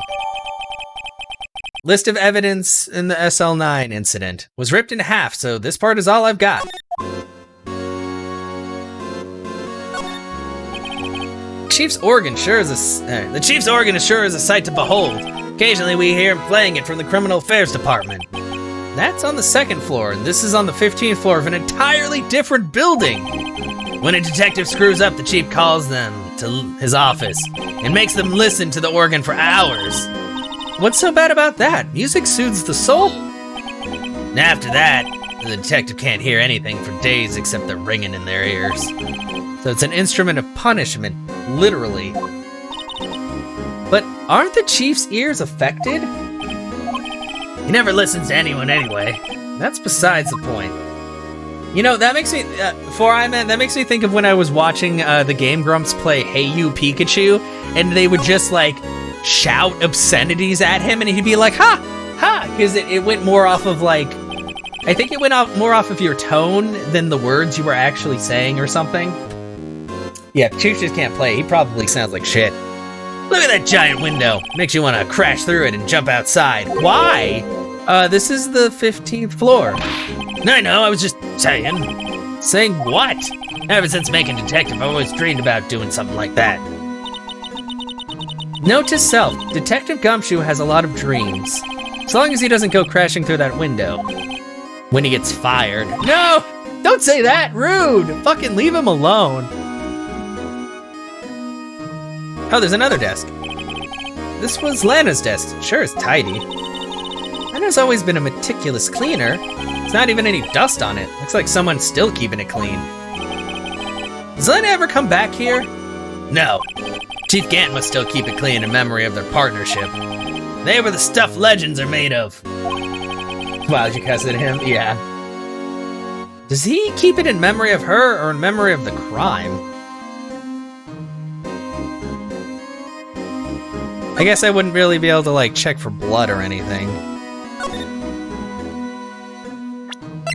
I mean, I'll spray anyway, just because I want to spray. What if there's blood on his organ? Which could have many meanings. Hey, look, they have the cube storage. There's dishes in there. Spray! Just spray everything. I don't think this is a part of anything, but I'm gonna spray it anyway. When you can shoot down. Oh, yeah! Wait, no, there is stuff! What is that? Whoa, this area must have been covered in blood. Is that is this from the incident? It must be, when Prosecutor Neil Marshall was murdered. 2 years have passed, so the reaction's kind of dull. The murder really did take place in here. Yeah, obscenities, yeah. Like, one of my friends has a, has the actual, like, Famicom, system that has the microphone and the controller. And yes, if you're playing Legend of Zelda, you can scream into the other controller to kill the, little rabbit creatures. Because, you know, it says that they're sensitive to sound. And if you have that controller, and you're in the same room, and you yell into that microphone, you will kill them. It's pretty amazing. Yeah, I'll just rant. Well, because I wasn't sure if there would still be blood or not. It's been 2 years. Okay, I think that's all of the evidence here, though. Oh, I should probably talk to him. That desk on the other side of the room, was that your sister's? Yes, that's where I was waiting for Lana. On that day, 2 years ago. Is anyone using it now? No, sir. This is entirely Chief Gant's office now. He practices a strict policy of preserving the crime scene. That's a strange reason to leave it there. He leaves it as a warning to everyone else. He wants us to always be alert. Told us so himself at our New Year's party. Of course, he was pretty intoxicated at the time. I see. So ever since Lana left, no one has ever touches that desk. No one except Chief Gant and the cleaning lady who's here each morning. Still, 2 years have passed since the incident. Can't be possibly any clues remaining. Can I ask you something? Black thing on the table by the window? I'll check in a minute. Sure. You only came here to look around, right? Because it's one of those SL9 crime scenes? I mean, that's your only reason for coming here, isn't it? Why do you ask? You don't think... Nah, you wouldn't be... No. No, there's no way... Never mind. Don't worry about it. Okay, now then let's look around a bit more. Hey, hold on. Not so fast, buddy. Huh? What is it? When someone tells you don't worry about it, it's supposed to start bothering you, pal. You don't just let it go at that. Sorry, this guy's starting to get on my nerves. Okay, so what's bothering you? You two don't think Chief Gant might be a suspect, do you? What? He's right, Mr. Wright. What do we think of him? Chief Gant. So it's finally come to this. What do I think of him? Perhaps it's best I don't divulge my feelings. Yet. There you go, ignoring me again. Well, was I any help? Of course. Thanks to your ID card, we were able to get some hard evidence. Now that's not very kind, is it? In other words, if it wasn't for his ID card, he would have been useless. Isn't that right, you in the coat? Whoa! Ah! What? What? No, he shouldn't be here. Chief Gant. We didn't think you'd be back so soon. Fortunately, I'm a man who believes in signs. As I was walking to my meeting, I happened to look out a window and saw a stray dog run right into a pole. Just then I thought of a certain detective. Wow, fucking rude. Do you mean me, sir? Now then, I'm afraid I'm going to have to ask all of you to leave. Yes, sir, sorry. Oh, you in the coat. Me, sir? Drop off your ID on the way out. You won't be needing it anymore. Oh! But sir! Now get out! Yes, sir. No! No! We'll be on our way too then. Wait, you, the one without the spiky hair. Don't go yet. Me, sir? I'd like a word with you. But, sir, I'm not a licensed scientific investigator yet. You with the spiky hair, you're free to go. Mr. Wright! No! Don't take my child away from me! Yeah, no! No! Holy fuck! I guess that means that I'm done there. Oh no. Look, pal, I told you once, I told you 1,000 times. Chief's office is off limits. But no, you just had to go sneaking in there like that, didn't you? I thought you said you didn't care anymore if you were fired. Yeah, but if I knew it'd be like this, then I never would have said it. Now that I've seen the evidence Chief Gant was hiding in his office, I think I'm finally starting to get the picture. But why has she kept eerily silent about it all this time? Anyway, you listening to me? I'm gonna try to smooth things over with the chief again. Later, pal.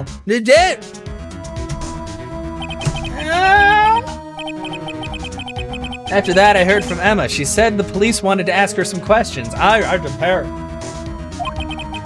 So she'll be busy for the rest of the day.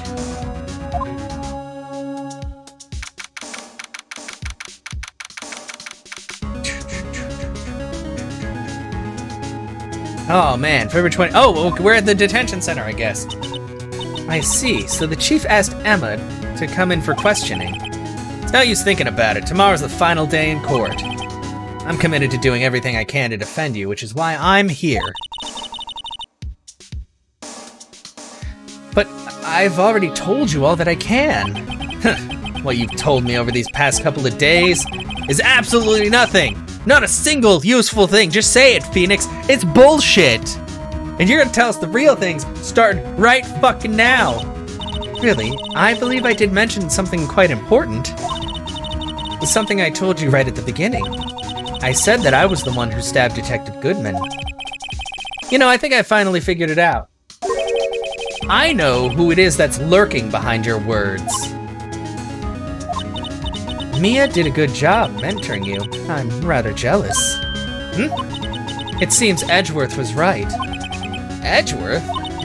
Once you're convinced you know something, no one can persuade you otherwise. Thick-headed is the term he used, I believe. Now's my chance to get her to tell me the rest of the story. Hell fucking yeah. I have to admit, I was more than a little perplexed at first. You insisted you did it, and yet there was no incriminating evidence. That's when it hit me. It's not that you're unwilling to tell the truth. It's that you're incapable of doing so because of a certain individual. What an intriguing notion. A certain individual, you say? So you think I'm protecting this person? Protecting? No, I think afraid of is more like it. If I'm not mistaken, the person in question may have persuaded you to silence. For argument's sake, Mr. Wright, who, may I ask, is this person you're speaking of? The one I'm supposedly so frightened of. Who is this person's name? It's David Gant. It's like the only one. Take that! Well, Miss Skye? Mr. Wright, you are addressing the chief prosecutor. Do not forget your place. I take it she's still not ready to spill the beans. My apologies. Could you please tell me a bit more about what you think you know? We were partners until 2 years ago. I respected him as a detective. Assuming he is respectable, then tell me something. Why would he try to hide his crimes? His crimes? Both you and Edgeworth will be brought before a board of inquiry for what you did. Specifically, hiding and forging evidence. Of course, these are serious offenses. Why is it, though, that Chief Gant's name was never mentioned? Chief Gant? Edgeworth didn't know the truth behind the forgery. The only party who could have possibly tampered with the evidence was... me. I had access because I was second in command of that investigation. Yes, you, but also one other, Damon Gant. If you intend to accuse Chief Gant, you'll need more than just words. Show me proof that Chief Gant falsified evidence in that case. Okay. You want evidence? I'll give you the evidence. Fuck, I went the, God, I should have gone the other way. BAM! I just found this in a safe in the chief's office. Actually, that wasn't in the safe. It was in his desk, not a safe. He fucked up there, but that's okay. Oh, the jar piece. Oh, he's showing all that. I thought he was just showing the evidence list. I'm like, hello? This jar piece and this piece of cloth. Do you know what these are? They're pieces of evidence from the SL9 incident. The person concealing evidence was none other than Chief Gant himself. Now tell me, why are you taking all the blame for him? Touché, Mr. Wright.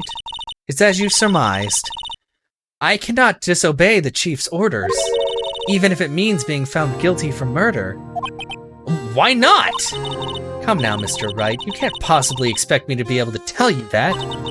3 days ago, I had no choice but to cooperate in the murder of Detective Goodman. Or perhaps I should say, follow orders. Yes, that's more accurate than cooperate. Although I can't tell you the details, I can say that I was given an order that day. I need you to dispose of Bruce Goodman's body. You'll find it inside the trunk of Miles Edgeworth's car.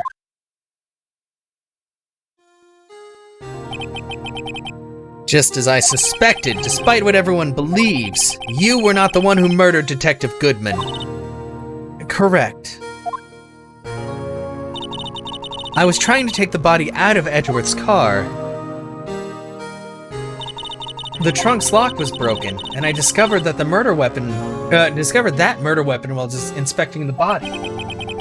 The murder weapon? You mean Edgeworth's knife? No. When I found the body, this was the knife stuck in it. The knife from the SL9 incident, serial killer Joe Dark's knife. I couldn't just leave that knife in him, so I took it out and stabbed him with another knife. That would be Edgeworth's knife. That's right. Even though he was already dead, my hands were shaking at the thought of stabbing him. That's why I ended up cutting my hand. And that's the reason for the bandage on your right hand. Yes, it seems that it got blood on the victim's shoes as well. And then she saw me just as I plunged the knife in. Miss Starr, huh? Why did you need to hide Dark's knife so badly? Okay, Dark's knife. It took a lot of work to finally close Dark's case 2 years ago. It was over with. I didn't ever want it to be opened again. My intent was to prevent that by whatever means possible. So, you hid Dark's knife. The weapon used to stab the detective was evidence in the Joe Dark's case. If word got out, which it would, the reporters would have had a field day with it. So you wrapped the knife in your scarf and hid it.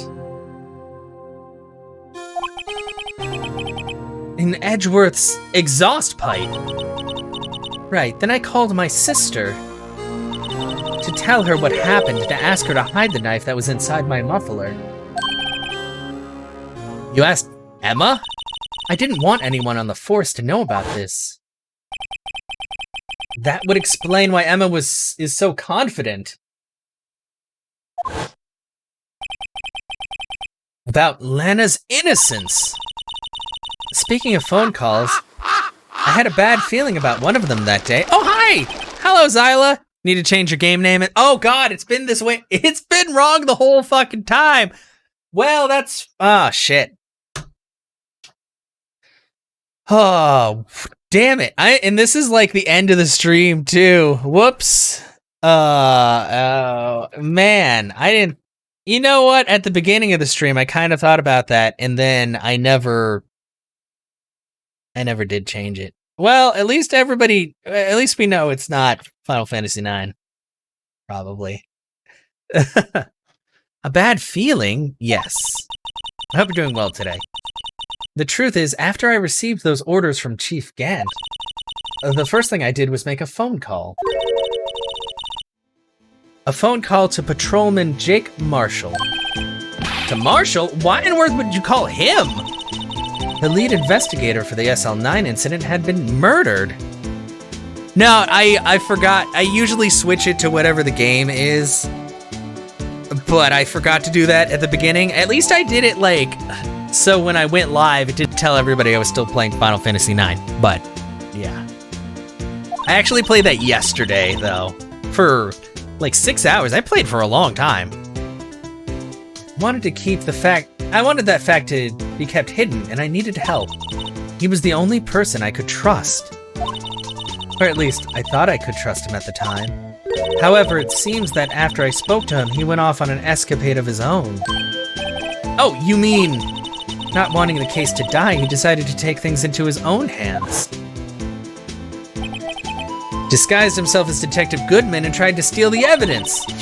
He had already stolen the ID card, but it seems he still hadn't made up his mind to break into the evidence room. After my phone call, any remaining doubts he had must have disappeared. So your phone call caused the incident in the evidence room?